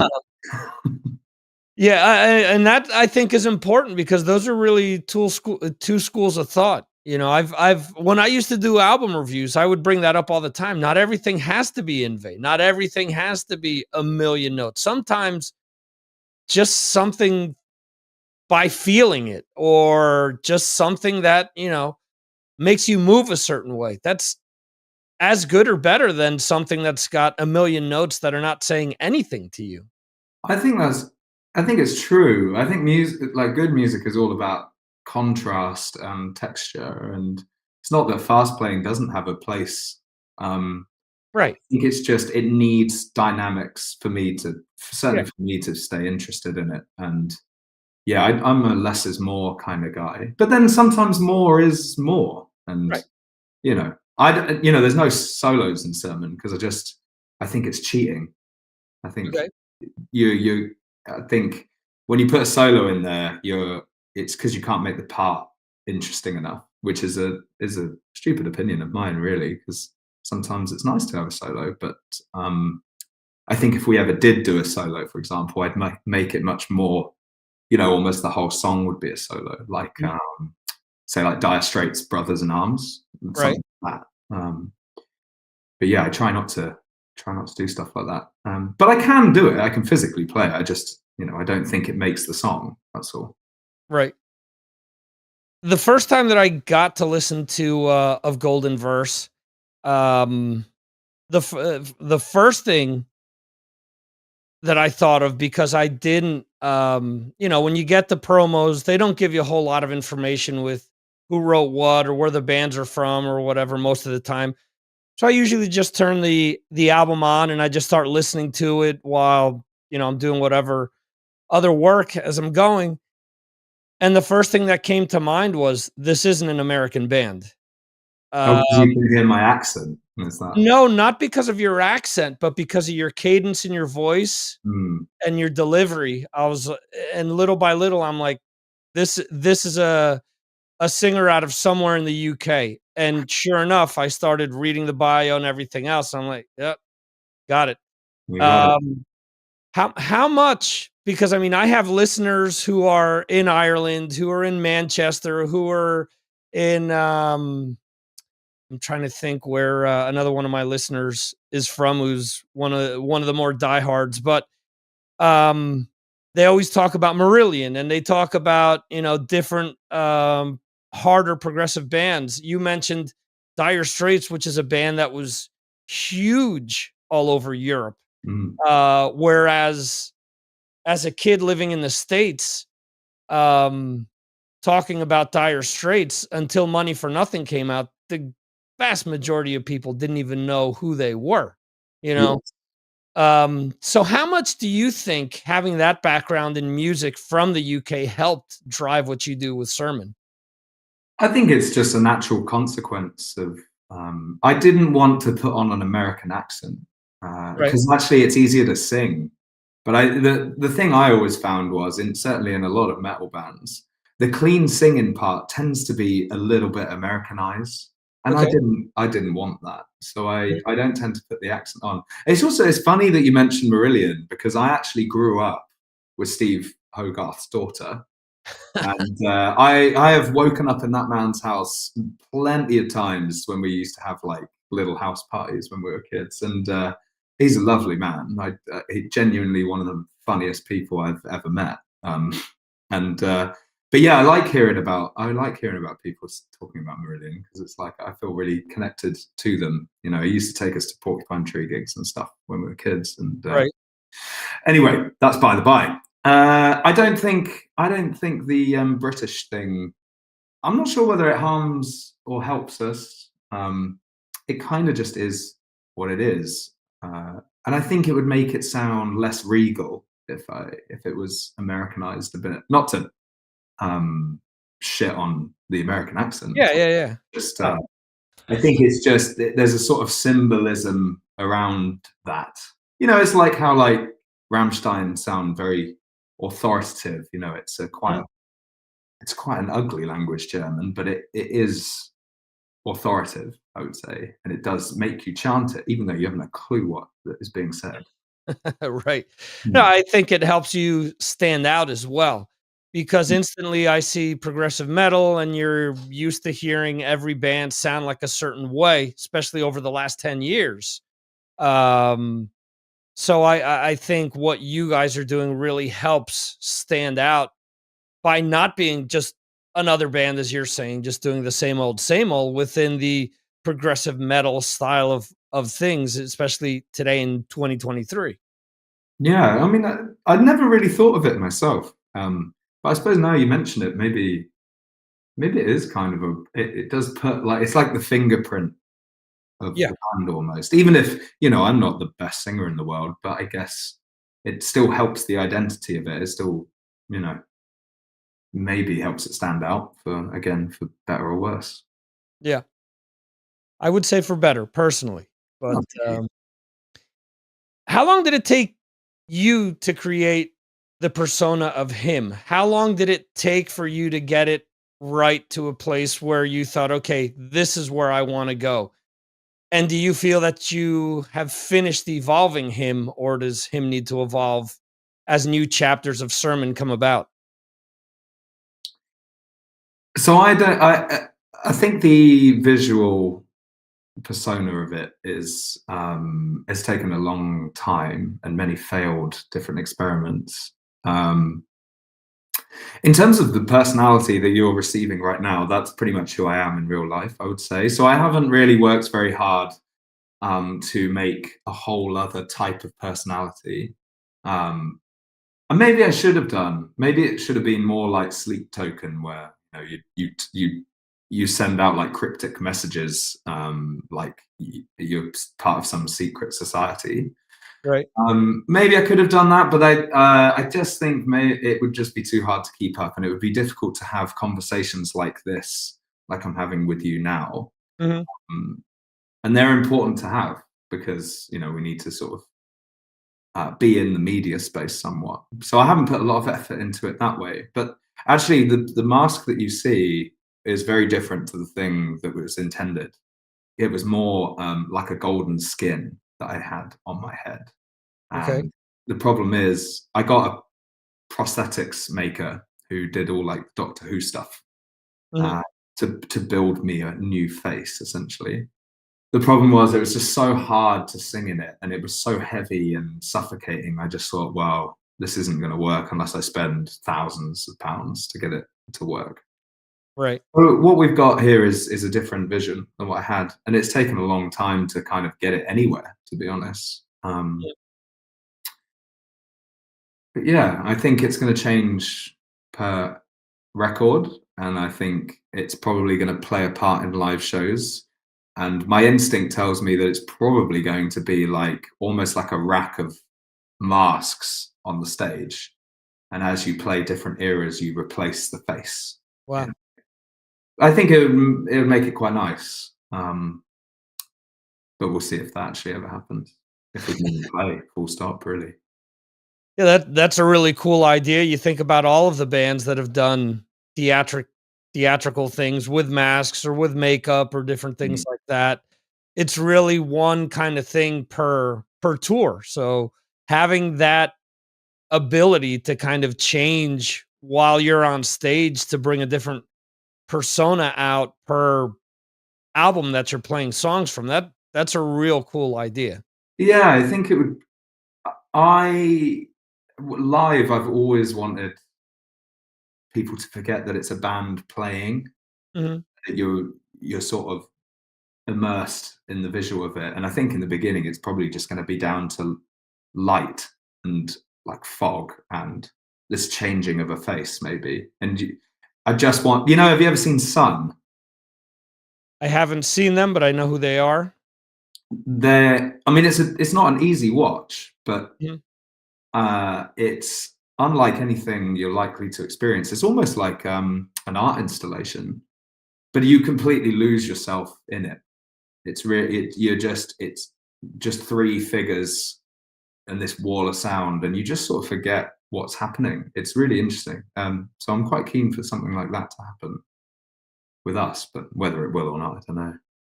Okay. And you just mentioned about playing shows. You guys have played one show, Yeah. but obviously you also just mentioned the pandemic has gotten in the way with everything that you guys had in mind. From the live show standpoint, what do you have envisioned, or do you have anything set up at the moment to do more shows this year?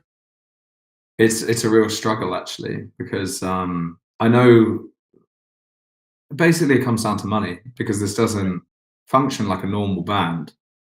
And so, for example, I inquired about a rehearsal room for 5 days so we could put on a show in London or whatever. To leave the drum kit there overnight for a week or whatever, and it was like £1,000. And I was just like, well, that's not worth the risk just yet. So we're trying to look for a way around it, but we haven't had any offers or anything, which is a shame. But I think also at the same time, it's the wrong time of year to get offers, because I think we're going to rely on festivals, basically. Right. And they were booked ages ago. So maybe if we can get something going, maybe if we could record a live performance in like a nice venue, like a church or something, we could probably prove to people that we are able to do this thing on stage. So that's about as solid as my plan is at the moment, but it's a real struggle, real struggle. Yeah, absolutely. Economics nowadays, and it's been a lot more in the conversation since the pandemic with bands that I interview. Bands telling me, "Hey, we don't go here because the petrol cost is way too much. We can't afford it." Other people saying, "Hey, I take up this is my vacation time away from my work, where if I don't work a regular job, I can't do the band. So I need to break even at least. At least, the rush of the crowd and this and that will be my payment, but I can't lose thousands of pounds playing shows as a result." So it's a common thread, whether people want to accept it or not, in 2023 for a band that wants to go out and do shows.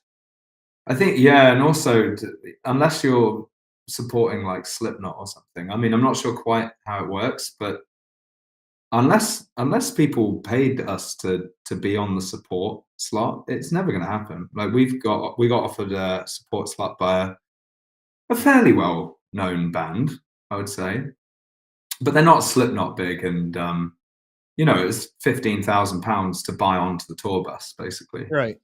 which actually is quite good value for all travel and accommodation for a month. Is pretty good for 6-7 people, to be honest. Mhm. But I could buy a house with, I could get myself a mortgage with that kind of money, and I just don't have it. So Right. it's just not possible to do, really. Yeah. Okay. With regards to people picking up the Golden Verse, excuse me. You guys are obviously on Century Media. No, we're in Prosthetic Records. Oh, okay. I screwed that up then. I apologize. That Well, that's all right. the PR person that I deal with also deals with Century Media. Yeah, she does. Yeah. Yeah, so that's my That screw makes sense. Your train of thought was correct. up. What I was getting at, where should people go to pick up of Golden Verse and ensure that the most amount of money gets in your pocket? I mean, the truth is, the royalties we would receive is pretty much next to none, honestly. That's not to say Prosthetic are screwing us over. That's just how it is. But I mean, it's been difficult, actually. I think they've got some distribution problems, and it makes it quite hard if you're not in America to actually get hold of this album. But I do know that Amazon is a pretty good place. I think most of the good money is done on Bandcamp. But the thing is, because it's through a label anyway, I'm not quite sure. I think it's probably good for the label if you get it through Bandcamp, but it doesn't really affect me, honestly. Yeah. So I personally, I'm not even sure you can get the CD in the EU. I've not seen it. But you can certainly get the vinyl. I don't think they've sold out. I might be wrong. I've seen a couple of comments being like, I can't get hold of this. But I honestly, your best bet is type it into Google and hope for the best. Because every time I try and link someone to it, it's out of stock. So it's a difficult one. I have no idea. Okay. Yeah, that's interesting. I never thought of that before, because even though a lot of people point towards Bandcamp, when you're on a label like Prosthetic, or Century Media or any of the other, metal labels that we know of,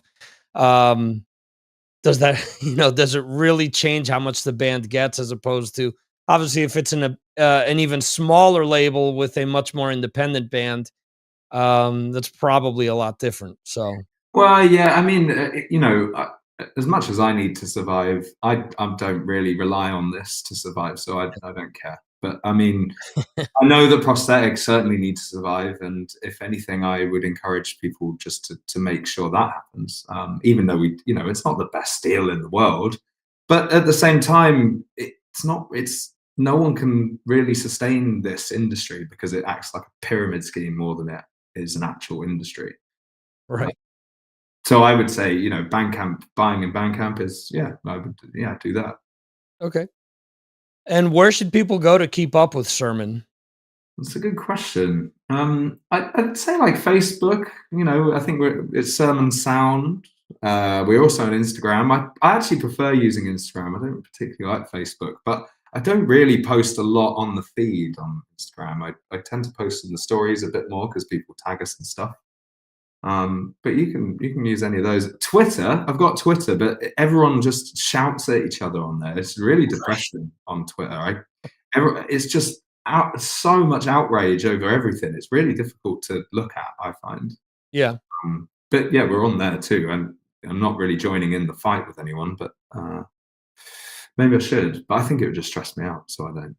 Yeah. Social media, necessary evil, unfortunately. Yeah. Ladies and gentlemen, this is him from Sermon, and you're listening and watching Signals from Mars.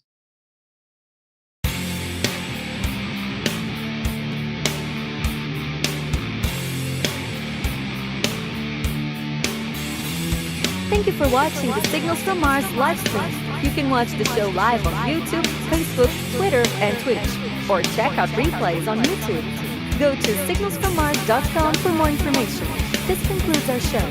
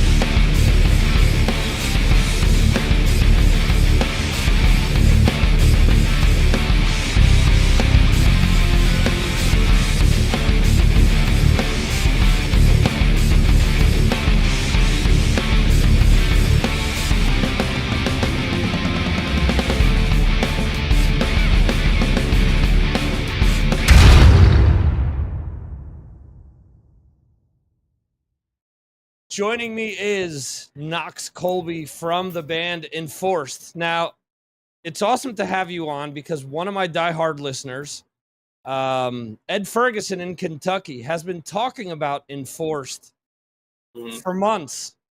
And Really? Cool. Yeah. So what I do is I have a Patreon page where a lot of these guys are there, and I post videos every day. I post at least 3 videos a day that are coming out. Bands. That's a lot, man. That's crazy. Well, there's a lot of music out there that, you know, I want. That's true. I love turning people onto music. One of the biggest things for me, one of the things that I love the most is hearing, hey, because of you, I ended up buying this album, or you turned me on to this band. Or See, yeah, that's really sick. Yeah, that's a good feeling. It's like it's like going into record stores and being like, yo, you like this? You should check this out. Yeah, exactly. And you know, there's a lot of people my age that piss me off that I call lazy listeners, because to hear these fuckers sit there and say, well, no good new music has come out after 89, man. No, there's good music coming out always.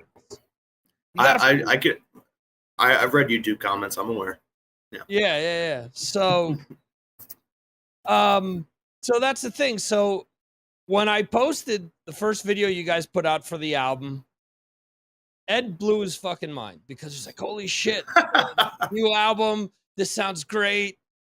You know, so when I had the opportunity, when I was asked to interview you guys, I'm like, I got to do this because for Ed. Yeah, for Ed alone. And then outside of that, you know, helping get for you guys. So gotcha. That's cool. Ed, if you're listening, I'm sure you are. Thank you. Love you. There you go. Yeah. So you guys seem to always be on a 2-year cycle between albums, at least between the 3 albums. Yeah. Is that done on purpose, or that just kind of happened? Yeah, I mean, like, At the Walls came out. I mean that came out in like what? Late 19? Right. 2018? Like, no, 19. Yeah, because we did Tour with Integrity, and then we did a full US in 2020. Yeah, so 19. Yeah. We were like, Killgrid was supposed to come out in like June of 2020.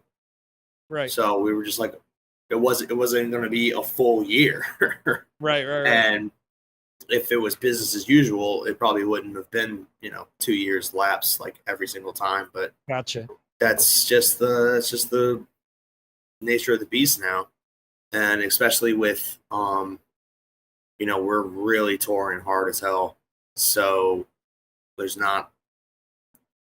say there's not a lot. There's less time to sit down and write than we did during the post Killgrid coming out, and like pandemic and stuff. Had plenty of time to write.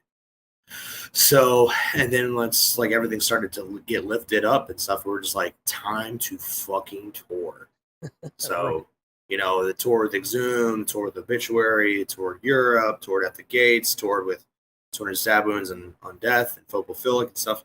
You're just like, okay, we're done touring with Killgrid that was postponed for a year and some change. Right. Now let's get back on track with what we were originally trying to do.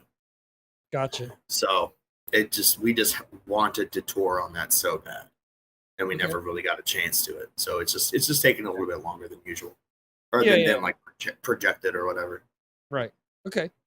For you as a singer, as a lyricist, what do you do with lyrics? Do you have to listen to the music to start coming up with lyrics? Do you have a book where you start when things just pop into your mind that you write it down, or in your phone or stuff like that? I've got a big Google Doc with just like random articles and research papers and stuff that I find interesting, and just kind of write like a quick, like in the moment,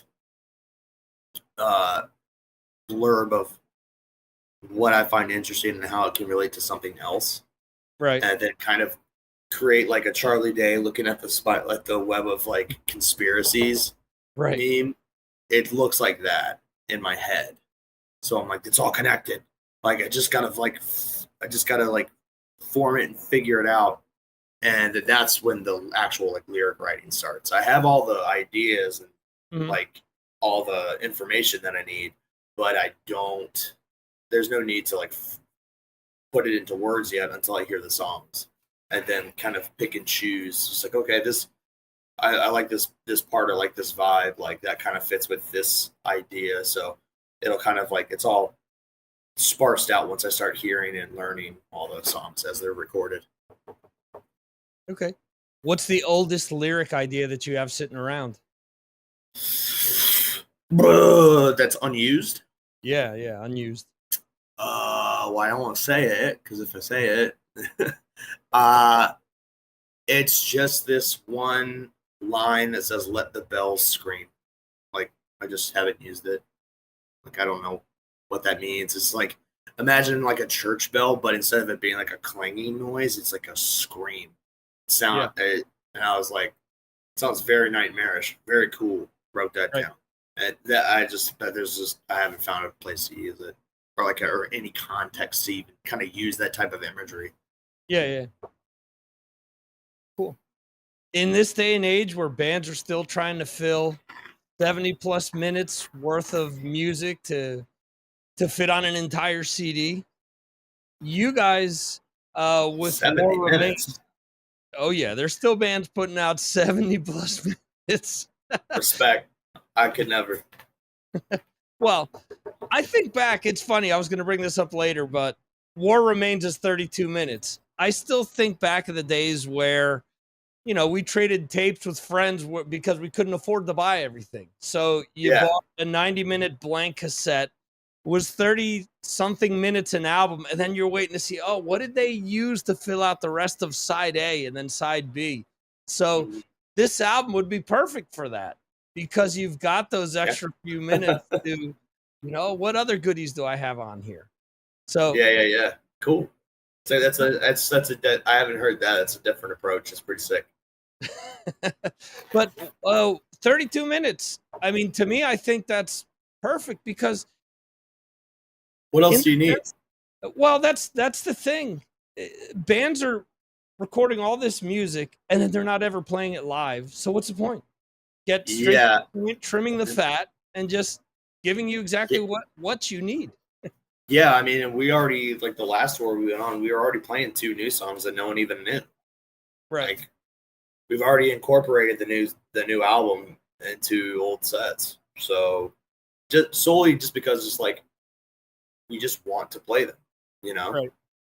Like kind of getting old of some of these songs. They can be retired. Like let's pump some new life into this and really get stoked on the new album. And most of the shows that we played, people reacted better to the new songs that they didn't even know. Wow. From the songs that they knew. Mm-hmm. It's just like that's good.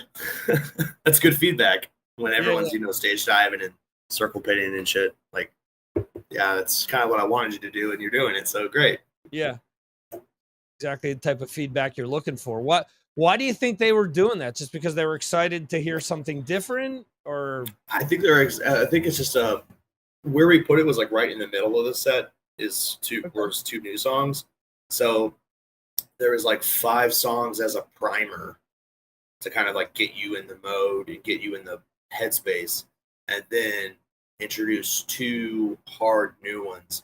You already know what to expect because you already heard half the set, you know. So you know what to expect, so you know exactly what to do because you're already sold on it.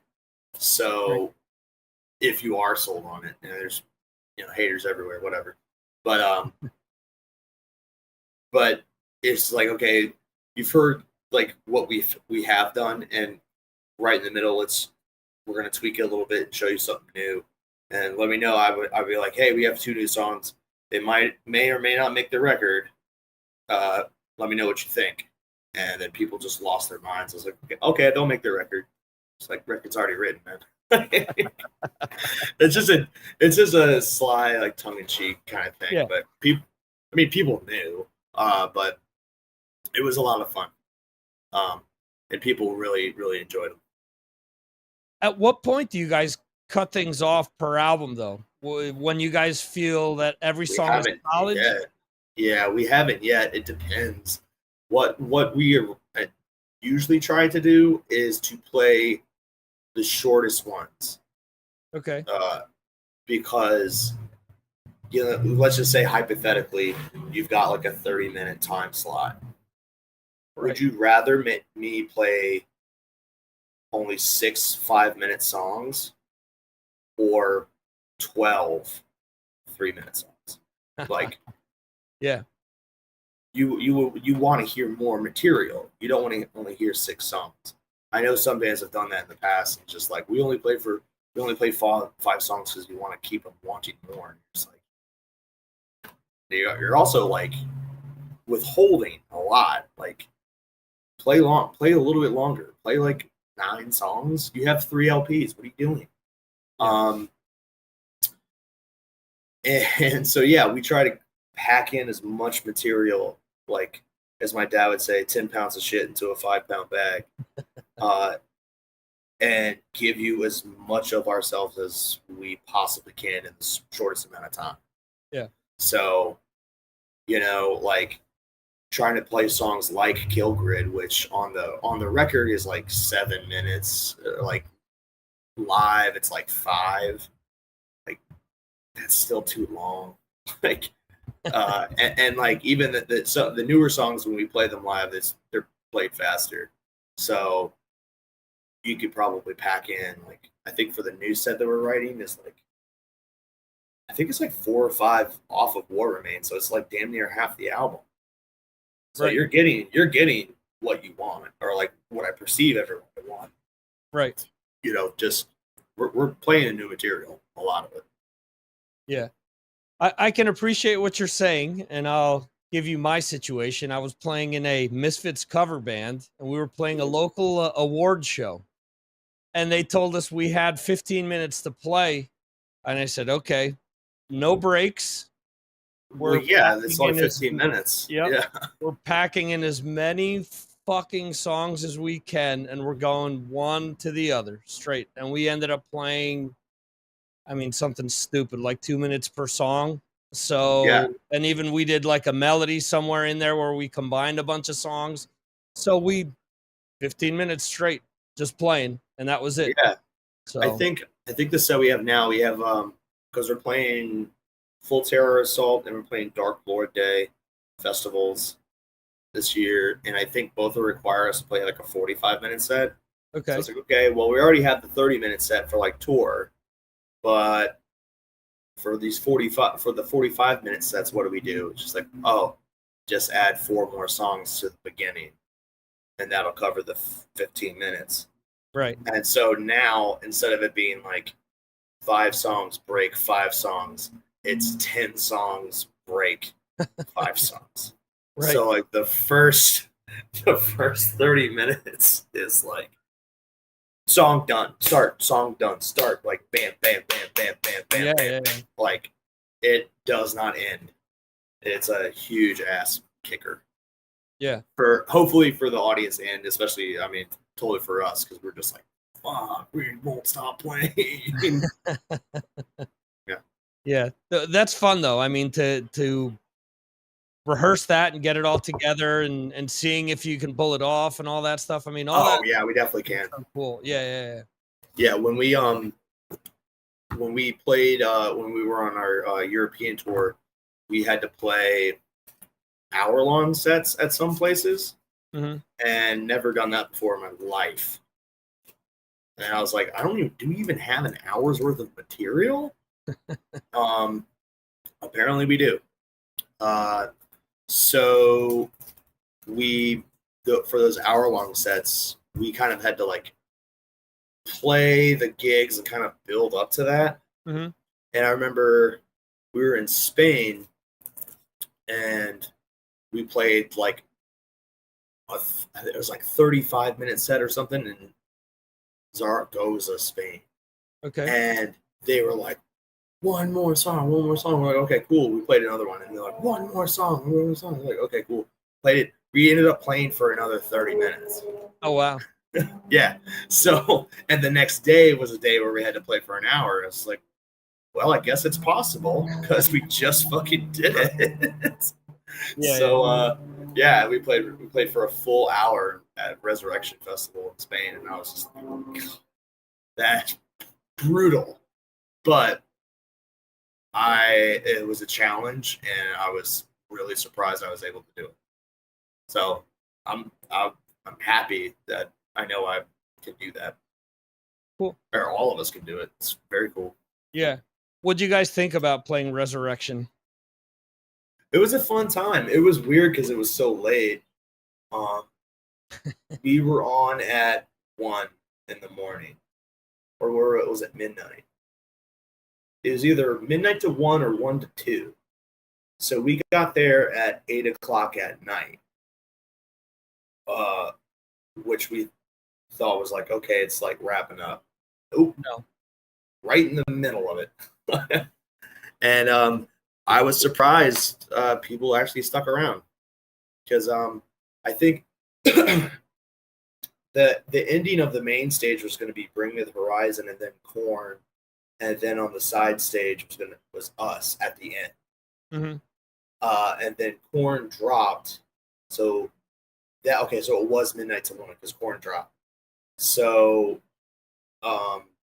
everything got bumped up a little bit. So we do a sound check. We're standing on the side stage, just watching Bring Me the Horizon like 2 football fields away. Right. And seeing this huge crowd, and it rained the entire day, but no one was leaving, which was awesome. Apparently people in Spain don't care about what time it is or what the weather is, which is awesome. So yeah, they finish and they're like, okay, 10 minutes until y'all start playing. I'm like, okay, cool. Then we just watch like a mass exodus of people, of tired and wet people leave. And there once, because there's so many people that like it took forever. So by the time that we started playing, there was still like, this big river of people stuck like right in front of our stage. Right. So I just started shouting, absurdities and obscenities at everybody and being like, you're a coward, you're a pussy, like you want to see some real fucking metal, here you fucking go, we're in Forest, fuck you. And started playing, and like that pulled in like 5,000 people. That's cool. And I was like, cool. I mean, it's 15, 20,000 people, but like 5,000 people were like, this rules. Yeah. So how many times can I say that in my life? Is like, hey, accosted 5,000 people or 15,000 people, 20,000 people, and 5,000 of them really liked that. Yeah. And they stuck around and they fucking loved it. That place was going crazy during the set. And like at the end of it, they were just like, everyone was just like, holy fuck.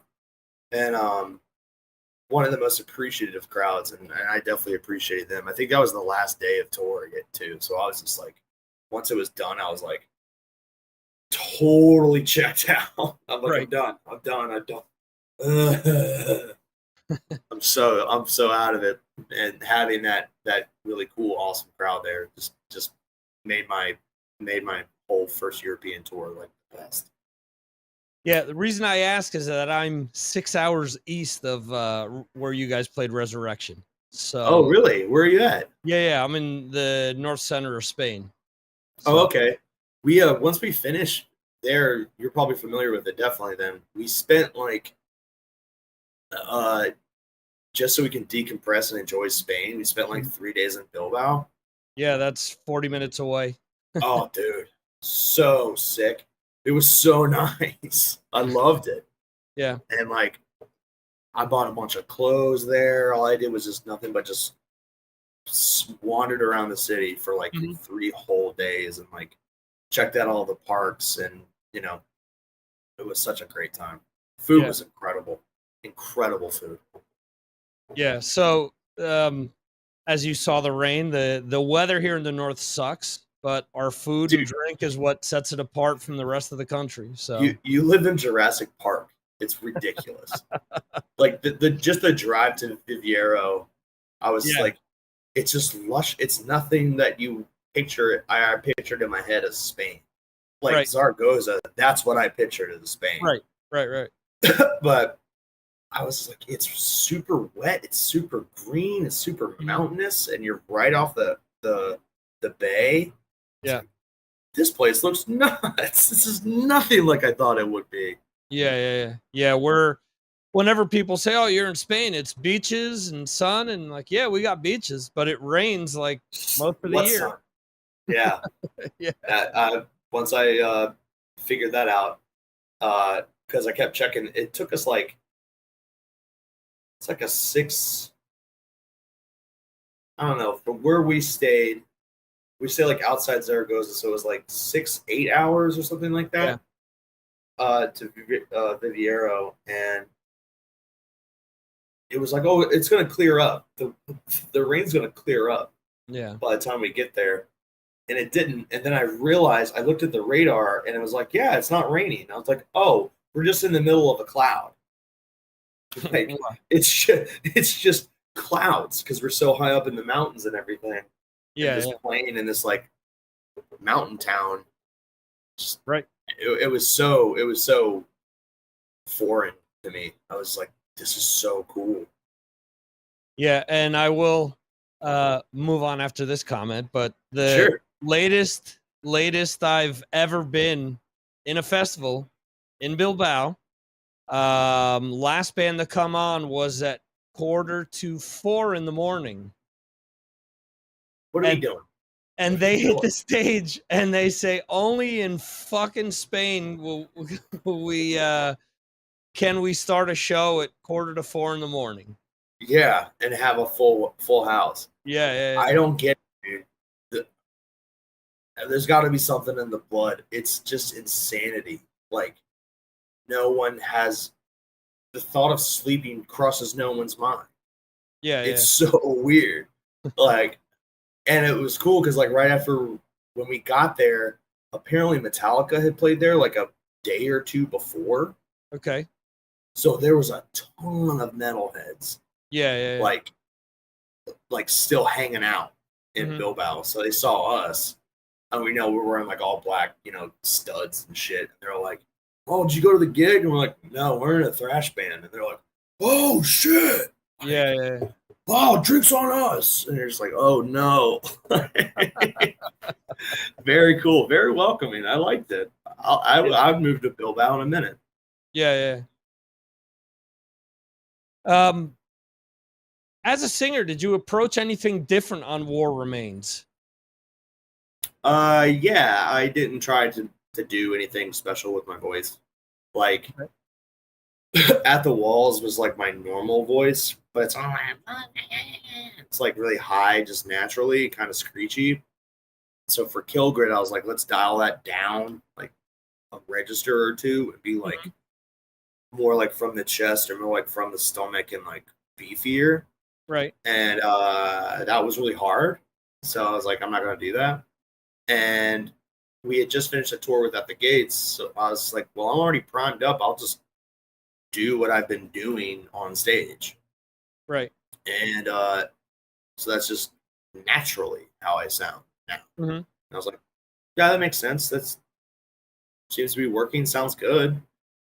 So there was no reason to like do anything out of pocket or like out of character.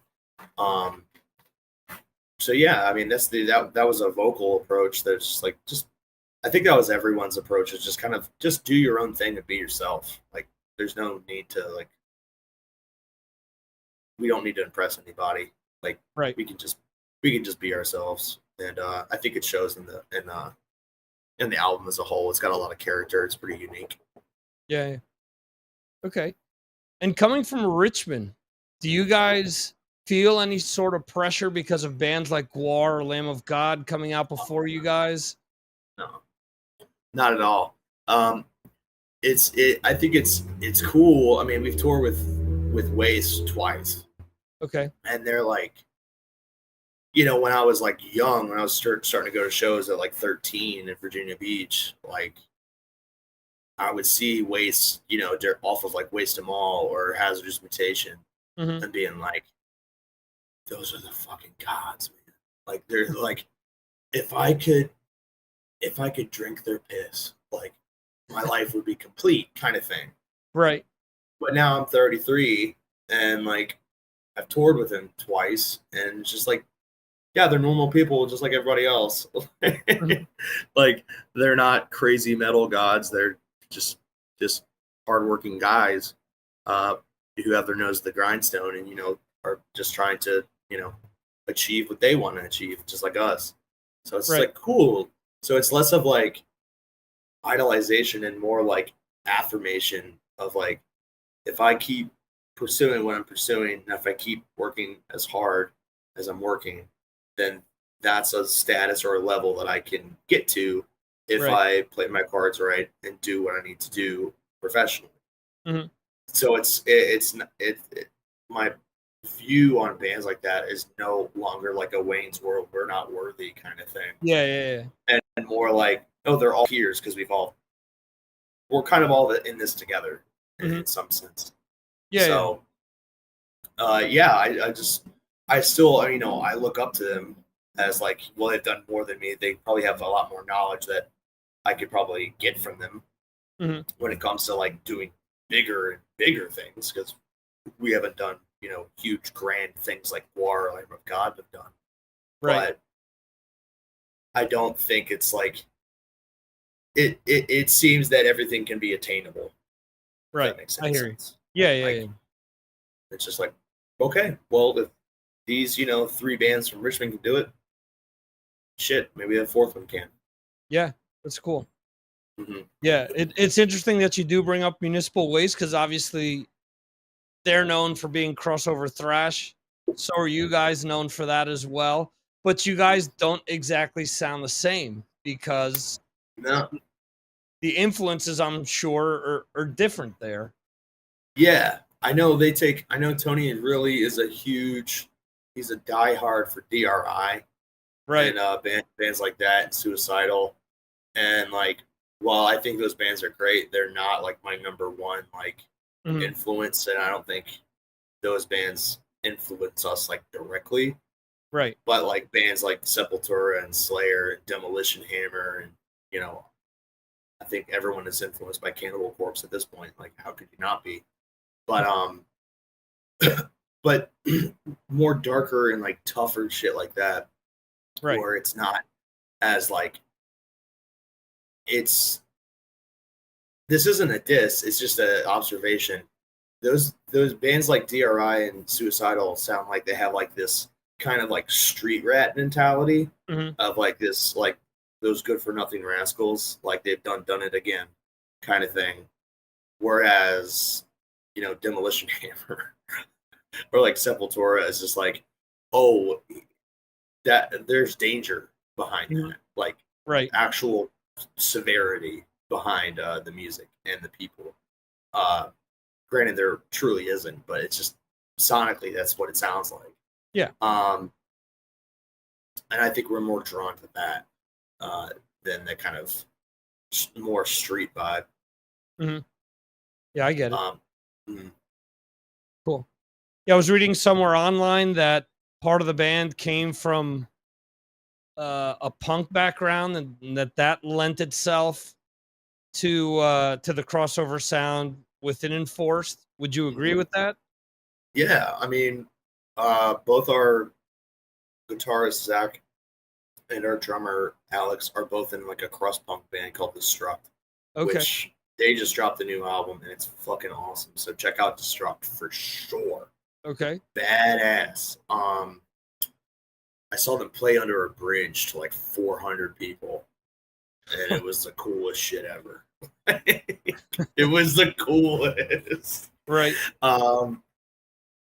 Yeah, so like we all have like more hardcore and punk backgrounds in general. You know, like growing up, like going to punk and hardcore shows is, especially in Virginia Beach and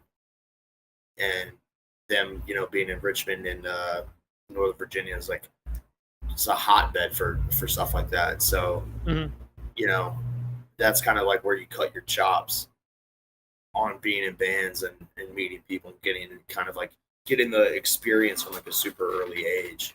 Like kind of once you get older, you know, you're getting better at your craft, and you're able to play harder things and play faster and do more. So it kind of like eventually bled into like we can actually start like a pretty good metal band now.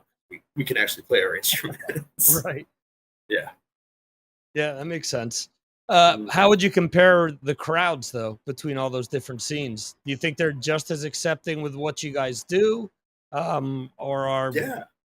Yeah. Okay. I would say so. I mean, like the crowds, if you were to put them side by side, they look totally different, but they still do the same stuff. Like still stage dive, still circle pit, still mosh, you know, still go off, you know, still get hammered. Like it's just they just look different. The more hardcore and punk demographic is obviously a whole lot younger than like the more of the metal demographic is probably, you know, like 15 plus years their senior, but it's still fun. And it just kind of it's cool because it's like, well, it's bringing two completely different worlds together. Yeah. And we, I mean, like I said, we started playing hardcore shows and stuff originally, and so it's just kind of it's in the blood at this point. Like I've been going to hardcore shows since I was 13, so that's what 20 years.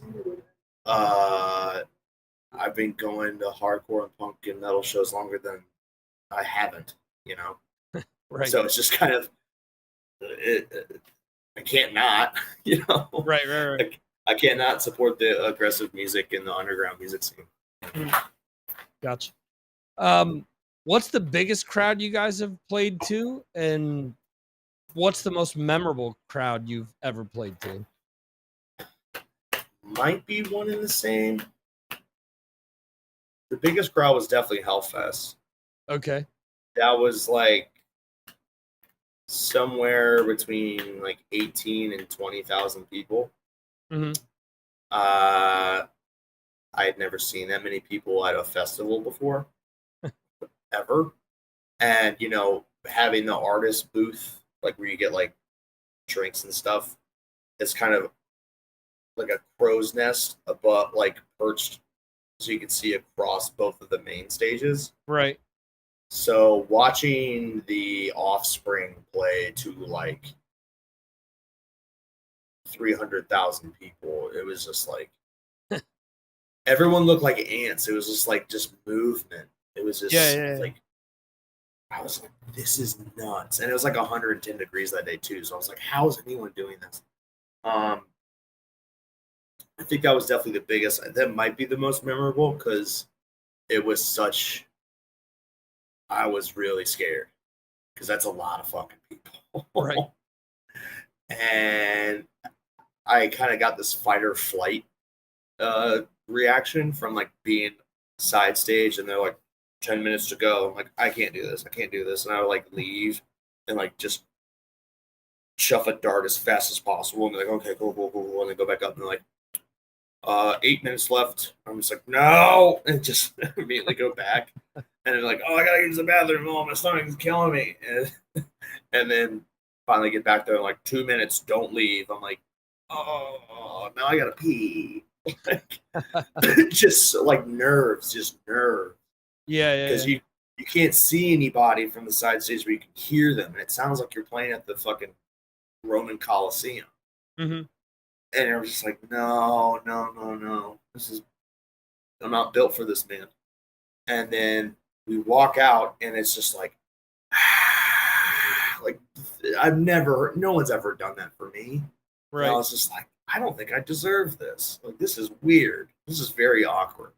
And I just said, what's up, you crazy motherfuckers? We're in force. And we started playing the set, and then the jitters went completely away. Yeah. And we just played the set like we normally play the set. And got off, and like people were like freaking out about it and stuff. And I was like, I think we're good. I think we did a pretty good job, and I just kind of rode that high for probably about a week or two. Like, Right. that was something else. So I would say that's probably one of the most memorable shows. Easy. Just so racked with nerves that like my body can't forget it, kind of thing. Yeah. That's cool. Very cool. Yeah.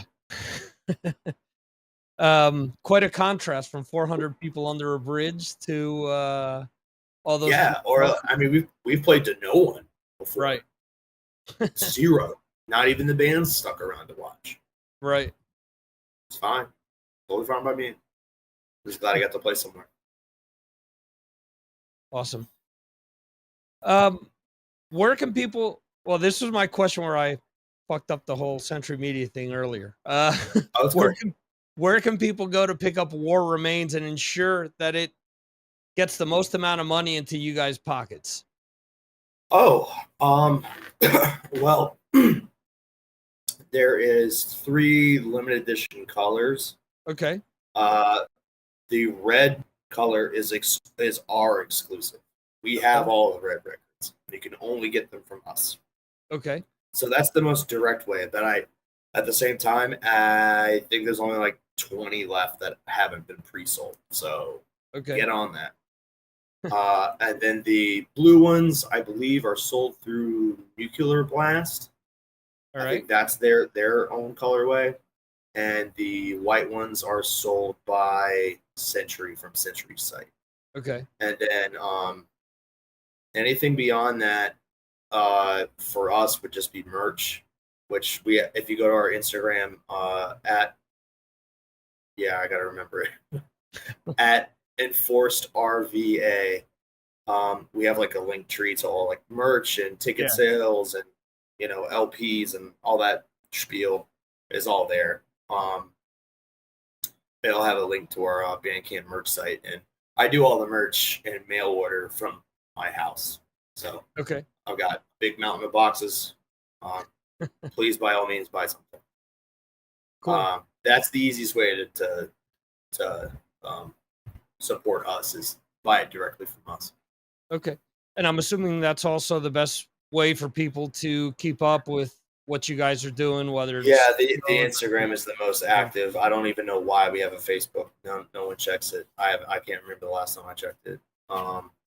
Twitter, I don't have one, so I don't know who's in control of that. But I think we all kind of randomly check the Instagram page throughout the day, and so that's the easiest one to like get in touch with us. Okay. Hey, what's up? This is Knox Colby, and this is Signals from Mars.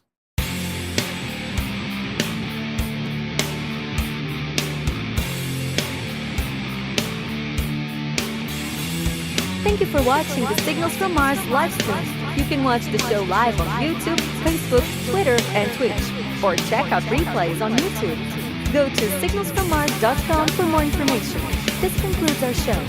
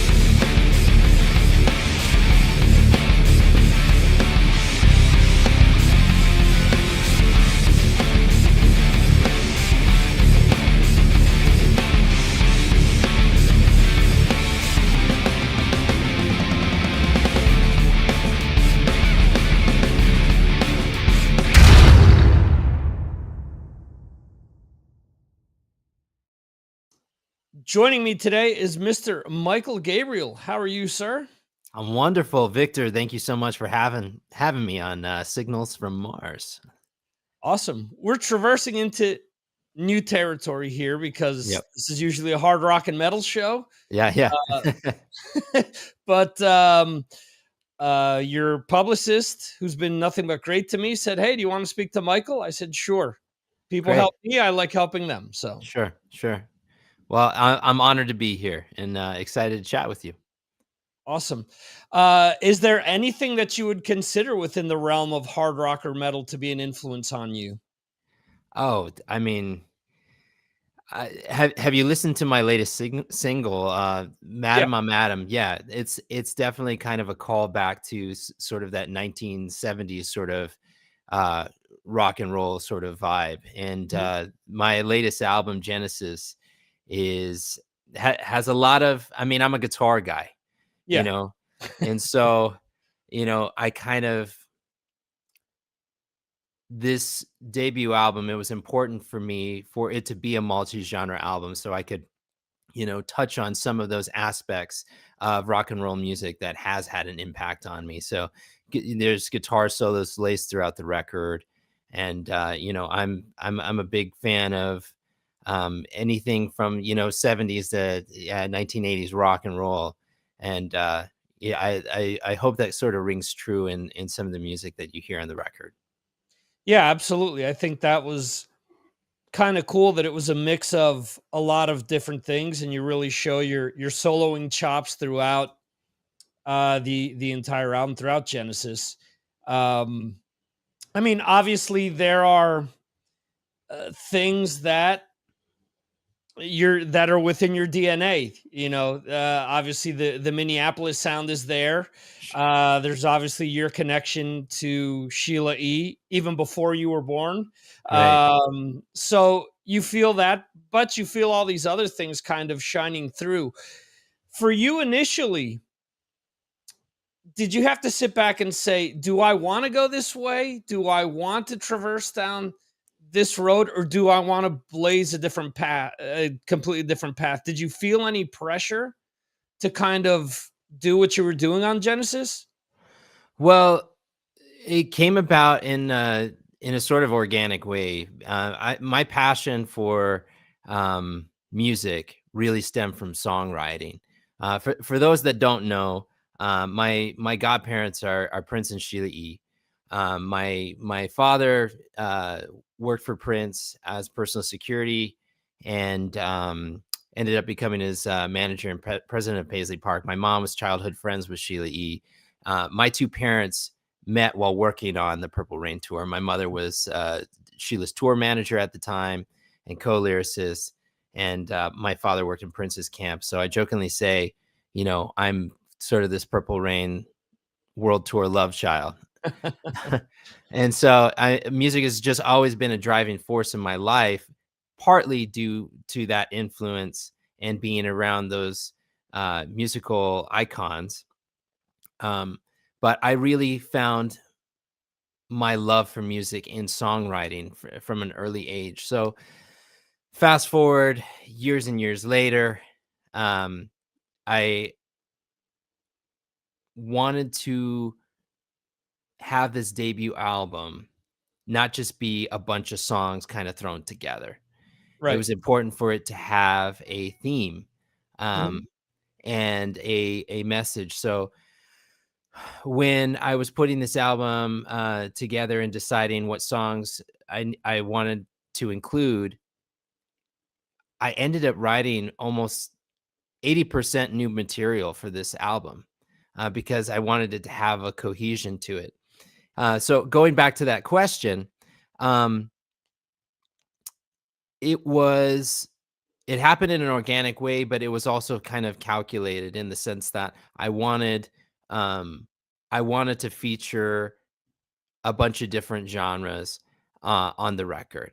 And so anytime I had sort of this blank space, I wanted to be able to listen to the record front to back without stopping and have it ebb and flow in the way that I thought the album should. And so when there was a blank space and I said, I don't know what to put here, I said, okay, well, how do I want the listener to feel? How do I want to feel listening to this record, and what feels right? Okay, rock and roll feels right here. Mhm. Okay, let's slow it down here. Okay, let's include the Minneapolis sound here. And that's kind of how it came about. It was calculated, but it was also an organic process as well. Okay. At what point did you realize that you wanted to be a musician? Oh, I mean, pretty early on. The Sign of the Times concert film had a Okay. big impact on me as a really young boy. In it, I liken that to like having a superpower, like music, the power of music, power of live performance, the power of taking an idea, and bringing it into a tangible form. In the power of music was just so intriguing to me. Um, so when I was 16, I went to audio school and I did a short stint at Berklee College of Music for guitar, and um, mostly because I had all of these ideas, but I said, okay, well, how do you archive it in the way that I listen to all my favorite albums? Like, what is the science and the technical aspect behind why it sounds the way it sounds, how they got there? Okay. And so that technical aspect really intrigued me. And I just felt like it was something I needed to have in my wheelhouse if I was going to do this, especially from a songwriting perspective, because my 8-track tape recorder wasn't quite cutting it. Like that tape hiss, that in layer after layer after layer. I was like, oh man, this is like this doesn't sound quality. How do I get it to sound good? And so at 16 years old, 17 years old, I called Sheila up actually. And I Okay. said, can I just, I was fresh out of school. I said, I feel like this is what I want to do. Something in this for the rest of my life. I need help. Can I just be a fly on the wall in your studio to see how this whole mechanism works? And she was really gracious, and even kind of excited about the possibility of me doing this. Okay. And she let me come out to her studio, and I was cleaning up garbage cans and transferring DAT tapes and her archival stuff, bringing it to a more current digital form. And then her head engineer ended up leaving Okay. to go out on tour, and so she was looking for somebody to kind of fill those shoes. And she asked me, do you know how to work any of this equipment? Do you know how any of this stuff works? And I was like, oh yeah, sure. Fresh out of school, either naive or just eager, just excited, to kind of be in the Right. mix. And that turned into a whole career for me, which has spanned almost 20 years now. Working with her, working with other artists, working in film and television. I've been her lead guitarist for the past decade. And so it just kind of opened a huge door for me, that whole experience. So, I mean, I knew early on that I wanted to do something in music, and in my late teen, early adult years, made an effort to pursue that. So that's kind of my story. Okay. That's so awesome. It's funny that you bring up Sign of the Time, because that holds so many memories for me. Mhm. Because at the time when that came out,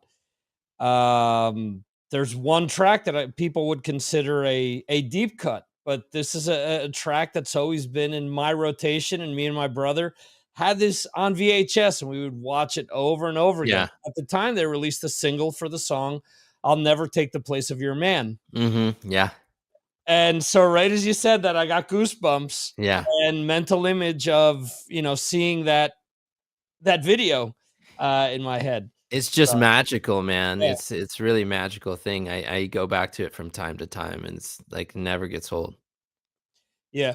That's, and just hearing your story now, that's amazing, because you're at that point, even if, you're asked, do you know this? Do you not know this? You're in a very unique position where it's really like a crossroads. So if you say, nah, I can't do that, we're not having this conversation right now. Mhm. That's just such a pivotal moment that even if you didn't know what was going on, you did what you needed to forge that path ahead for yourself. Yeah, I tell people that a lot, and you never underestimate the the power of just saying yes sometimes, Right.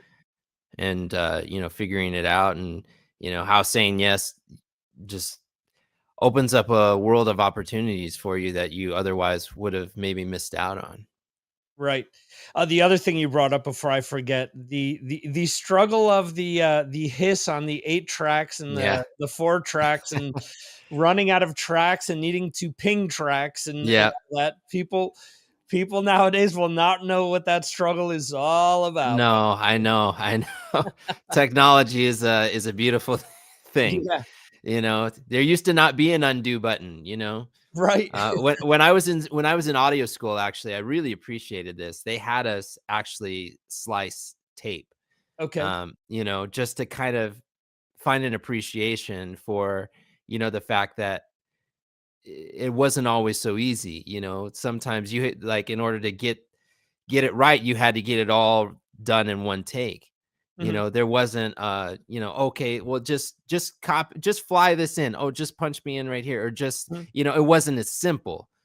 you Right. know Yeah, You really needed to know your craft. I mean, that's right. what I think what a lot of albums, especially with bands that I talk to, there are things that are just too exact, and at the same time, a lot of the feel is gone Right. because it there weren't bands sitting around and demoing stuff for months, Right. until you got something right. I was listening to, I forget what it was on social media yesterday. A clip came up of Butch Vig talking about Nevermind by Nirvana Mhm. and hearing the song Smells Like Teen Spirit for the first time. And he asked them to play the song for them, or he liked it so much, he said, play the song again. And they said, well, we can play you the entire album if you want. And they went on to say, we've been rehearsing this album for 7 months now to make Yeah. sure that it's perfect, because back then you didn't have those tools. You needed to be Right. right on because of all the money that was involved in recording the stuff. So when you went in, you Yeah, to needed know to your have stuff. yeah, Yeah. exactly. Yeah. So you Yeah. couldn't fake it. Right. Yeah. And I think there's something really powerful about not knowing your stuff, but not overproducing it so Mhm. much, Right. and not having to iron out every wrinkle, and finding some of the perfection in the imperfection. Yeah. Um, and I feel like some of my favorite artists and favorite bands were masters at that. It's Mhm. like, just because there's a little extra grit on it doesn't mean we need to go and polish that out or something. Yeah, yeah, yeah. Sometimes that's where the magic happens. Yeah, absolutely. I think a lot about I'm trying to think of what the name of the documentary is. But it's the documentary that focuses on Dr. Dre and Jimmy Iovine. Yeah. And they're showing Dr. Dre in the studio remixing or remastering a Temptation song. And after watching that, I got like such an appreciation for not only Temptations music, which I've always had, in my Mhm. life growing up in the 70s and whatnot. But you kind of, when you have something around always, you kind of take it for granted. Then Uh-huh. when you're away from it from a while. So really thinking about it, dissecting it and thinking, there's how many musicians here? There's how much time was spent, did Quincy Jones spend on getting this right? Yeah, Well, right. Getting the placement just right, even like when you think about the mix and whatnot. yeah. And you Yeah, listen to the littlest thing. It's like, holy crap, there's a yeah, triangle there in the middle of right. the Yeah, song that yeah, unless you're really paying attention, you don't right. realize what that adds to the entire, like, Exactly. Yeah, everything, the composition. so I will say this very quickly because because you brought up remasters. And there's some times like I was listening to, I can't remember. I think it was Chicago, and I heard a more recent remaster of one of the songs, and it was.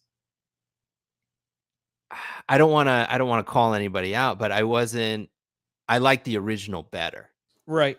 And part of it is because it's nostalgia. It's a song that listened to like 1,000 times, 10,000 times. And so when I hear it, I'm like, this sounds way too like polished and clean. Like they got rid of a lot of the noise and you might go on one hand, it's like, well, everything's more distinct. You can hear each individual thing. I was like, yeah, but the glue is gone. Right. Instead of it sounding like this, it sounds like this, and so I feel like, in the day and age of technology, it's like just because you can do something doesn't mean you should. Right. Yeah. There's an old Motorhead song that is, just because you've got the power, that don't mean you've got the right. So right. that leans right into that. Exactly. And the reason that I bring all this stuff up about the composition and the sound is because when I listen to Genesis, I'm listening to it and thinking, wow, this isn't somebody from the outside working on these songs. Mhm. You can sometimes tell when a band goes too far with their own music and they're too permissive. Yeah. But then there's other points in time where you can tell that the person behind it is really in the middle of all the gears and making sure that everything is, there without it being those separate parts as you were saying. Right.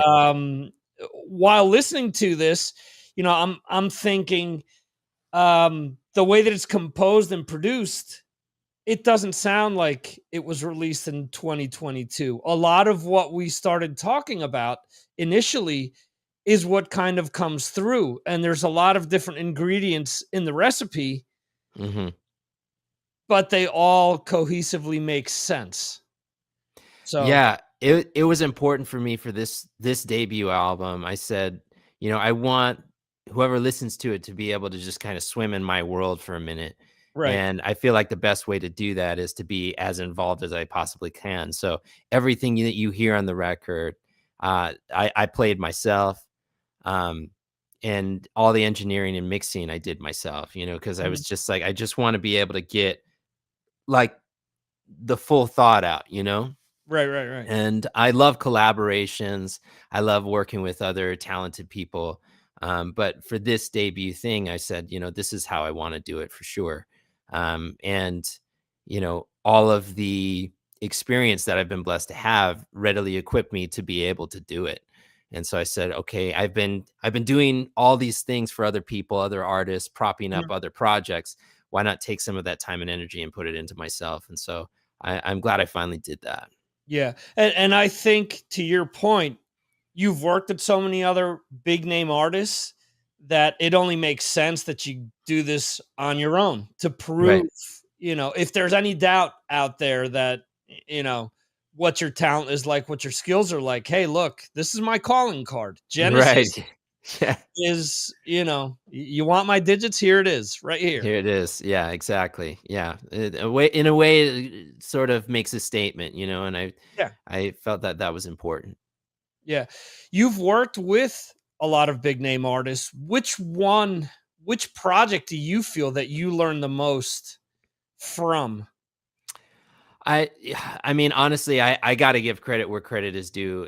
If that's the question, it would have to be with Sheila. Any project that I've done with her, and I've worked with her the longest. I started with her when I was 17 years old. So that was 16, 17 years old. So that was every experience with her feels like a new experience. And she's one of those iconic sort of legacy artists where, every time I do something with her, she has some other, bit of wisdom to impart, and I tell her all the time, every time we record her percussion, it's just like in the studio with her doing her thing in her element, because she'll be the first to tell you, she's a percussionist first. She's a percussionist that plays drums. Right. She'll be the first to say that. And it's just so incredible to watch her like a master at work doing what they do best, especially in the percussion realm. So we've done a lot of things, projects for her and other projects for other artists and whatnot, where we add percussion to, just fill up the song. And it's always tasteful. It's always takes the track to a whole nother level. You can never underestimate what a shaker can do. Like you said, there's this triangle in this track, and it's like you don't realize how much it adds, but it's amazing to have had the opportunity to watch her work. And I feel like a lot of her approach and some of her sensibilities when it comes to music have rubbed off on me a little bit. I've tried to absorb as much of that wisdom as I can, and have applied it to other things that I've done. But yeah, I gotta give credit where credit is due. Any project with Sheila E. would be it. Okay.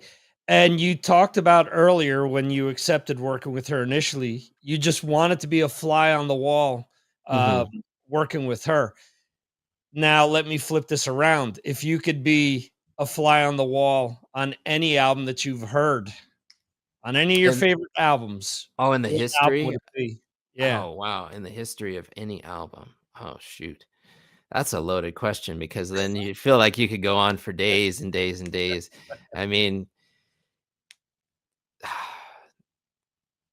pick any Beatles album, for example, just like what was the dynamic, what was really happening, and now we have a lot of documentaries and, people kind of sharing stories and whatnot. So you can kind of get an idea, but like to really be in there with those guys and like, what was the conversations? What were the jokes like? What was happening when they weren't recording, Right. The relationship. And I feel like that would be interesting. Yeah, I feel like I don't know, pick any Beatles album. I feel like that would be kind of interesting. Yeah, that's I mentioned this a lot with a lot of the content that we've gotten over the last few years, where finally, like, that documentary comes out, and there are people that still complained about it, and I'm thinking, you know what? We've wanted this stuff forever. We finally got it. Enjoy it. Right. Just stick with the parts that you enjoyed. You could say that. The sounds of Motown, that band that recorded all of those like hit records, Right. recordings. You can pick that pick that studio. There's something happening every day there, where it's oh my gosh, this hit song, that's a hit song. Oh man, yeah. You could just go on and on. Yeah, absolutely. That was I got to see some of that in the Wrecking Crew documentary, where they talked about some of that stuff. And just thinking about the magnitude of how many songs were recorded by the same group of people, how many songs they recorded the same day,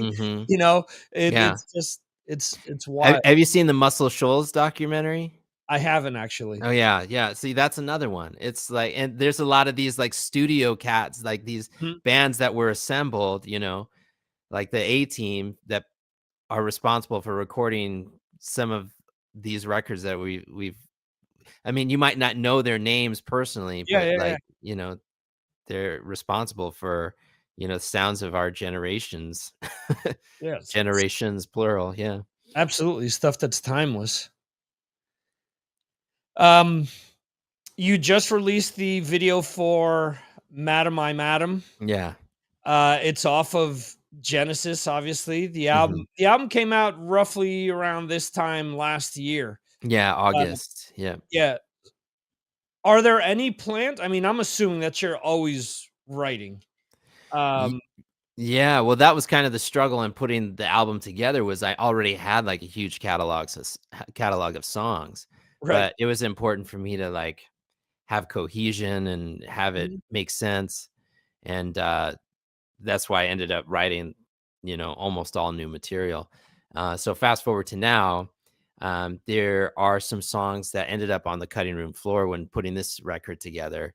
Okay. And so I've been kind of slowly compiling what I call like a deluxe version of this record, where it Okay. includes some extended plays. It includes some other songs that that didn't make it on the record. I'm just going to throw them on there. And I'm also working on the follow-up to this record, which is going to be called Exodus. Okay. Yeah. Cool. Is there any timetable for that? And do you feel that that will be a continuation of what you've done on Genesis, or are we going to see you break new ground on Exodus? Right. So there's two trains of thought. Given that Genesis was a more sort of multi-genre album, I could. It's all still in the development stage, and I feel like Right. when you're creating something, you need to just kind of be open to any and all ideas, Right. and then kind of suss it out from there. But I have two concepts. Either it's going to be very genre specific. Each album from here on out will be kind of more genre specific, or Got- I'll lean into that multi-genre thing even harder, and it'll be a little more eclectic. Gotcha. So I'm not sure just yet. So Okay. stay tuned. Okay. Are you working on any other projects at the same time? Yeah, so I'm always on tour. I have a couple tour dates lined. Well, I'm lining up a tour for myself, Right. first of all, and I'm playing at the Minnesota State Fair on August 26th and 27th. But I'm always on tour. You can always find me playing some local gigs here in Minneapolis. I'm currently touring with Sheila E. We have a date. I leave tomorrow for Des Moines, Iowa, and I have to look at my calendar. We're going all over. We're going to Orlando. We're doing Hawaii. We're doing Raleigh, North Carolina. We're doing Albany, New York. We're doing. I'm always doing something. Yeah. Okay. So you just follow me on my socials, Michael Gabriel, Michael with a Y, or on my website. Okay. Yeah. And as far as the shows that you're going to be headlining at the state fair there, how big of a deal is that for you? Because you're, playing a big show as yourself as a solo artist, and it's in your, in your backyard, basically. I mean, I'm super excited about it because it's the culmination of. I feel like live performance is like the culmination of. That's why you make a record in the first place, is to be Right. able to share it with a live audience, because that it all has to come full circle eventually. And so that's I've been chomping at the bit to be able to play these songs live. Let's just say that. Okay. Yeah. Are you going to play all of Genesis, or are there some songs that you feel don't work as well live? I'm gonna play as many as I can, and I'll play some other song. There's gonna be I think there's one cover in the set, and there's some tracks that I recorded prior to Genesis that I'm including in the set. So it has to, just like the record, like it has to ebb and flow in the right way. Right, It has to have its high points, have to have, hills and valleys are important when crafting a set, just as much as it is with the record. So it's going to be exciting. Okay, cool. One of the things that I really loved about your soloing, outside of just your soloing style, but that a lot of songs had what sounded like an octave pedal going on with some of the solos. Yeah. Can you talk a little bit about the main gear that you use to record? Yeah. So the guitar that I use, I have a standard American Strat on that I used on that record, and I used PRS SE Custom, which has a coil tap. So, and that's actually my Road Warrior too. So, and it has a Floyd Rose, which I'm a huge fan of. I'm a big Joe Satriani fan, so you can tell. Yeah, and so that guitar is great because you can. It's like having two guitars in one. You know, you can have the full bodiness of that, like sort of humbucker sound, and then you can switch over to the single coil when you need to, especially like for the more funky stuff. Mhm. And as far as pedals and effects, there were some that are sort of in the box, Right. within my DAW that I use that are nice go-tos. I'm a big fan, especially with the solo, of trying to make it sound wide, you know. So I'll, you know, occasionally add like a chorusing effect or something. It has to be subtle. A lot of times, you know, for the engineer heads, I'll do like a parallel compression, parallel chorus to, you know, have it stand out in the mix, but then also have it be wide. And you can't go too crazy with the chorusing, because otherwise it'll sound weird. And if you sub it down to mono, then it cancels it out and all that stuff you have to take in consideration. As far as other gear, my pedal board that I use mostly on those tracks was a Boss ME80, which I like because you can kind of program it and save different things. And for certain things, I would record clean and like dirty through the pedal. Right. I would kind of split it when I was recording it, so then I could reamp it later. Okay. Yeah, and so I mean, it kind of depends song to song, but like the most important thing was just it had to feel right, you know. Right. And I like the idea of kind of having a guitar tone that sounds like me, but then sometimes you got to flip the switch and, you know, have it kind of have a different vibe. So, you know, you introduce like an octave pedal sometimes, you know, Right. or a phaser or something like that to just kind of have a more unique sound. And then I think like Radioactive Girl on that record is a kind of a good example of, you know, the guitar still sounds like me, but it sounds like an interesting detour as well. Right. Yeah, the soloing is absolutely fabulous. When you brought up Joe Satriani, makes complete sense because there is a lot of Floyd Rose play throughout the album, which really did jump out at me. So oh, great, so awesome, yeah. Cool. So if people want to pick up Genesis, what's the way that they can purchase the album and ensure that the most amount of money gets back in your pocket? So just through my website, michaelgabriel.com. But it is available for streaming if that's your thing. You can stream it anywhere you stream music. So it's available. We made it really easy. So go check it out. Hello, everybody. This is Michael Gabriel, and you're listening to Signals from Mars.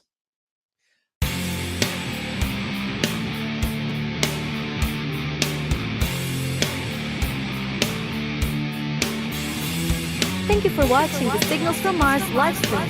You can watch the show live on YouTube, Facebook, Twitter, and Twitch, or check out replays on YouTube. Go to signalsfrommars.com for more information. This concludes our show.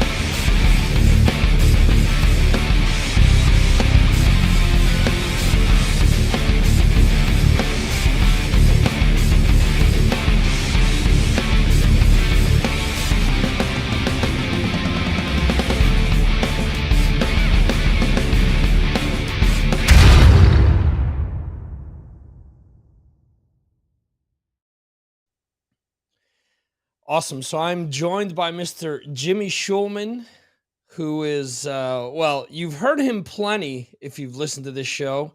because if you've followed any of Dan Lorenzo's projects, Jim is usually the bass player on a lot of that stuff. So, but we're not here to talk about that just yet. We're here to talk about Dreams of Venus. Just released an album called Songs from the Essex Street Market. Jimmy, how are you doing? I'm all right. Not bad. Just I guess a mellow Sunday afternoon, we'll say. So I'm in a good place right now. That's awesome. So the album is a new album, but it's actually an old album at the same time. Yeah, exactly. You know, we were together, you know, I guess after Hades broke up in Europe in '89, you know, and it was finally over. I was looking to do something, obviously, for myself, and to play in to get one guitar player, basically, is what I wanted to do. Not that what I did with Hades and prior to Hades during that whole time, I guess throughout the '80s when two guitars were the thing, right? I wanted to play with a one guitar player band, a power trio, basically. And a lot of my influences growing up, you know, classic rock and stuff, that was really, you know, something I was into. And you know, the band finally came together, so to speak, and this was probably early '90s, and you know, we made a recording. You know, we were together for a few years, but so anyway, is that enough backstory for you right there? No, that works to let people know exactly what was going on at the time, because a lot of what we're going to talk about too, you know, there seems to be just the general fan base, probably with a younger fan base, that don't realize the differences between what was going on back then, what was possible back then, to what is possible now, because it's something completely different, where technology comes into play now, the internet comes into play now, where back then, I mean, you guys shopped this album around, and sure, you guys could have put this album out by yourselves, but it's not the same as today, where you have a band camp or you have stuff like that, where independent bands can get their stuff out there. Back then, early '90s, is a completely different animal. No, you were trying to get a record deal for the most part, and you know, you needed a manager, you needed, you know, a demo tape, you needed interest, you had to know people. That didn't hurt, and yeah, so it was a whole different animal back then, and just I guess following suit from all the years prior from bands. You know, you get signed, you put out an album, you go on tour, and we were in our mid-20s, and we were just, you know, ready to go. I mean, you know, Hades, unfortunately, you know, we probably should have put out a third record, ideally, and before we made any, you know, or before any decisions were made to break the band up. Because we were, you know, we had a record deal, maybe we were looking to get on a larger label. That first tour was just a mess as far as, you know, we didn't really have a proper booking agent. Our management was shoddy. I mean, you know, we really were flying blind. And had we maybe got you know, just a better record deal and hooked up with the right people, who knows what the band would have done, you know? But that's that. And so I was around people, I knew people, and I thought that would carry over into this band. And for a second it did, you know, and then that's it. it fell apart. So yeah, before it could even get started. But you know, that's just the way. I think in our bio that we sent out, in our press release, and there'll be more information on the inside. We got a 12-page booklet. So there's going to be a background, you know, on the band. Each member is going to talk about what he remembers, his recollections, you know, back then of that time period and when we got together. And you know, like you said, it was a totally different time period. You know, yeah. Yeah. At what point did you guys realize, yeah, this isn't going to work? You know, we've put our blood, sweat, and tears into this. We're shopping this around. It's just You, not happening. you want to know something? It was when I first, you know, when Hades was finally dissolved, and I found a friend who introduced me to my guitar player, this guy Addy Flax, and for the most part, he and I got together one night in a bar. We were introduced, and we just talked, and we talked all evening. You know, we partook in whatever we were partaking in at the time. It was the early '90s, so we had similar, you know, influences that we shared, from bands to substances. We'll say, all right, you know, just throw that out there, you know, and we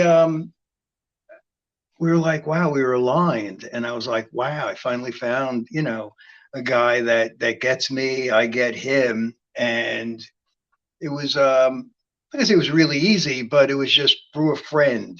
It was, hey, you know, this guy's looking, da da da. And from there, somehow the drummer came into play, and things were easy in the beginning, actually. The drummer had worked at it was a rehearsal studio, and we would sneak in at night at about 11 o'clock when the studio closed. So for the next couple of years, we just had a rehearsal space, you know, top-notch rehearsal studio, great equipment. Right. And we'd sneak in like around midnight or whatever and play till like 5 a.m. And when you don't have to pay for space, you know, you could just go in there and you could jam. I got an idea, and we really took advantage of that. And somewhere within that first year, a sound developed. We knew we were onto something, and you know, we just wanted to, you know, see it. We wanted to.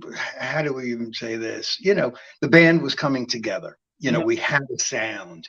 We were like, wow, that sounds great. When, you know, three guys can get together and play and just fill that room with you know, sound, and we would all look at each other and go, wow, this is it. You know, we're having fun. And you know, so in the beginning, it's always great in the beginning, I guess, right?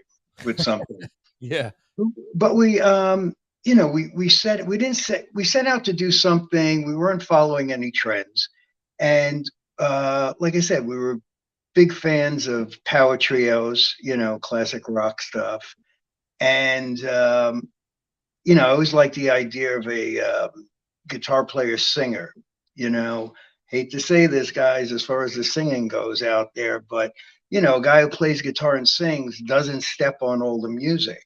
You know, he finds his holes, he finds his spots, and lets the music breathe. And I've always, I mean, that's exactly what we got going on over here. And like I said, things started falling into place. Everybody was an integral part of the group, you know, as far as arrangements go, harmonies, and just ideas. You know, we would sit there. It was big. We were big on, you know, songs, we'll say. Right. You know, we were creating songs, and we were, you know, I thought we were, you know, really good musicians. So the musicianship was there. And now, you know, we wanted to actually, yeah, we wanted to make something that we would enjoy for ourselves. Every band says that, I'm sure. Right. Yeah. You know, and we would, and we did it, and it was great. And we had a lot of material, And, you know, we played some shows, you know, in the Lower East Side, the East Village, that whole circuit. And, you know, you know, there were so many bands in New York at that time, friends of ours. And we would always go and see each other's bands, you know. Spread Eagle was one of the bands at the time, you Right. know, I'll throw their name out there. They were a New York band. And, you know, yeah, we were just trying to make it work, get some interest. We had a demo tape and gave it to a friend of mine who, you know, worked for a management company. We'll say he was managing a few bands at that time. I mean, should I drop names or no? That's up to you. He was managing Biohazard, Nonfiction, and you know, there was a band prior to that, Law and Order, and you know, so he had a lot of bands under his belt, and you know, and connections. I mean, he got these bands signed, and so we thought we were next in line, so to speak. You know, Right. and you know, I guess, you know, where would you want to go from here with the story? You want to interject and throw you know, throw some questions at me with that? Yeah, no, I mean, it's to me with everything that you're saying, it all kind of I'm trying to put together like a puzzle in my head based on what I've heard on the album and based on Okay. everything that you're saying. Because one of the things that really stood out to me with the album is how diverse it is. Right. Again, it's something that today a lot of people, for whatever reason, have a hard time grasping. But that's what albums used to be about. You're getting different flavors per song so that the entire album is interesting, so that you want to listen to it all the way through.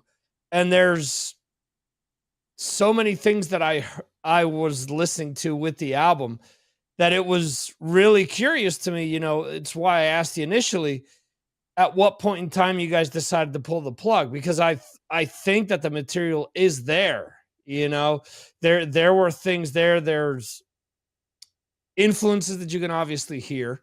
There are things that I think maybe came a little after you guys that kind of drank from the same well per se, and kind of developed some things that you could say that are similar. So it's kind of hard for me to say, wow, this really didn't catch anyone's ear. And now you're saying that, you know, you were you guys were there close to the, as you're naming all these names, I'm thinking that was my afternoon listening to WSOU or all these bands. You know, these were bands that when I was at college radio, these were bands that I was trying to push. I'm thinking, why wasn't Dreams of Venus something that was interjected with that? Looking back, it's kind of head scratching. You know, it's yeah, it was it's beyond comprehension. You know, I mean, the guys, when we got the tapes back and we listened to this, we were like, wow, this is like timeless stuff. This stuff still sounds great today, 30 years later. You know, the production value, and just the, you know, the songs, the way we crafted the songs. I'm not going to say, you know, we went in, we jammed, and we wrote a song. I was never shocked. I hadn't heard it in so long, but I knew what we did. I have, you know, vague memories, and then I have, you know, memories I'll never forget. And it was a project that was so important to me. You know, I had come from a band, you know, with Dan Lorenzo, and you know, main writer, him and Alan Tecchio, and I was able to squeeze out a song or two, you know, on each of the albums that we put out, which was great. Not as prolific, obviously, as the Enter album. You know, they could just turn them out, but I've always wanted to do that, you know, on my own. And you know, there was a second, I don't think anyone really knows this, but I was in Nonfiction for a second. Right. Yeah, and I think we even did a show. I had to remind Dan this, opening up for Alice in Chains. I made a demo tape with them, managed by the same guy who was managing Dreams of Venus. But somehow, some way, it didn't work out. So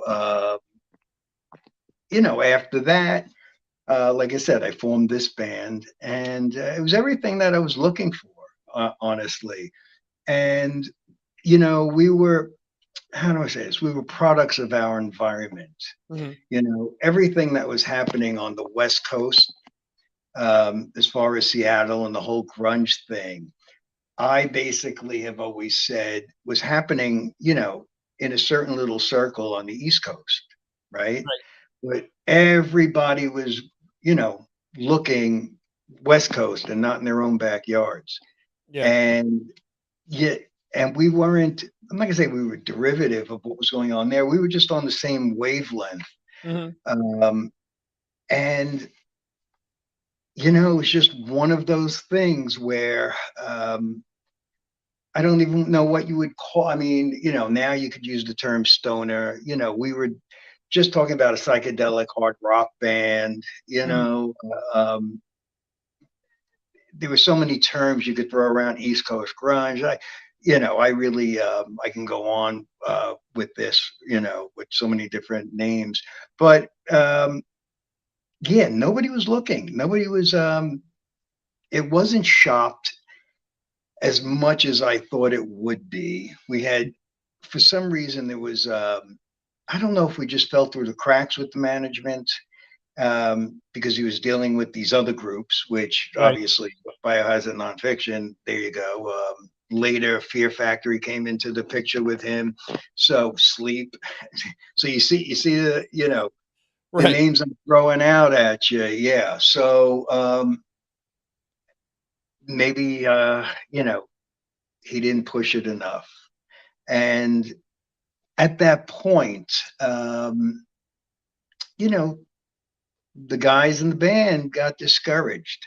Everybody. It was almost like with Hades, at a certain point, you're young enough and you're like, all right, this thing didn't work.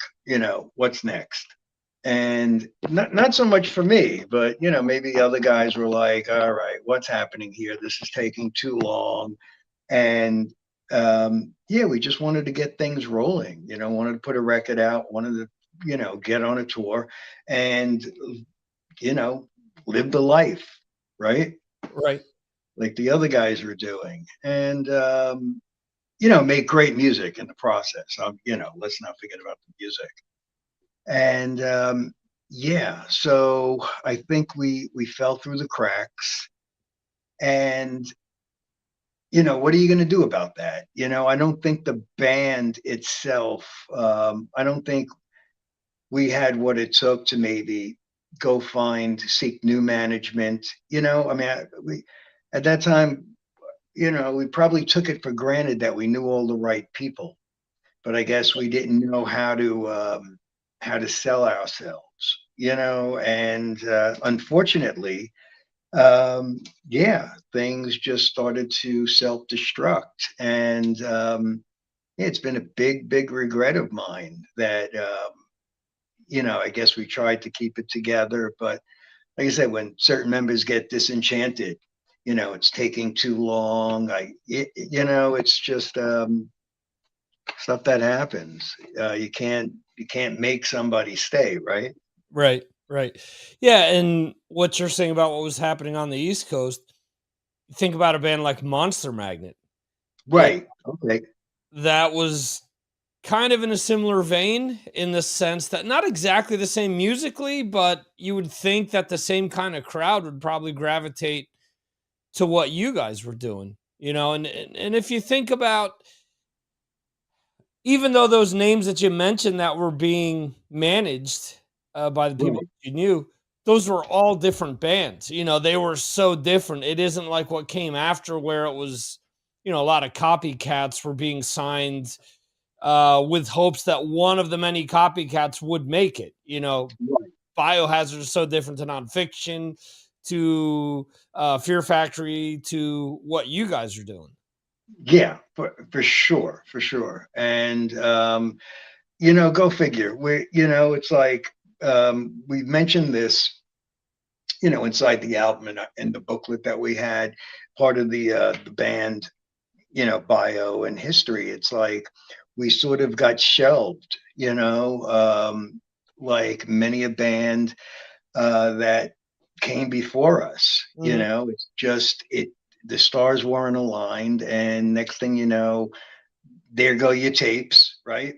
And we move on. And I moved on to another project that I formed. And what happens is you take a couple of songs with you, Right. and you sort of rearrange them. Now we got like new vocalists, new melodies, but you got the at least the music. And it's really funny about this. I mean, you could take a song and give it to 3 different, let's say, singers, right?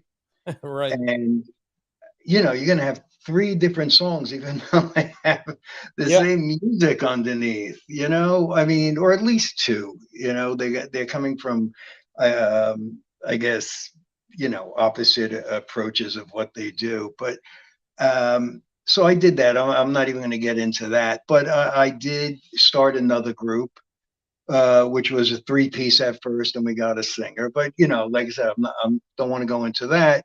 But it was like that. If a band can dissolve, oh God, you lay it to rest, and you move on and you try another project, and try to do the same thing now with different different musicians, and you start putting ads in the Village Voice looking for a drummer, looking for a singer. And that's what we did back then, and everything falls into place and you start it up again. Mhm. I met somebody who worked in a rehearsal studio, so we had all this free rehearsal time. This is you had to do what you had to do back then. Right. And nobody had money. We were just trying to get by. But so there was a certain romantic aspect to all of this. Like yeah, I think with any band that's trying to get started and get into the business, right, and write music, there's a dream behind all of that, right? Yeah, You absolutely. want to follow your heart. So yeah, it was a big disappointment. It took me a long time to put that to rest. There was I was a little bitter, at the time, because it was something, I think we folded too soon, Right. and yeah, it's what was going on back then, like I said, was happening in Seattle, in the scene itself, outside of the music. There were other things going on as far as how do you say this? Yeah, the substances perhaps that were influencing the musicians to write a certain style of music. Right. So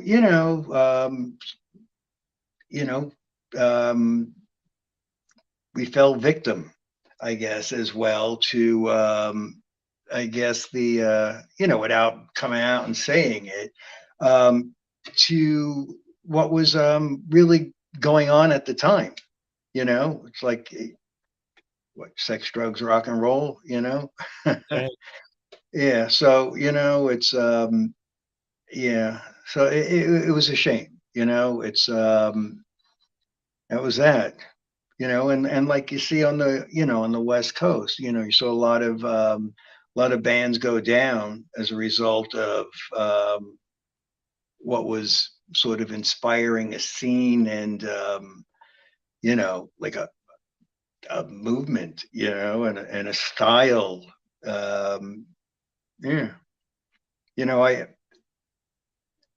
Yeah, there's always going to be casualties, and we were maybe we were teetering on something that we probably wouldn't be able to sustain ourselves. You know, let's say we got a deal, we went on the road, this and that. I'm sure many bands go through all of what I'm alluding to. And, you know, I think a few albums could have came about and, you know, a few tours. You know, but like I said, I think a few guys, you know, thought otherwise, you know, like pulled the plug too soon on another project. And there you go. So, yeah, you know, the East Village was a great place back then, to sort of be involved in a musical situation.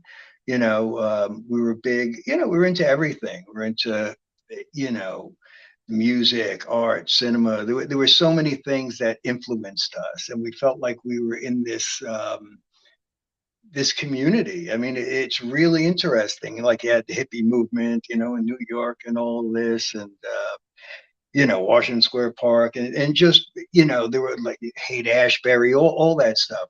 There was something in Seattle. There was that whole grunge thing based out of Seattle. Well, with us and you know, a good amount of people that were into the same thing we were into, the East Village seemed like that was our, you know, commune, you know, this utopian deal.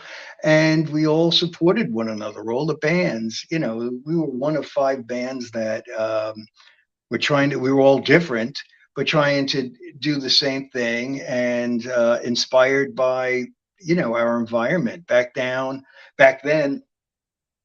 you know, the city, you know, there were many squats, there were abandoned buildings. I mean, there was Thompson Square Park. I mean, people would just, you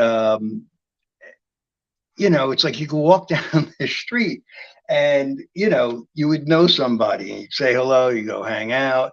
It seemed like for that little period of time, everybody had long hair in the neighborhood. You know, like everybody was an artist or a musician.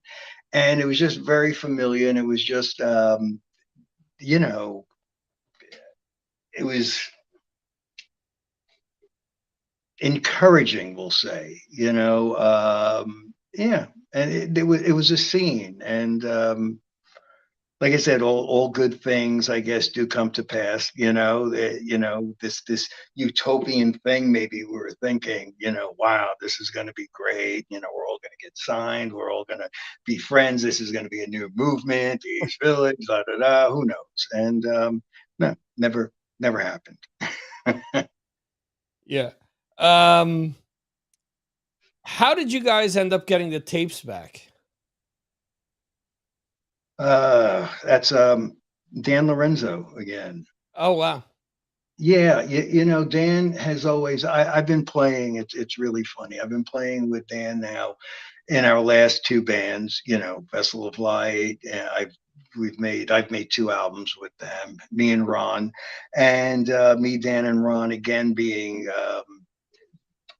part of Cash is King. You know, it's like we're the power trio, so to speak, with 2 different singers. And, you know, the first one with Nathan Opposition, Vessel of Light, and then with Jason McMaster for Cash is King. Right. And so I've made 4 albums in the last 5 years, you know, in playing with Dan, right? Mm-hmm. So it's really funny. We took out, James of Venus took out some blabbermouth ads to promote, like, you know, the album. You know, we had this Here Now, you know, so you could listen to, you know, stuff on Spotify or Pandora, whatever you do have. Mm-hmm. And Bobby Blitz called Dan, and he was like, "Oh my God, Shulman's in a band without you?" You know, that's funny. Yeah, like, you know, really? And yeah, so yeah, so, you know, you could always, I guess over the years, I was, you know, Dan's go-to guy, and Ron, you know, as well. Lipnicki, who, you know, he did his stint in Overkill and stuff, but he did an album back with us in 2000 when we did Damnation. That's when we first got we got Ron, and what a tremendous album that was to you know, to put that out all those years later. I know they had some Metal Blade stuff in the middle of all that, which you know, I was asked to play on, but I was pursuing my other thing. You know, you got to understand. You know, with the Dreams of Venus, and you know, my style changed. I started playing like an EB1, you know, your SG sort of Jack Bruce style bass. Yeah. With my fingers, you know, getting this big grand funk bass sound, and you know, geezer, whatever you want to. Oh yeah. You know, with Hades, I played like up here. I played with active electronics and my pick, and it was a total different style. And it was me, believe me. And they're both me. But it just seemed like I was morphing more into a finger player, and for the most part, yeah, the music you create, I guess, changes by the instrument that you play, and this, you know, and the way you play it. Right. You know, I could pick up a bass and start playing with my fingers, and wow, that's great. And it might not translate to a pick on that instrument. So, you know, so here we are. You know, after all that time, now we're making Damnation, and you know, I moved back to New Jersey. But like I said, when I was asked to do the Metal Blade records, I wasn't interested in going back and picking that bass up and, you know, playing that way again, so to speak. Right. And, you know, 10 years after the fact, after we broke up and we put out that record and we started jamming, we were all in the same, you know, I was in New Jersey with them. And yeah, that all came back. We got Ron, the energy came back. The yeah, we were on fire. You know, wrote some really great songs, and finally got a great studio. We were in Big Blue Meanie with Timmy Gillis, working on, I mean, you know, great quality equipment, and he was, you know, he was just a great producer engineer. And I think Damnation was probably one out of all the Hades records, I think it was the best sounding record, you know. Right. Yeah, I mean, are you a fan of Damnation? Yeah, I definitely believe what you're saying is certain. I mean, comparing it with all the other stuff, the sound is just monstrous on that.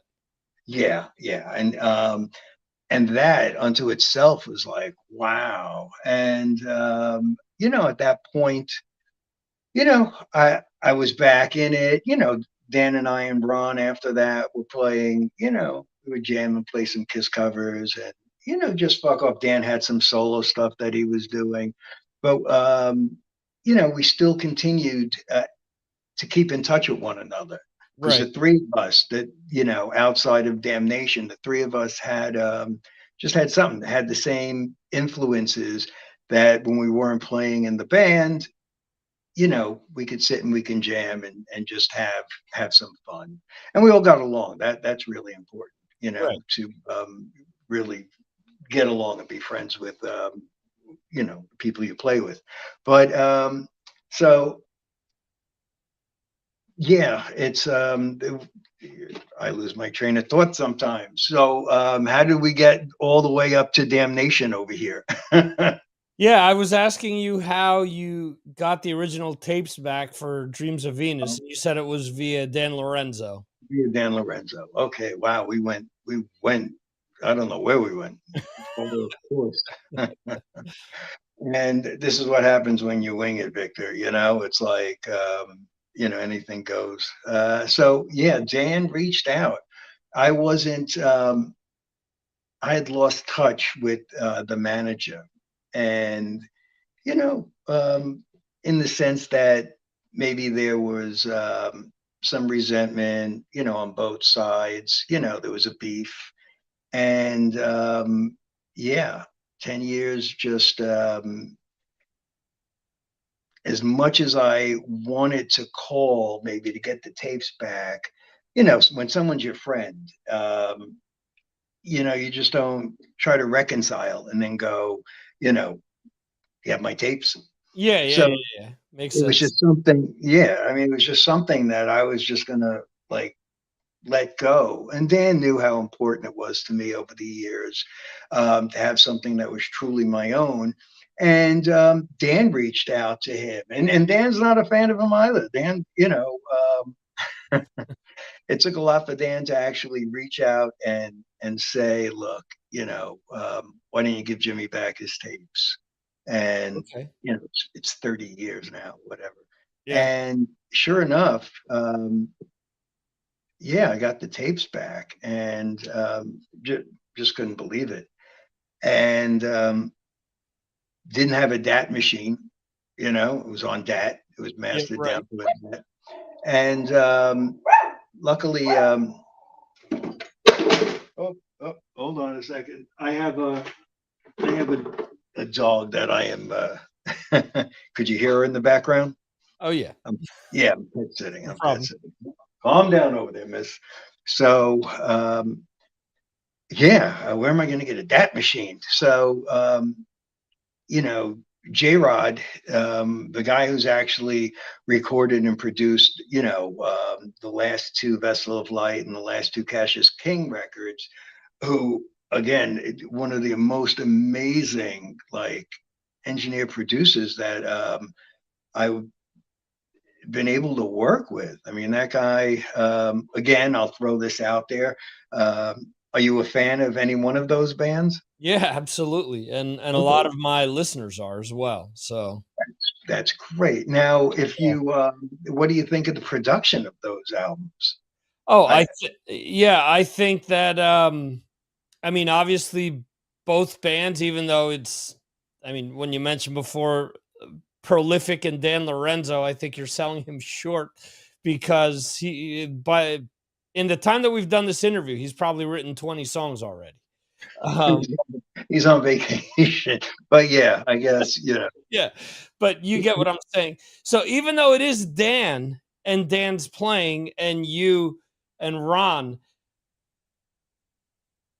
it's interesting that you say that it's produced by the same person, because they're produced totally differently as well, I think. And maybe that's because of having Nathan as opposed to having Jason there. So maybe you guys are approaching it differently, but the sound is great. As much as, and this is funny because I bring this up often, where bands talk about being stoner rock or stoner metal or doom rock or doom metal or whatever. And a lot of them seem forced and contrived. When I listen to any of the Vessel of Light stuff, any of the Cassius King, and even the Dreams of Venus stuff, it doesn't feel like you guys are perfectly sitting around saying, hey, I want it to sound like this. I'm listening to the Dreams of Venus, and I'm like, this sounds like Sabbath, but it doesn't sound like somebody's purposely trying to make something by Sabbath. It sounds like it's, this is a deep cut off of Sabotage, as opposed to, something that's, you weren't writing Sabbath Bloody Sabbath. So they all sound different to me, but they're all, again, drinking from the same well, and we're getting different feelings and different sounds from each of them. But you were asking about the producer. I think they sound fantastic. The Vessel of Light and the Cassius King stuff. Yeah, Sonically, they sound great.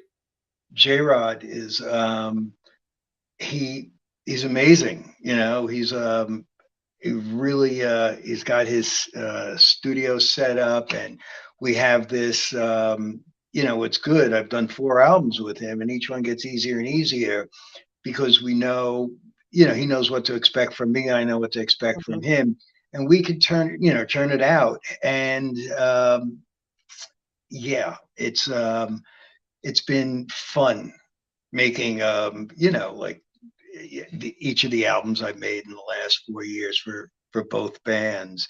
And again, with all of that, right, what do you label a band? Do you pigeonhole them? I don't know. It's like, are we doom, are we stoner? We had to, when I was putting the Bandcamp page together, it's like we had to put down, what is Dreams of Venus? And I'm like, I don't know. like hard rock, psychedelic hard rock? You know, did I Right. put stoner in there? Dan's like, put hippie rock in there. You know, I mean, who? I have no idea, but you know that it's just a power trio that was influenced by late 60s, early 70s, you know, classic rock. Yeah. And whatever else you add to that, you know, we had you know, I mean, these spot on harmonies, you know, I mean, it's like the drummer, um, he was unbelievable. You know, I mean, here's an album that is full with vocals and harmonies, and it's heavy yet. You know, there's you don't expect it. I mean, did you expect that whole, you know, vocal thing happening within the songs? No, not at all. I mean, just the harmonizing between the vocals was, I thought, one of the things that really stood out to me. Like I said, there were things that sounded like deep cut Black Sabbath. There are other songs that straight away, as I start listening to them, I'm like, yeah, this song needs to be played at night, just because of the feeling of this song. This is a song that needs to be listened to, you know, when there's no sunlight. There's just certain songs that I listen to that give me that type of feeling, and that's what I felt some of these songs were about, you know. Yeah, they, you know, it's yeah, they came from a real place, and the three of us just happened to be aligned as to, you know, what we were,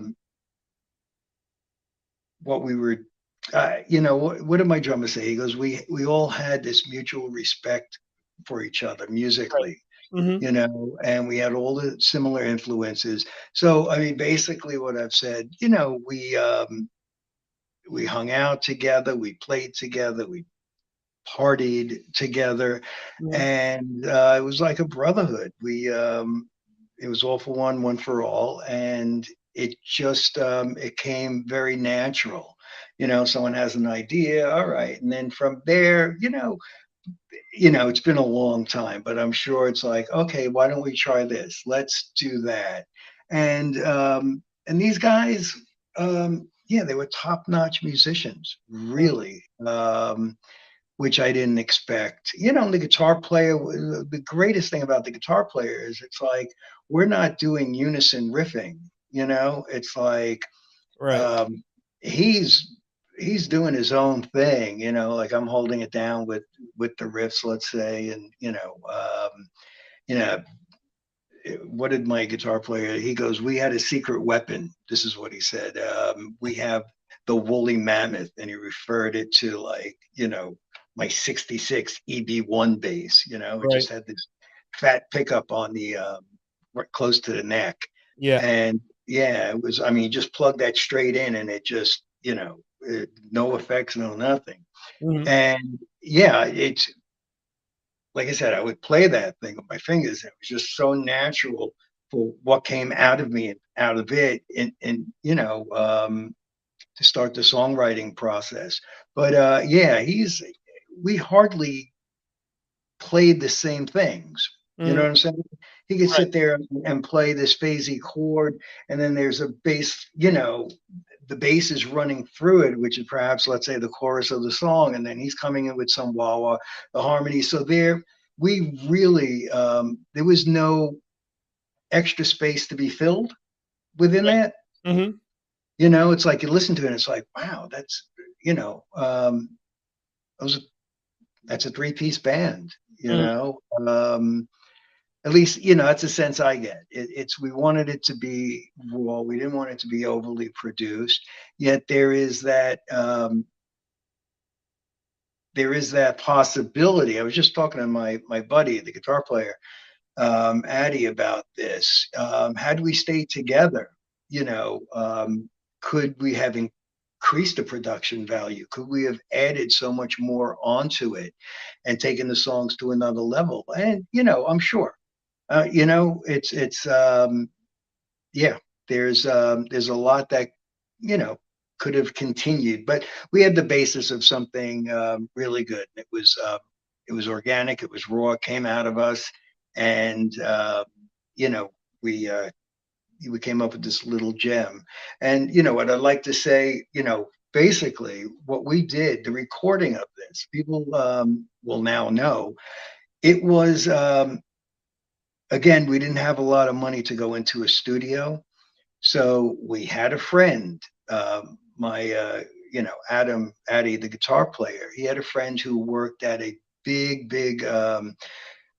music rental company in New York. You have SIR, and then there was another one called the Toy Specialists. So I don't know if they're still out there, but they had a guy working for them. And what we did was we snuck in one night and we built this makeshift studio.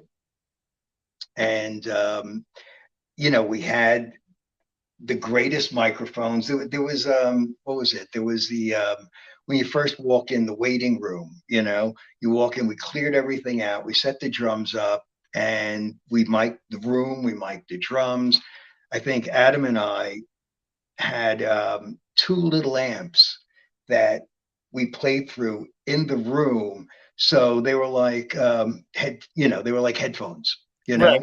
Mm-hmm. And we had our amps in separate hallways mic'd, I probably had this huge big SVT and Ampeg, and it was, we had I don't even know if we had a 24 track board, whatever board we had, 8 track, 16 track, but we had Paul DiBartolo from Spread Eagle. Right. He was a friend of ours at the time, and Paul came in and he engineered it. Okay. And with this guy Tommy, who was the guy who worked at the rental company, and it was like a mobile unit. He made this live album. And we were so well rehearsed and we were just so right on all the time when we were in that moment, and we played live straight through. And what we did, no overdubs or anything. Another time we went back to, I think, the studio where we rehearsed. There was also a recording studio in there, and we did the vocals. So the vocals were overdubbed and the harmonies were overdubbed, and then we mixed it down. And if you listen to that, that's a live recording.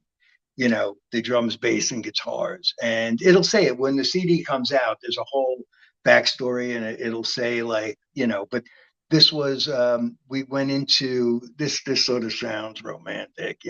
We recorded this one night in the Times Square warehouse in New York City on a cold winter night. Right. And Toy Specialist was on the west side in Times Square. It wasn't an abandoned studio, but we were able to really lock this down, and again, not putting any money up for it. And wow, it just captured a moment in time. And at that point, after we mastered it, we gave our manager, we had 2 different cassettes, demo tapes, and we sent both out. And at the time, I think I designed the J card and really made each one individually, so whoever got it would be like, wow, look at, it was very psychedelic, the whole J card thing. And had we put out an album and all that, I think it would have been a little more psychedelic than what it is right now, 30 years later. But so when we got it back, I sent it to J-Rod, and he sent me the MP3s back, and I was blown away. I then haven't spoke to my buddy in about 5 or 6 years. Well, I shouldn't say that, in a couple of years. So he's not someone I speak to every day, but over the years we keep in touch. And for the most part, I told him I got the tapes back and they sound great. And I said, Dan got us a record deal already, right? And he was like, whoa, what do you mean? There's no record deal. I'm not putting anything out, my name on it, unless and I'm like, slow down. There was nothing signed. We have interest. All right. I need you to listen to this. And I sent it to him, and he was like really shocked. And what we did was we went up to J-Rod and we remastered it. We, tweaked it here and a little bit there, and made it sonically, just a, like a monster of a, I guess, we album tape. We just enhanced it so much that it blew the both of us away. I sent it. We haven't been in touch with the drummer in years, so I found him on Facebook, or someone did. I'm not on Facebook, and reached out to him, and he was blown away.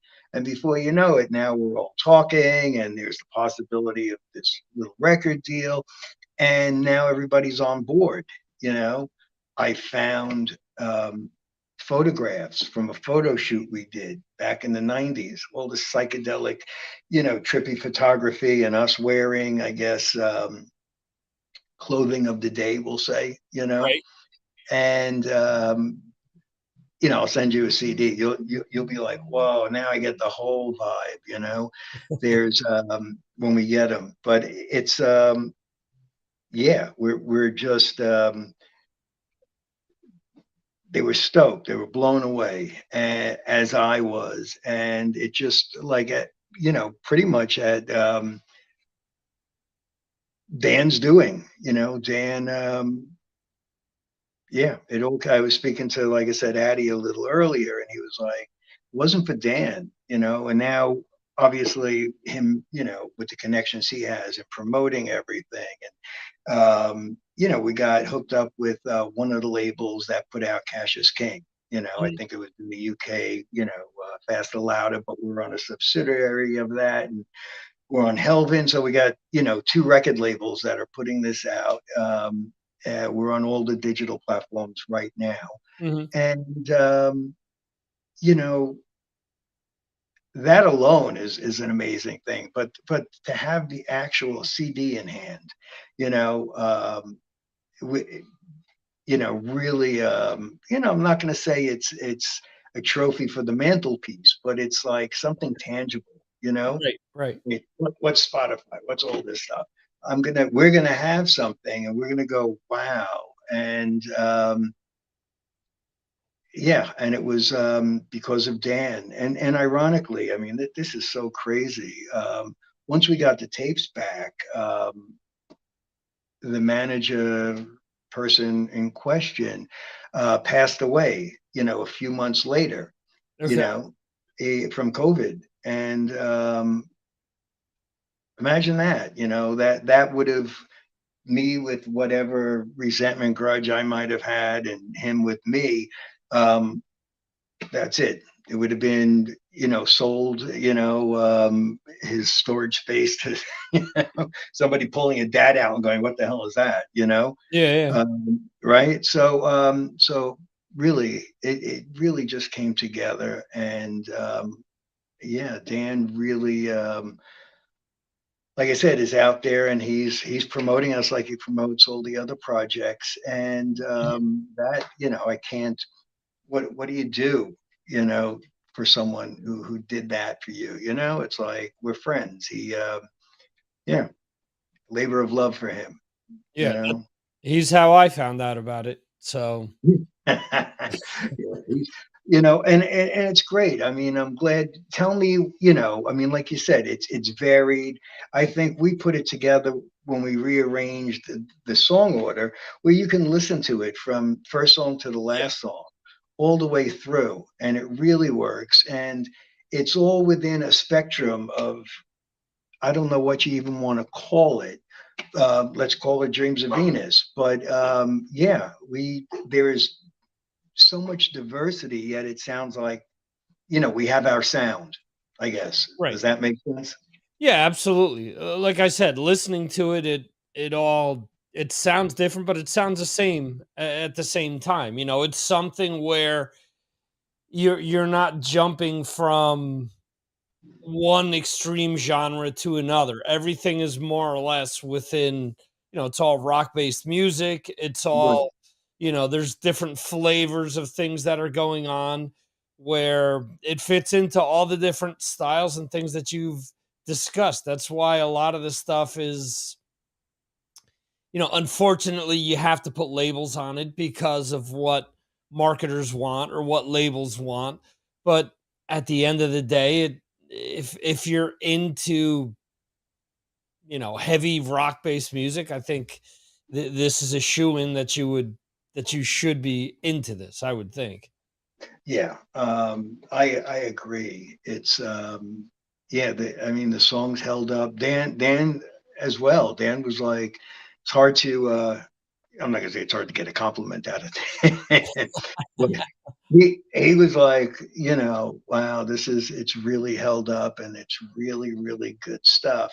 And congratulations. And I'm like, yeah, and is this a bucket list thing, now that I could scratch off my list? Yeah, it came at a good time. I think now we've all grown and, it's 30 years later, and we can look back at this period of time with all the bad and the good. This was something good that came out of that time period.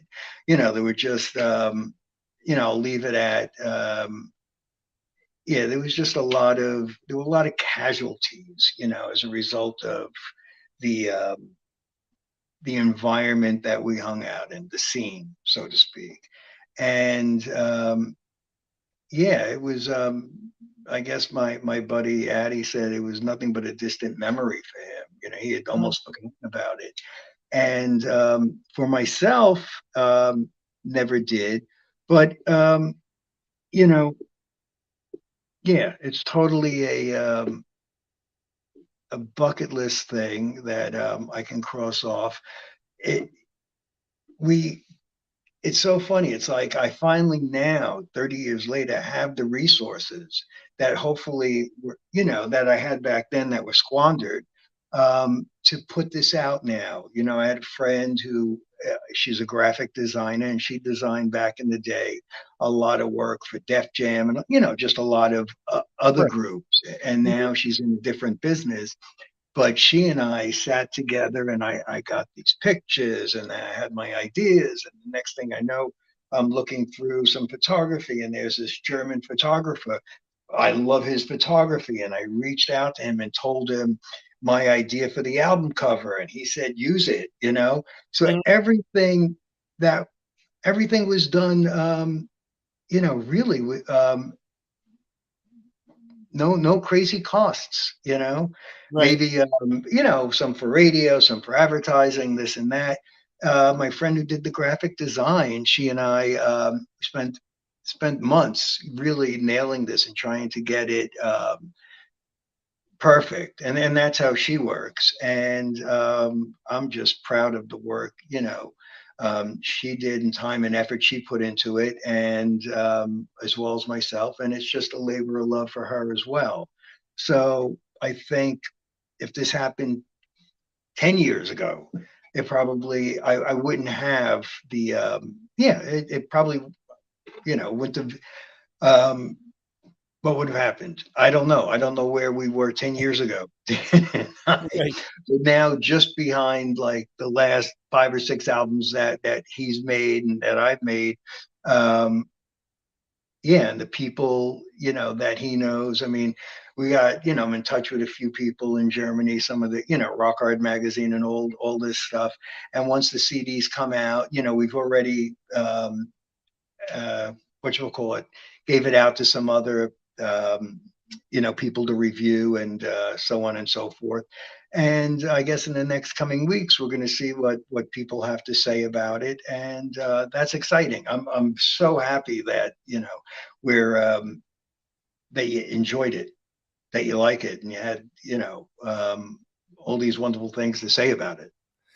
Cool. Yeah. And I mean, I'm not bullshitting you at all when I'm saying that. I mean, I truly feel that stuff. So, yeah, go ahead. That it's great. It's great. I'm, people are like, what are you going to do? Is the band going to play? The band going to get back together? Now we're a bunch of old geezers. Would Dreams of Venus do something else? Who knows? I mean, the way we're working with Jason and with Nathan, everybody's just sending their files into the producer, and we're sort of making an album, bit by bit. Can that be done, with a band like this? And would we pick up where we left off? Probably not. It's not likely. So it's, but for what it was, for what that is, it's, I'm very proud of it. And dream come true. Okay. Where should people go to pick the album up? You said it's on the streaming platforms, but the CD is going to come out shortly. Where should they go? Is Bandcamp the best place, or is there someplace else you prefer for them to go? They can go to Bandcamp, CD Baby. I guess Amazon. We're gonna right now. The guys are they're 2 European labels. So right now, they have them. I guess they would, if you really want to contact a record company, you would have to, it would be an import. So you'd have to, pay for that. But yeah, it would be available. I'm sure Bandcamp, we're on Bandcamp, and CD Baby. And the rest, it's, if you have iTunes, Apple, we're on Pandora, Spotify. I don't want to say we're on YouTube, but, so whatever.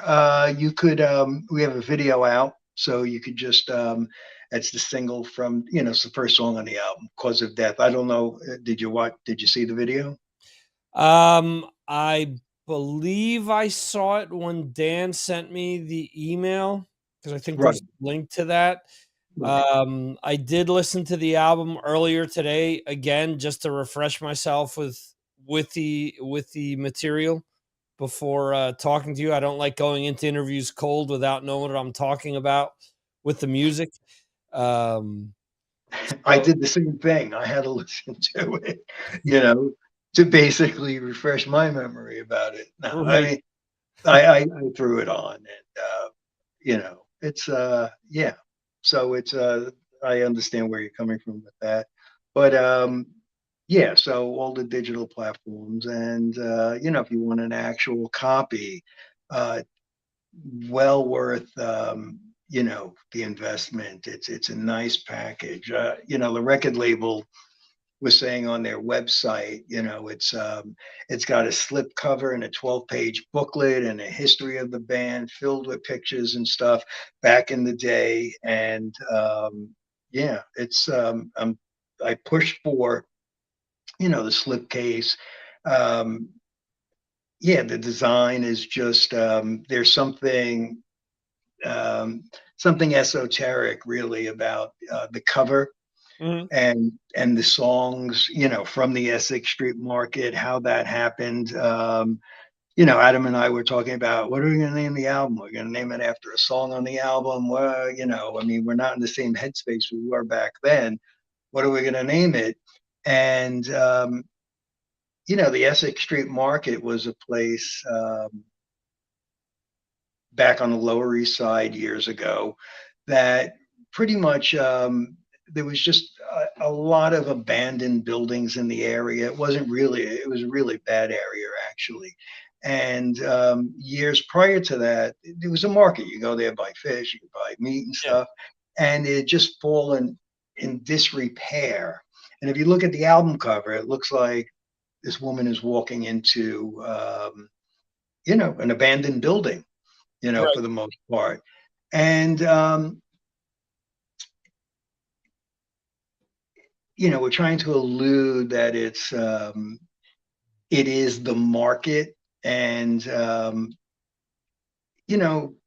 like I said, the market was a place where I guess we would not hang out, we would go there for certain things, maybe hang out in the neighborhood and then go to some bars. But there is an actual Essex Street Market. And the thing is, how shall I say this? Fish and meat were not what they were selling. Right. So, so there you go. And, it just came out of him. And I'm like, that's it. And, yeah, yeah. There's a whole, like I said, the imagery of the band, I don't know. I mean, how long are we going over here? What's, are we over time? No. There's no cutoff time at all. There's no hook. You can go for as long as you want. All right, there we go. There's an element to, we were a psychedelic based group, and back in the 60s, a lot of the psychedelic imagery, with bands was Art Nouveau, right? So you usually see like, this Mucha based turn of the century Art Nouveau art where a woman might be, naked in a field of flowers, flora and fauna, and just lots of flowing hair and all that stuff. And that imagery always, I always was drawn towards that. And so back then, I took an image like that for our J card that we were passing the, the demo tape around. And I just took the image and, I sort of watercolored everything. Each one, I must have, I sit there at night and, so it was like when a record company guy got it, he was like, oh, wow, look at this, nice image, all watercolored and, it was a little piece of art and very colorful. And that's where we were going. But, like I said, the project fell apart and didn't go anywhere. So now here I am 30 years later, and I'm like, how do I was thinking about this. I was looking at some black and white photos from this German photographer, and it was just about, he had some models in abandoned buildings, Back then we used to hang out, there were squats. If you ever seen the movie like Rent, Rent was sort of based in the, in the musical, based back in the East Village and the Lower East Side in the mid 90s, So Rent came from that, and there was a lot of other, a lot of good things came out of that time period. I guess what I'm getting at is I had friends who were squatting in buildings. I had friends who were tapping into electricity from the street pole, the street light, and just cold water, and literally crawling the building. The front door is like locked up by the marshal, and they're crawling in a hole in the back to get into their apartment. I wasn't living like that, but that was sort of the vibe back then. So now here I'm looking, at this woman who basically walking amongst rubble and, the building, just falling apart, and this guy's taking pictures of her. And I'm like, wow, this could be like a modern day version of what I envisioned back then. Right. We were hanging out in environments like that. And so maybe this is like 2020 Art Nouveau, just flip it. And I contacted the photographer, and I threw him this pitch, and he was like, wow, that's great. I go, what do you want? He goes, just send me a CD. And he sent me, like 26 pictures to choose from. And we wound up using 2. There's one on the inside as well. But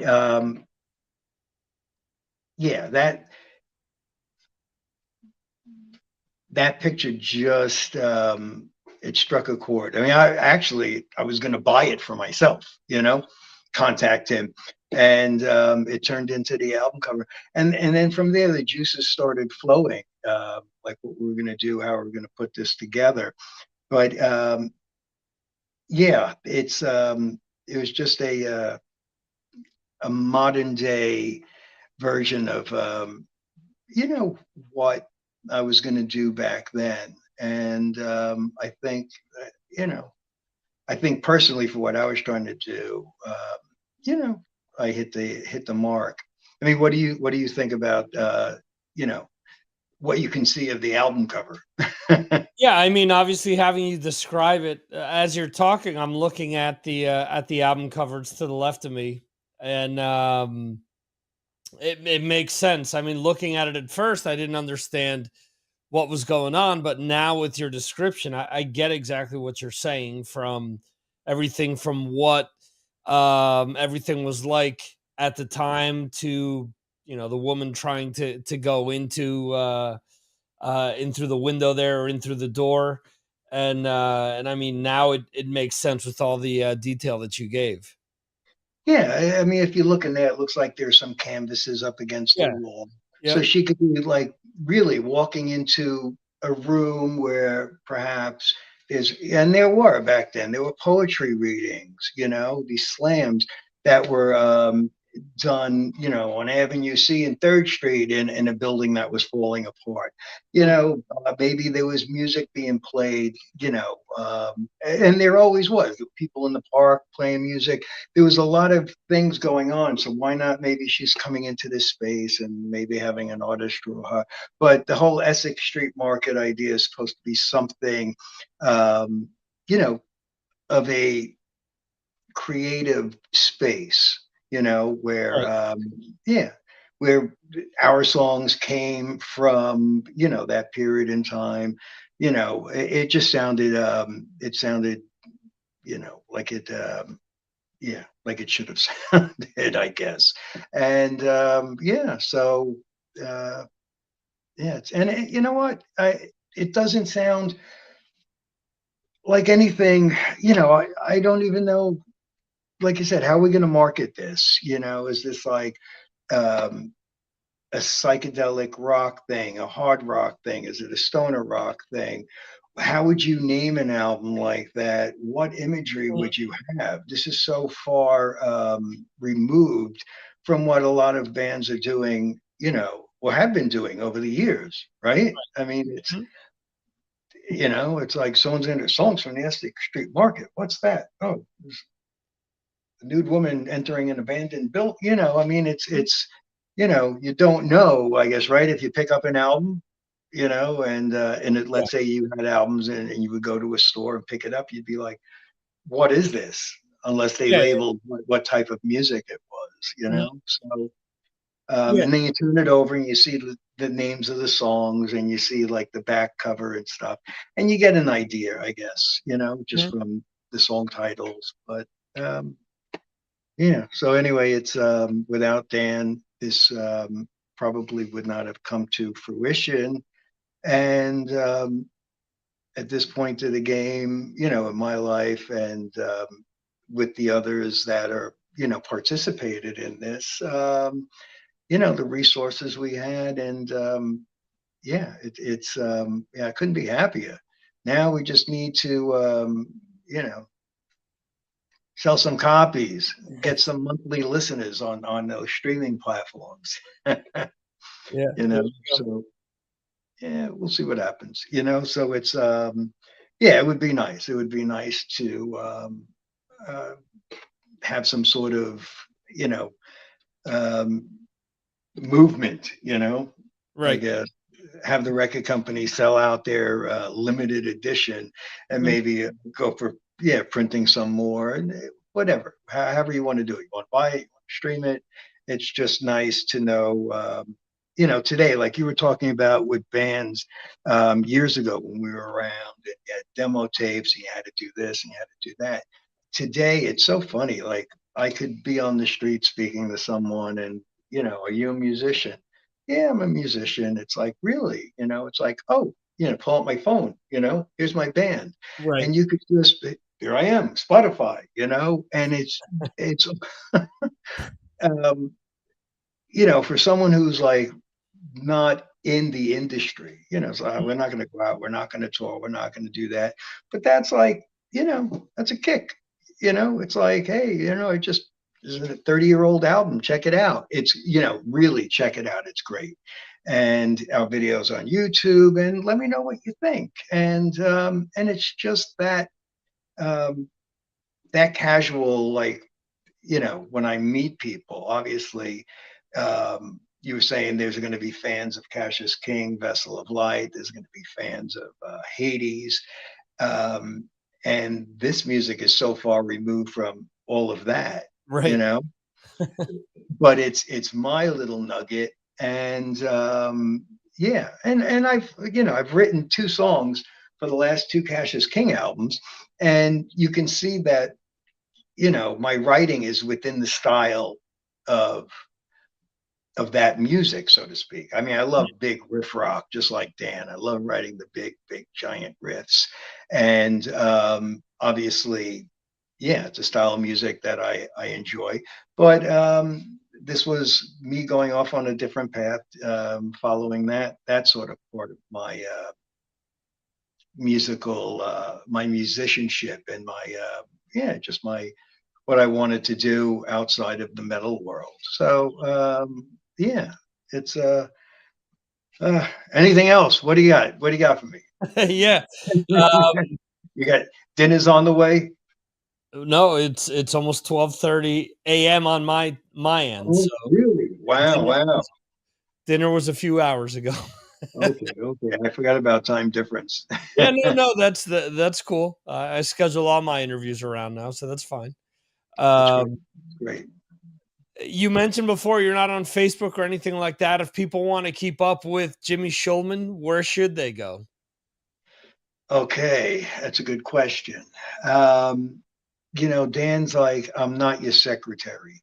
So it's like people go through, his Instagram, they'll go through the Vessel of Light Instagram or page. And yeah, so people are pretty much locating me through Dan, and as much as he hates it, he still forwards the information to me. So with that being said, Facebook, I abandoned that whole social media thing many years ago. And I don't think Dreams of Venus is something that I can get. We have a Bandcamp website. I don't think we can really get us an Instagram page and put something together for just a project that is in itself the only thing, right? I mean, it doesn't make sense. I don't have any need to be on Instagram. So I guess if anyone want to get in touch, I mean, Hades has a Facebook page. I think what else? Vessel of Light might have a Facebook page, but I would gather through Dan's Instagram site, and Vessel of Light I can be reached. I was just interviewed by someone who's putting a Ramones documentary together. Did you hear anything? No, I didn't know. Wow. Just by chance, it's so crazy. Dan and I were in South Beach, and some guy came up to us with a band T-shirt and a hat and long hair, and he's like, "Is there a show in town?" And Dan were all like, "No," So we started talking, and just about music, bands, this and that. And he said that he's he makes documentaries and he does other things. And he mentioned something. He said this name, Monty Melnick. I was like, Monty Melnick? I know that name. And I go, wow, Monty Melnick, Ramones? He goes, oh, yeah. He's the manager of the Ramones. I said, I know. And he goes, I'm making a documentary. I said, wow, you know what? I was one of the final 3 bass players, when they were looking for a bass player. Yeah, out of all the people, I was one of the top 3. And yeah, and he was like, all he knew of was like CJ, right? Yeah. Who got the gig. Well, one of Dan's other friends who's a DJ at Rat, I guess, down in New Brunswick, Keith, right? Keith was the other bass player. So he told this guy, yeah, I'm friends with the other guy. So somehow, just through this little interaction, he's got the top 3 bass players who now he could add to his documentary, this information, you know, and it was just by happenstance. And yeah, I was interviewed probably about a month ago. So I don't know when this is coming out. He just wanted to hear my story and what happened. And you know, that was something else. That was like something long gone, you know, only a few people know. Like when Hades broke up, I came back and I tried out for a bunch of bands. And I got into a few of them. And through this manager, he got me, you know, the auditions. So prior to Dreams of Venus happening, I got an audition for the Ramones, and I'm like, how the fuck did that happen? Right. It happened from this guy, right? And then, you know, there were a few other projects that he was that I tried out for. I tried out for another band. What were they called? I forget. They were a Rick Rubin band. They were going to be on. What's his label? That Deaf American. Was it that Slayer and all that? The rock. Yeah. I think it was. It morphed into Deaf American later on. Yeah. Def Jams, and it was it just American Records, maybe? Deaf American, I guess. You know, okay. I'm trying to, off the top of my head, I can't think of anything other than that. But I wound up getting in this band, and I forget the name of the band, but that's so there was a point between coming back from Europe, immediately trying to hook up in a band as a bass player. Dan says this. We were in he said he heard this. I was doing an interview, and he heard it through the wall that I said, yeah, Hades is breaking up. I'm going to go home. I'm a bass player. You know, either I can start something or I can get, you know, I could just get into another group. Right. And play, you know. And I didn't say I feel sorry for Dan. This is what he says. I said, you know, Dan can't play in other people's bands. Dan has to now form another band. So that's going to take a lot of time and effort to come home and put together a new band versus stepping into a band. And what happened was I tried to step into a few other bands. Nothing, you know, really connected. And I formed my own, which was great. But just you know, I could have been a Ramone. Could you imagine that? Yeah, that's crazy. I tell people, I said, you know what? And Jimmy, you know, I don't have to add a Y to the end of my name, you know? There you go. Now, I might have to cut bangs, but yeah, I just couldn't believe it. And, you know, I mean, I can tell you a little bit more about it, but I don't know if you're interested in it, or you could just watch the documentary when it comes out. No, totally. Go ahead. Yeah. All right. Yeah.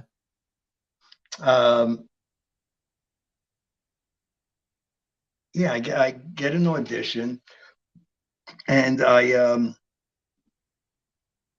meet Monty, right? I come down, and I meet Johnny and Marky.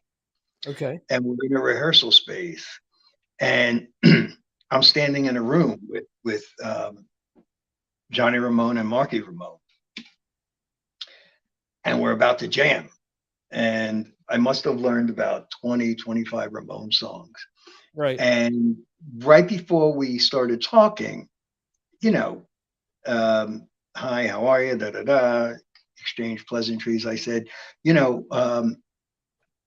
my speed metal band just broke up. You know, we were in Europe. And the funny thing is, every show every venue we played, you played 2 weeks ahead of us. And then Soundgarden played a week ahead of us. So every place we went, it would say Ramones, but, you know, they didn't take, you know, the sign down yet. Yeah. And I would take all these pictures of me under the Ramones, you know, in Germany and this and that. And so right off the bat, I'm like, okay, you know, I was on tour, I was in Germany with my band who just broke up. And I was like, wow, if we hit 2 weeks earlier, we could have seen the Ramones, you know? Right. And yeah. So they were like, "Ah, right, that's great." And Johnny's guitar tech knew of Hades, and he goes, Okay. "Yeah, yeah, you were a great band." I'm like, "Okay, you know, that's now they're listening." And then Marky Ramone played in a band like about 5 years earlier in New York, and they were called King Flux, and that was with Ricky Stotts. After the Plasmatics, he formed this band, King Flux, and Marky was the drummer. And I had played in a band with the guitar player who played in that band, probably in the early 80s, right before Hades. I played in a band with this guy. He was Billy Hilfiger, I don't, Tommy Hilfiger's brother. And he was in this band, and Billy and I were friends. And I would go see them at the Cat Club, all these places. And they were a great group. I enjoyed them and stuff. And so I go to Marky. I said, "Yeah, you know, I'm friends with Billy Hilfiger, right?" If I never say it right. And Billy had just passed a few years earlier, right? I said I was friends with Billy, and I used to see King Flux all the time. And he's like, "Really?" I said, "Yeah, Billy and I had a band in the early 80s. You know, that it was me, him, and a drummer. We never got a singer, and it fell apart." And all of a sudden, Marky's like, "Oh my God, you know Billy, you know." So all of a sudden, it's like I got everybody's attention, and they go, "What do you want to do?" And I said, "I don't know. Let's start a lobotomy, right?" And we just go into like one song after the other. It was like 25 songs. And I'm like, wow, you know, so like I'm sitting there and it's just me, Johnny, and Mark.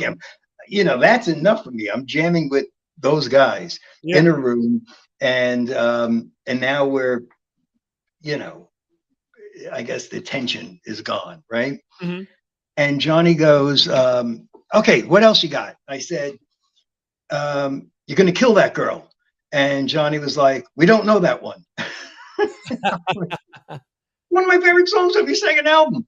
And he goes, "We don't know that one." So he goes, "What do you want to do again? You know, or do?" And I said, "Let's do everything again." And we played everything again. And when it was over, I was just like, wow, you know, just talking some more, laughing. All right, we'll be in touch and stuff like that.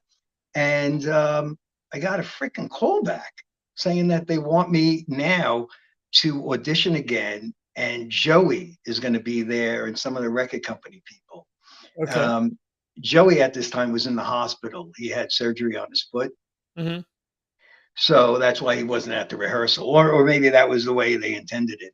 And now this is at SIR Studios, and I come in, and you know, I had a black Rickenbacker at the time, and I'm playing. I couldn't play my Hades bass. I'm playing it low, dressed in black, you know, sort of boots up to the knees, the stretch jeans, you know, hair down to here and stuff. Right. And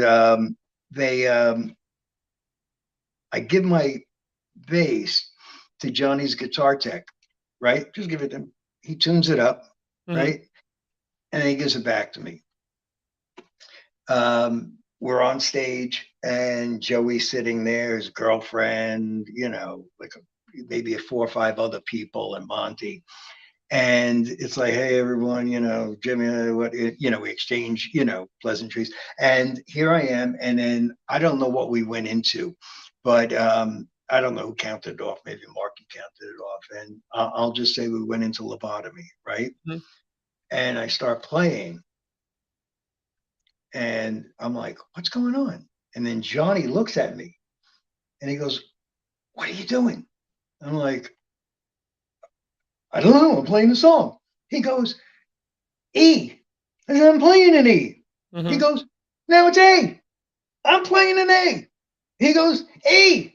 I'm like, "Holy fucking shit. D." We stopped the song. He goes, "What's happening? Are you playing the right notes?" And I'm freaked out, right?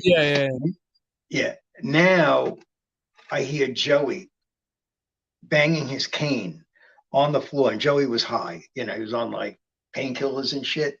And Joey's got this cane like he's holding court. And he's like, now look, I have the utmost respect for, I love the Ramones. I mean, my first band I was ever in a basement, we did nothing but Ramone songs because that's all we could play. So with that being said, Joey just happened to pull, a dick move, and he starts banging the cane on the floor, and he starts saying Dee Dee.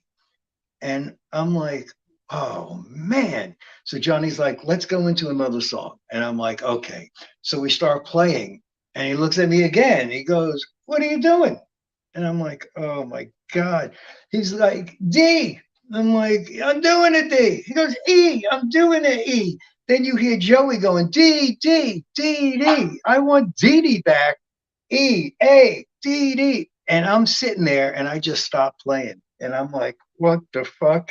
And Joey was just like, get this fucking hippie out of here. I want Dee Dee back. Get this fucking hippie out. And that was it. And then Johnny looks at me, and Johnny's like, what happened?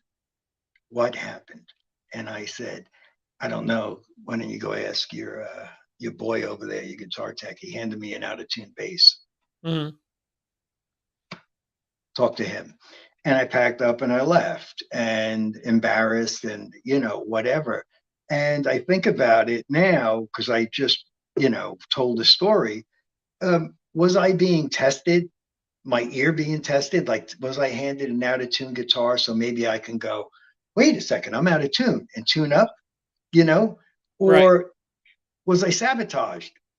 Because perhaps, they already had CJ, or he wanted CJ, or you know what I'm saying? Right.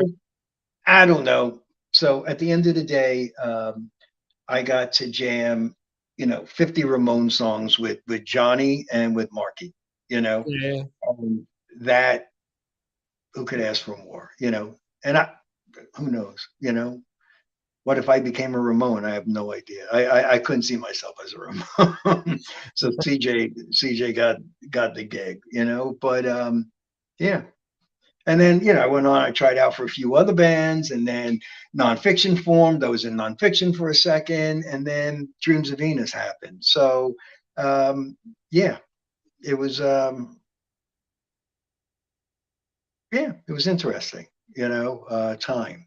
So I'm glad that I finally got to form my own band versus playing for other people and or playing in someone else's band. But that was what was, I guess my that's what worked out for me, we'll just say. And it was everything that I wanted it to be. It's how it, I wanted it to work out, with the exception of us breaking up and and self-destructing over there. So yeah. So all right, Puffy, calm down. Hey everyone, this is Jimmy Schulman from Dreams of Venus, Vessel of Light, Cassius King, and Hades. Okay, and I'm listening to and watching Signals from Mars.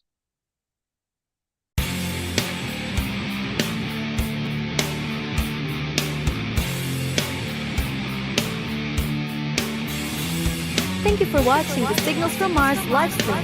You can watch the show live on YouTube, Facebook, Twitter, and Twitch, or check out replays on YouTube. Go to signalsfrommars.com for more information. This concludes our show.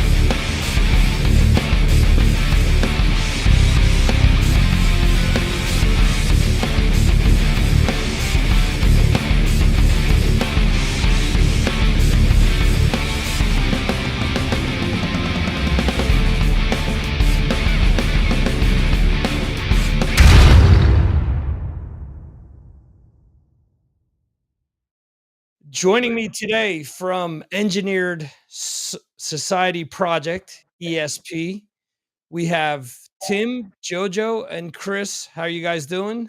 Awesome. What's going on? Cool. So you guys just released an EP called My TV. Correct.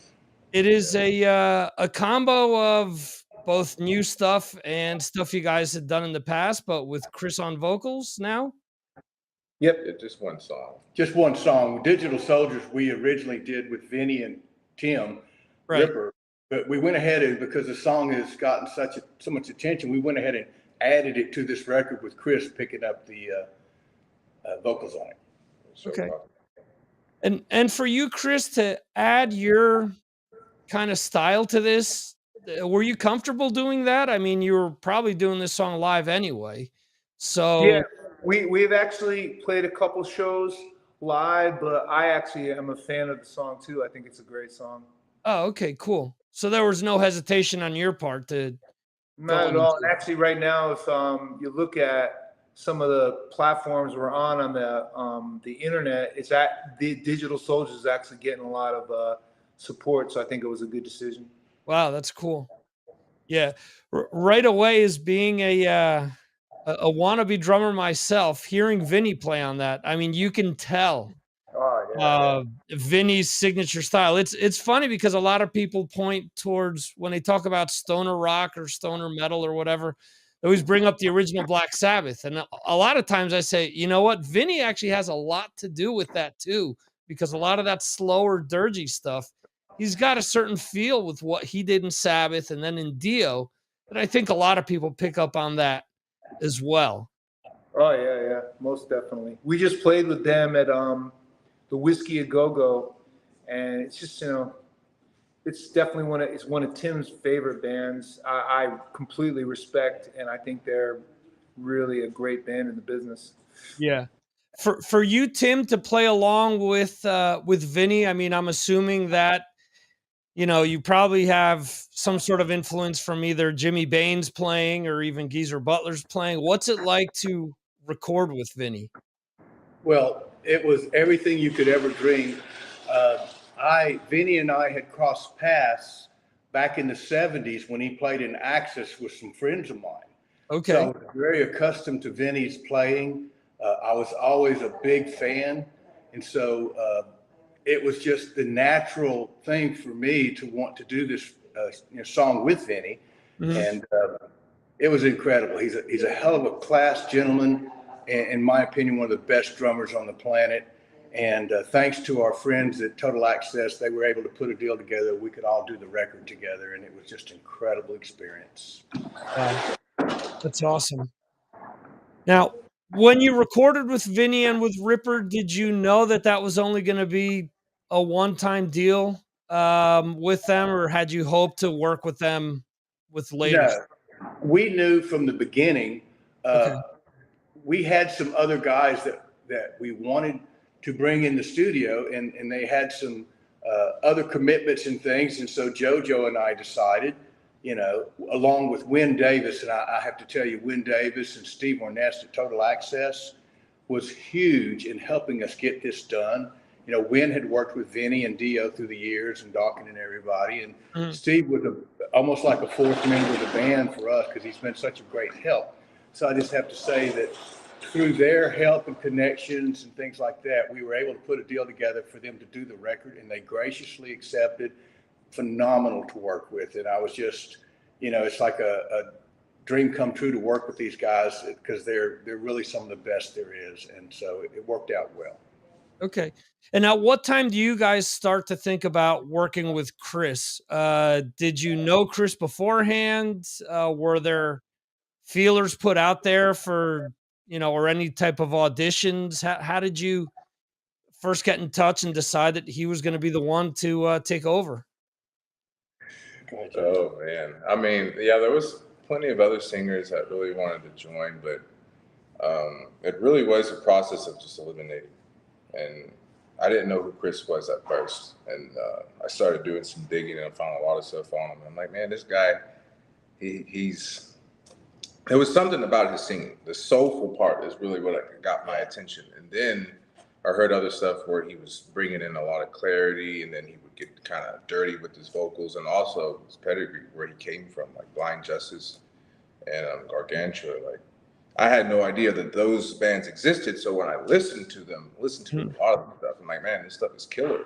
It's like, this guy has a lot of experience, and I really like the creativity that he has, you know, jumping genres and whatnot. So I thought that it would be a good fit to have someone with that creative element to join us and really evolve, you know, and not just stick with one specific genre, and just see what can we create as musicians, and just vibe with each other. And I'm really digging what's coming out. You know, it's really cool. Okay, Chris, from your side of things, how did you approach this? What was your initial thought when this whole process started about you maybe becoming part of ESP? It was an adventure and a journey, and now that I'm here, you know, I came from Portland, Oregon, and now that I'm here in Houston, Texas, which turning into sort of a brotherhood, as I reflect back on the process of it, and like where we are right now, we're an American band. We're an American band. You know, we're starting together. We want to make music, and we want to do live shows, and we have a good time. But also, when I first looked at the band, I saw some consciousness. I saw some looking at what's happening in society today. And I think what I'm bringing into it is sort of, I have the same sort of view, that sort of looking at In the City Tonight, you know, is one of their songs, and they're looking at things and how society's happening. I'm bringing sort of transcendence to it. I'm bringing something where it's like mystic, and like Jojo said, creative. And I think those are the three walls that we come in with. And the fourth wall is an open-ended wall. Like, we're starting to write some new stuff as our new stuff is out there, you know, becoming what a band should be, a songwriting machine. And there's an open wall, which I think is the thing you want when you're in a band, is you want people you work with to have an open-ended sort of future where you become a songwriting machine. Yeah. Makes sense. I mean, go ahead. The journey was really interesting, you know, having me come in and audition. And really, the first audition when we were actually at Tim's house was really, I could tell that we had good chemistry, because that's really what you're looking for. You're looking for chemistry between your brothers, because really, to me, a band is like a family. I was an orphan when I was little, and really, when I get in a band, the band becomes sort of like family, and then the songs are like our children. Oh yeah, makes complete sense. And I mean, if you're not feeling something special, I mean, and let's be honest, there's so much music out there now that you can tell when you listen to it, it's like too homogenized, like it's too perfect.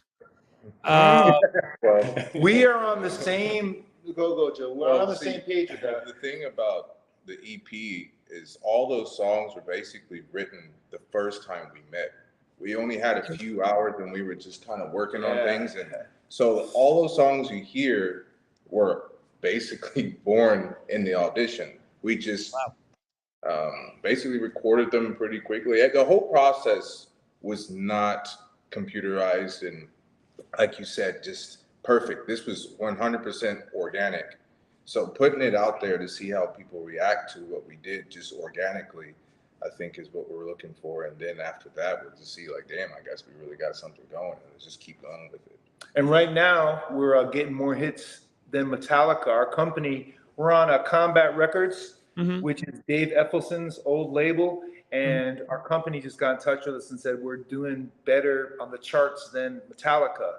So what a privilege. And like I said, chemistry and the aspects that make us up, I think, like you said, are special, because me and you are on the same page with like like I hear a lot of music and it doesn't have what I am attracted to music in. It's homogenized or over processed, or the feeling isn't there. Yeah. One thing I think for sure we'll never be accused of putting it down perfect. Yeah. It was pretty fun. I think some of the albums that we grew up listening to are like that. They're full of mistakes and they're full of, things don't have to be spot on. I mean, I think a lot of real. yeah, the feel. I mean, to me, and I had this discussion with somebody earlier this week. I think there's a lot to be said about music with feeling that doesn't have to have 50 million notes. That doesn't have to be an Olympic event to prove that, you can play faster or better or whatever, because a lot of that stuff, okay, that's cool. You can do that. But is this song going to get stuck in my head for the next 3 weeks? A lot of that's missing. Two examples I have are an album or a song called Doolin Dalton by the Eagles. When it first comes in, you can hear everybody in the studio. It's like somebody goes, hey, hey, hey, hey, and they left it because they wanted you to be in the experience. They wanted you to be in the studio with them. They didn't want this wall between you. And the other example I have is Jimi Hendrix burning his guitar. When you were there, it's probably a little off key. It's this weird guy wearing a gypsy outfit, but there is spirit, there is soul, and that's really what you want at the end of the day to give to people. Yeah, I agree. Why did you guys decide to just go with an EP for My TV? Was it that you guys just wanted to get the music you were working on with Chris out there? Because you guys were so excited about it, or was that the plan all along? Was okay, let's just get a few songs out there and just kind of work from there? It was the plan all along. We had taken the tack on the last EP, Digital Soldiers EP, to do 5 or 6 or 7 at a time. Part of that is budget because when we recorded Total Access, you were recording at a world-class, facility, and so this was pretty much financed by my record company. And so it was a budget issue. It was a timing issue. Thanks to Chris, we were able to meet Christian Opus Lawrence, and we was able to put a deal together with him. And so we felt like it made more sense to get something out now as opposed to working, another month or two on so many more songs. And so we went that path, and we were pleasantly surprised with the outcome. And that's Christian Lawrence, and that's a company called My Snap Music. Yeah. And for me, me and Tim were talking, because really, like I said, one of the first walls of our organization we're an American band. I'm just talking about that song. We want to get out and play. We love to be on stage. And when I first met JoJo, man, he's such a quiet, humble guy, but then you see him on stage and he's just a beast. So we want to get on stage. We're rock and rollers. We want to get on stage. And so me and Tim, we started talking about booking the band. And I got in touch with my buddy Christian. And I said I was going to pick his brain about, getting some good, tours, getting on some good tours. And then he heard Digital Soldiers. And he was like, holy cow. So really, I wasn't, because Christian he was in a band with me a while ago. I wasn't planning on getting any more involved with him. But he actually heard our stuff, and that sort of comments too on sort of Digital Soldiers. He heard what we were doing, and he was like, wow, I actually want to work with you guys. Oh, cool. Yeah. That's awesome. And you guys brought up Combat before. That's such a legendary label. Especially from back in the 80s, from the beginnings of Megadeth and other bands that were coming out at that time. What does it mean for you guys to have this go out on Combat? For me, it's a shock. It's still hard to believe. So I'm just kind of going with the flow at the moment and just taking it all in, because this will be the first time I think I've ever been a part of a label that large. So I guess from a musician's point of view, it's just trying to stay humble about it and just kind of just work with it and just take things as they come instead of getting too stoked about it, because I know I'll do that and just lose my mind. I'm like, we just need to pace it down a bit. Yeah, I think it's safe to say it's something a lot more than we ever expected, and we are just blown away by all of the hard work and effort, the Mind Snap people, the Combat people that everybody's doing for us. And it's like, I've never been in that situation before. And we're just very humbled and honored to be a part of what they're doing. Definitely. The distribution company for Combat Records now is Avant Artists, which is Larry Touring. And I had the privilege to meet him, and he is like a brother. And that's the thing, though, too. It's the same thing as the band. You get fortunate when you're with people and they actually become like brothers or family. So I think that's the thing, when you cross your fingers, we're all along the way. Everybody sort of has a connection compared to it just being, informal. Right. Yeah, just being. You know, I think one of the things is, when I look back, because I've been in the band since the beginning, I came up with the concept of the band when I was in the Middle East in Jerusalem. And so I figured that, we had to do something different than just stay in the Houston market. It hasn't been all that great for us. So coming to California, building a relationship with Wynn and Steve, and there's a progression here. It didn't all happen overnight. And now that I look back over 3 records and all the people that's been involved and all the help and everything that we've got, it's just amazing that these people would help us. And it's just more than I ever dreamed. Okay. And you mentioned that you guys are working on more material currently. Will the next step of the band be completely different music? Do you plan on using some of the songs off of the EP with the full-length album? What plans do you have in store for that? What I think we're going to do is we're going to be somewhat similar to My TV and somewhat similar to the Digital Soldiers. We're looking for a balance. Okay. We're looking, because I'm old school. I'm older than these guys, right?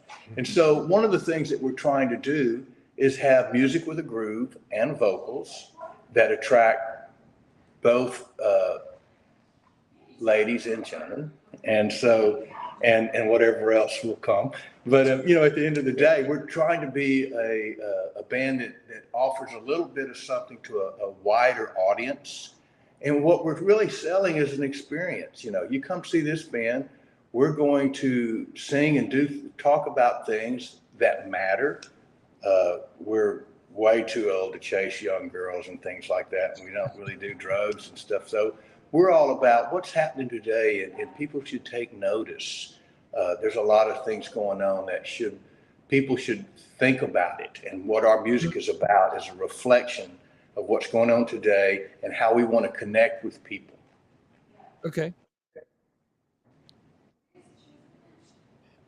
As far as you're currently recording that stuff, you guys are just working on the tracks as we speak? There are ideas that are coming up right now. There's sort of like ideas on the table. And really, we wanted to get out.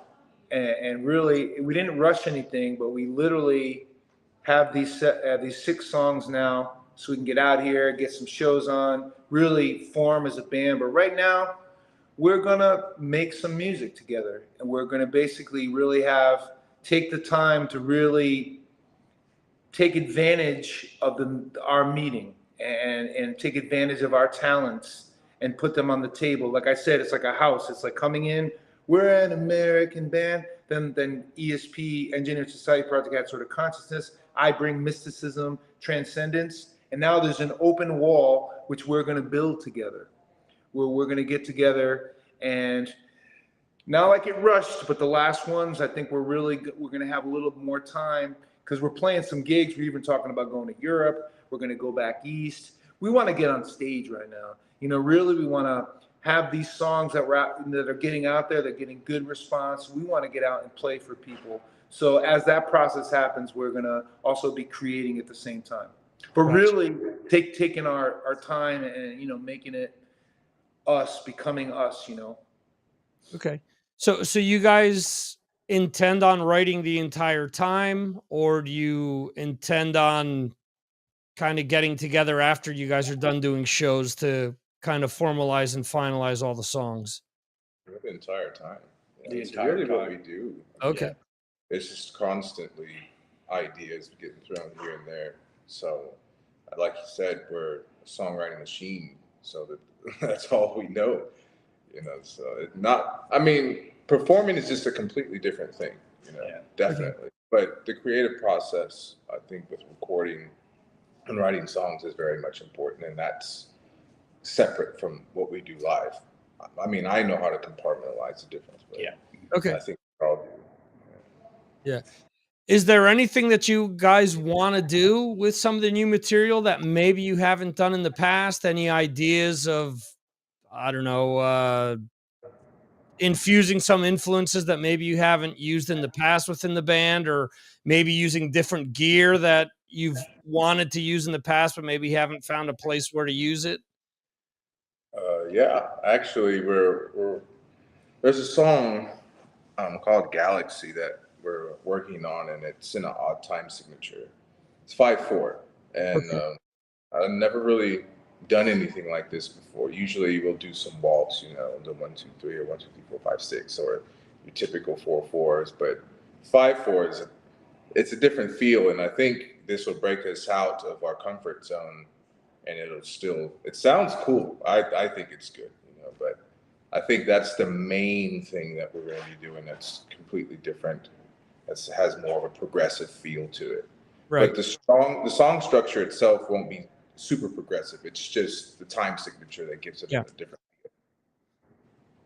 I think the combination of Chris, JoJo, and I, and Sean's a fantastic drummer. He was in Cirque du Soleil for a number of years and stuff. The chemistry that's between us brings a different type of music. And one of the reasons why we're out here on the road right now is we want to play it for people to get a response. Obviously, we like it because we wrote it, but that doesn't count for anything. You know, we have to go out and get the response from people. And so, you know, we just came 2,000 miles on our bus, and we're playing tonight.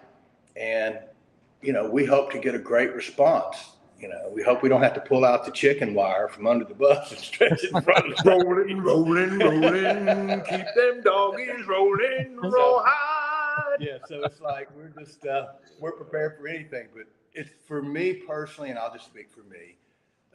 We do what we do, and we try to be the best that we can be, and we hope that instills some type of inspiration in somebody else.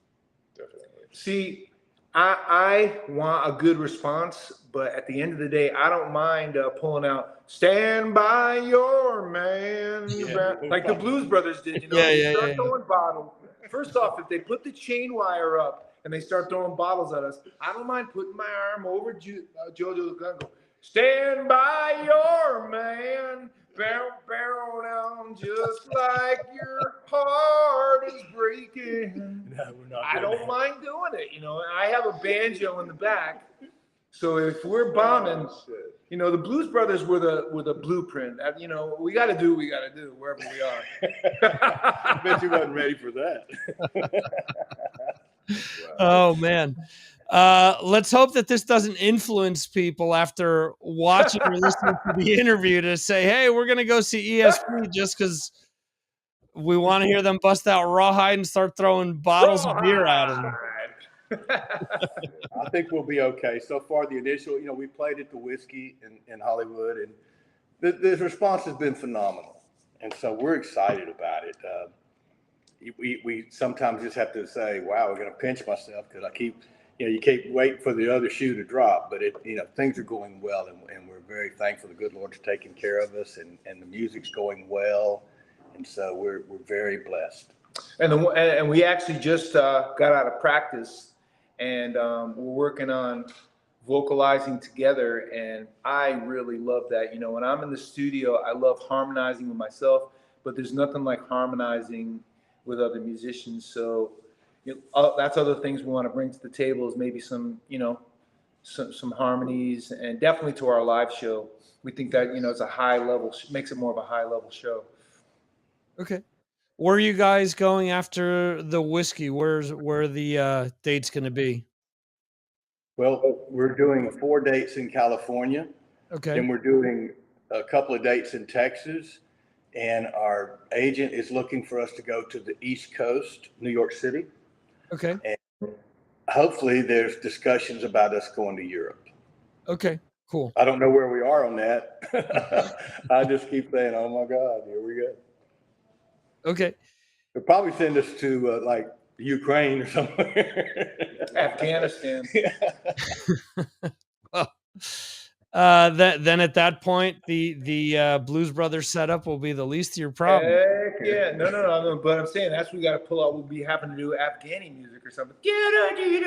Whatever, you know. Yeah. Hey, don't shoot. Where do you want people to go to pick up the EP that ensures that gives you guys the most amount of money? Mindsnap Music. Mindsnap Music is the company that's taking care of everything for us right now. Please come to Engineered Society Rocks. That's our Facebook page. We also have a group. It's actually very important. If you go to facebook.com/Engineered Society Rocks, I have a link right there for our group because that allows us to get to more people. But right now, Von Artist, which is our distribution, and Mindsnap Music, which is Combat Records, is the best place, and we have our links on our Facebook. Yeah, I think Tower Records is one of the places too. That they're handling all that, thank God. Yeah, Tower Records, you can actually buy it. I mean, please if you want buy it. A hard copy. A CD. I mean, that's like a real honor to us, you know, to buy a hard copy. So many people are on streaming and on the internet right now, but to buy a hard copy is really help support local bands, man. Support little metal bands, underdogs.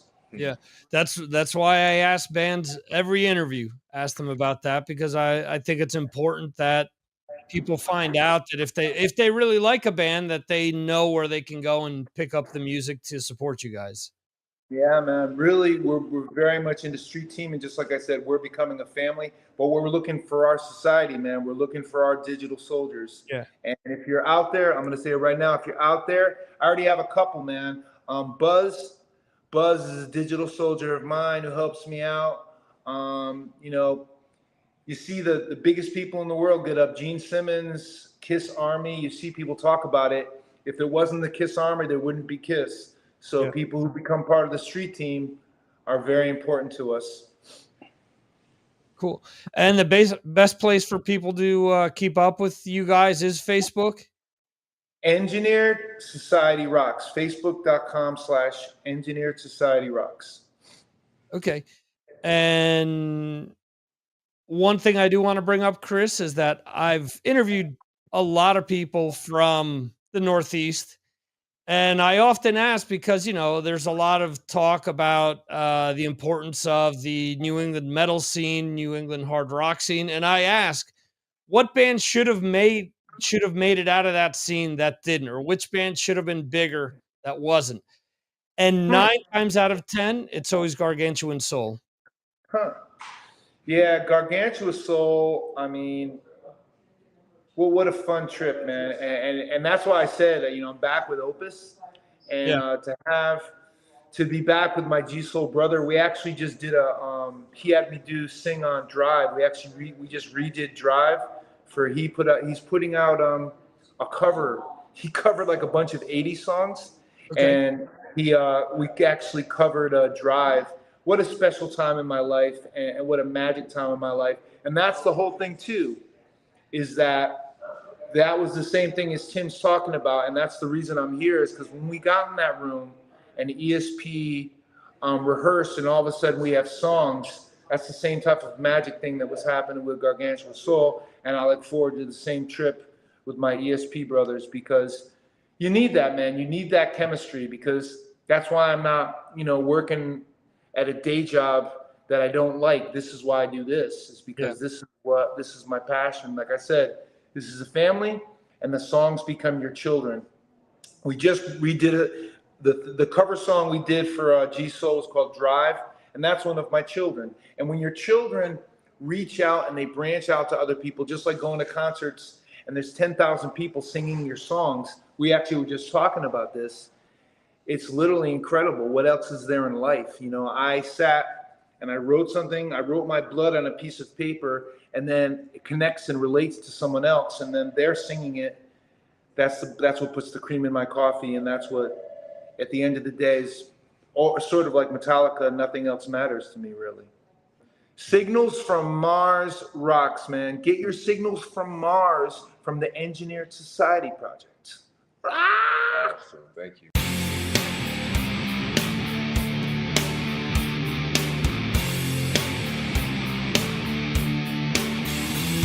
Thank you for watching the Signals from Mars live stream. You can watch the show live on YouTube, Facebook, Twitter, and Twitch, or check out replays on YouTube. Go to signalsfrommars.com for more information. This concludes our show.